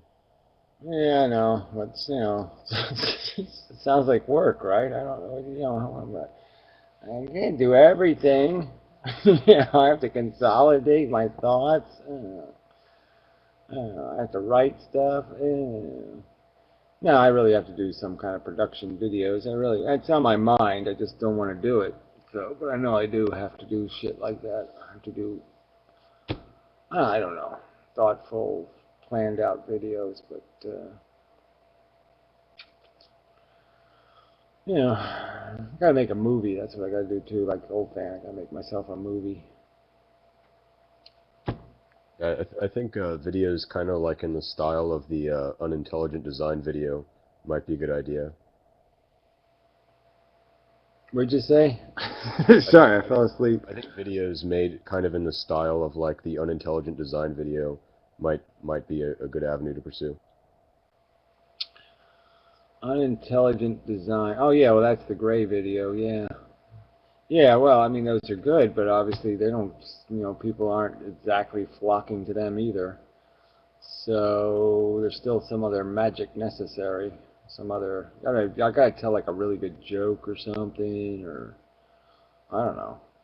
Gotta do something. Hi YouTubers, I think you're all special and so cool, and it would really be really great if you could watch the video. That'll be funny. I have to watch the SNL, that girl at the party you don't want to talk to get her. I gotta get her little accents down. Yeah. Okay. Accents are good. Yeah, maybe yeah, you could, it's all kinds of, you dress up and stuff. But anyway, maybe we'll save that for later. Some other time. Yeah, some other time. But anyway, so yeah, and to the rest of you fuckers, yeah, thank you and whatnot, blah blah blah blah blah. Yeah. So anyway, yeah, I do appreciate people still showing up and whatnot. So there ain't that many of you. Yeah. And I do appreciate it, though. You do seem to be pretty reliable and dependable, and yeah, I do.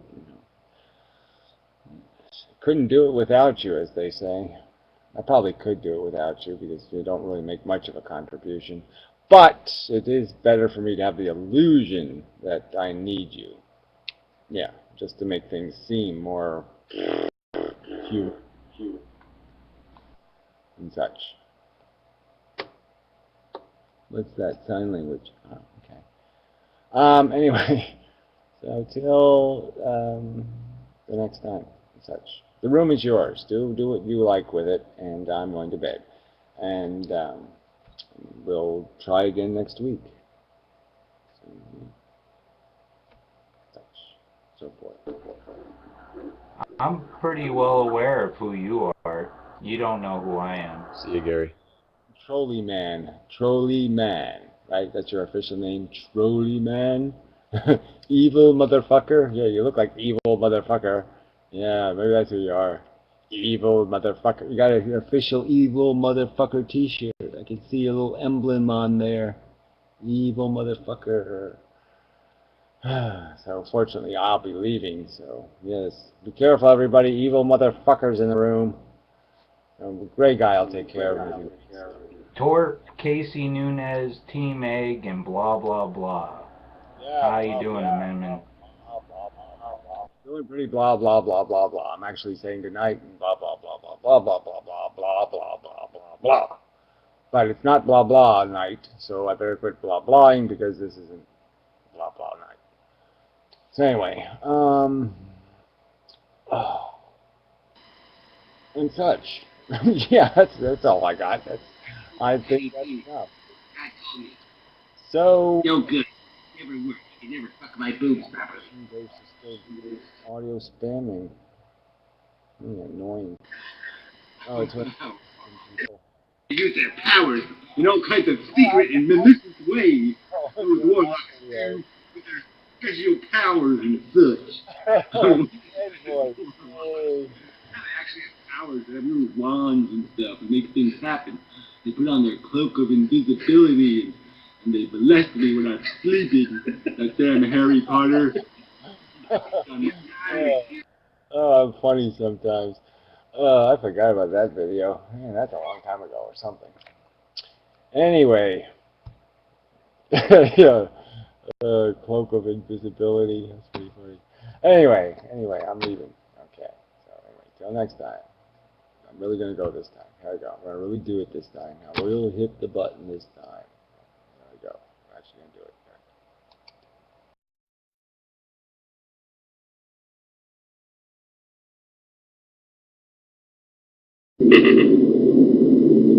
Fuck off.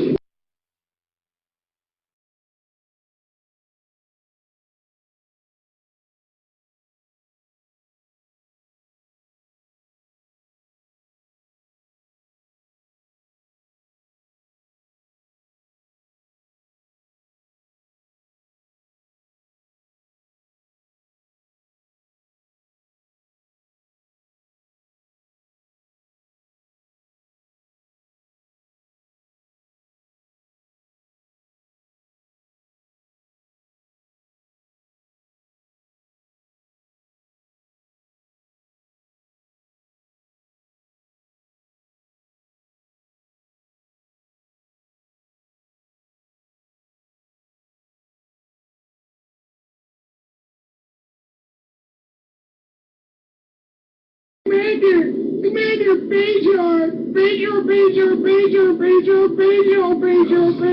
Look, I don't give a fuck about fucking Bajor, you fucking idiot.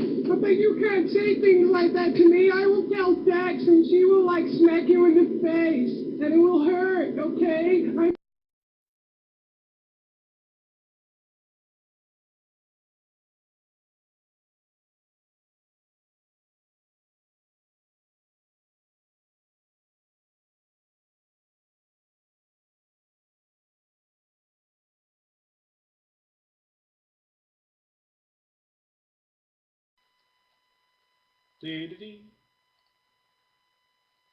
We have all ingested the LSD. It was in the apple juice. I suggest freeze. How about we get a chimp and barbecue some shoes? I do not understand. Jordy, see if you can radio Jesus Christ. I have 46 sisters. Would you shade them? Maybe you twist it. Maybe I'll be a blue piano for Easter. Really? Blue piano, for sure. Asshole. You ate half my fucking tomatoes and half the fucking fruit punch. Oh, this week I learned about piss. Yeah, and apple juice kind of looks like pee. I'll give you some apple juice right in your white ass, yeah. You want it too? Like, what am I saying? It's a fucking apple juice. Great, we're all on acid. Suggestions. How about we listen to fucking The Walrus? Yeah, that's the shit when you're on acid. You're a real bastard. What are you gonna do? You're the one who had sex with me. Apple juice. What the fuck is that? Hey, you guys. Who painted my ass white? A pound of relish and an anchovy would kick ass. Want me to Halifax? Watch me eat 450 fucking hard-boiled eggs. There are too many penguins eating lunch. Shit. How about we have some soup and fried eggs?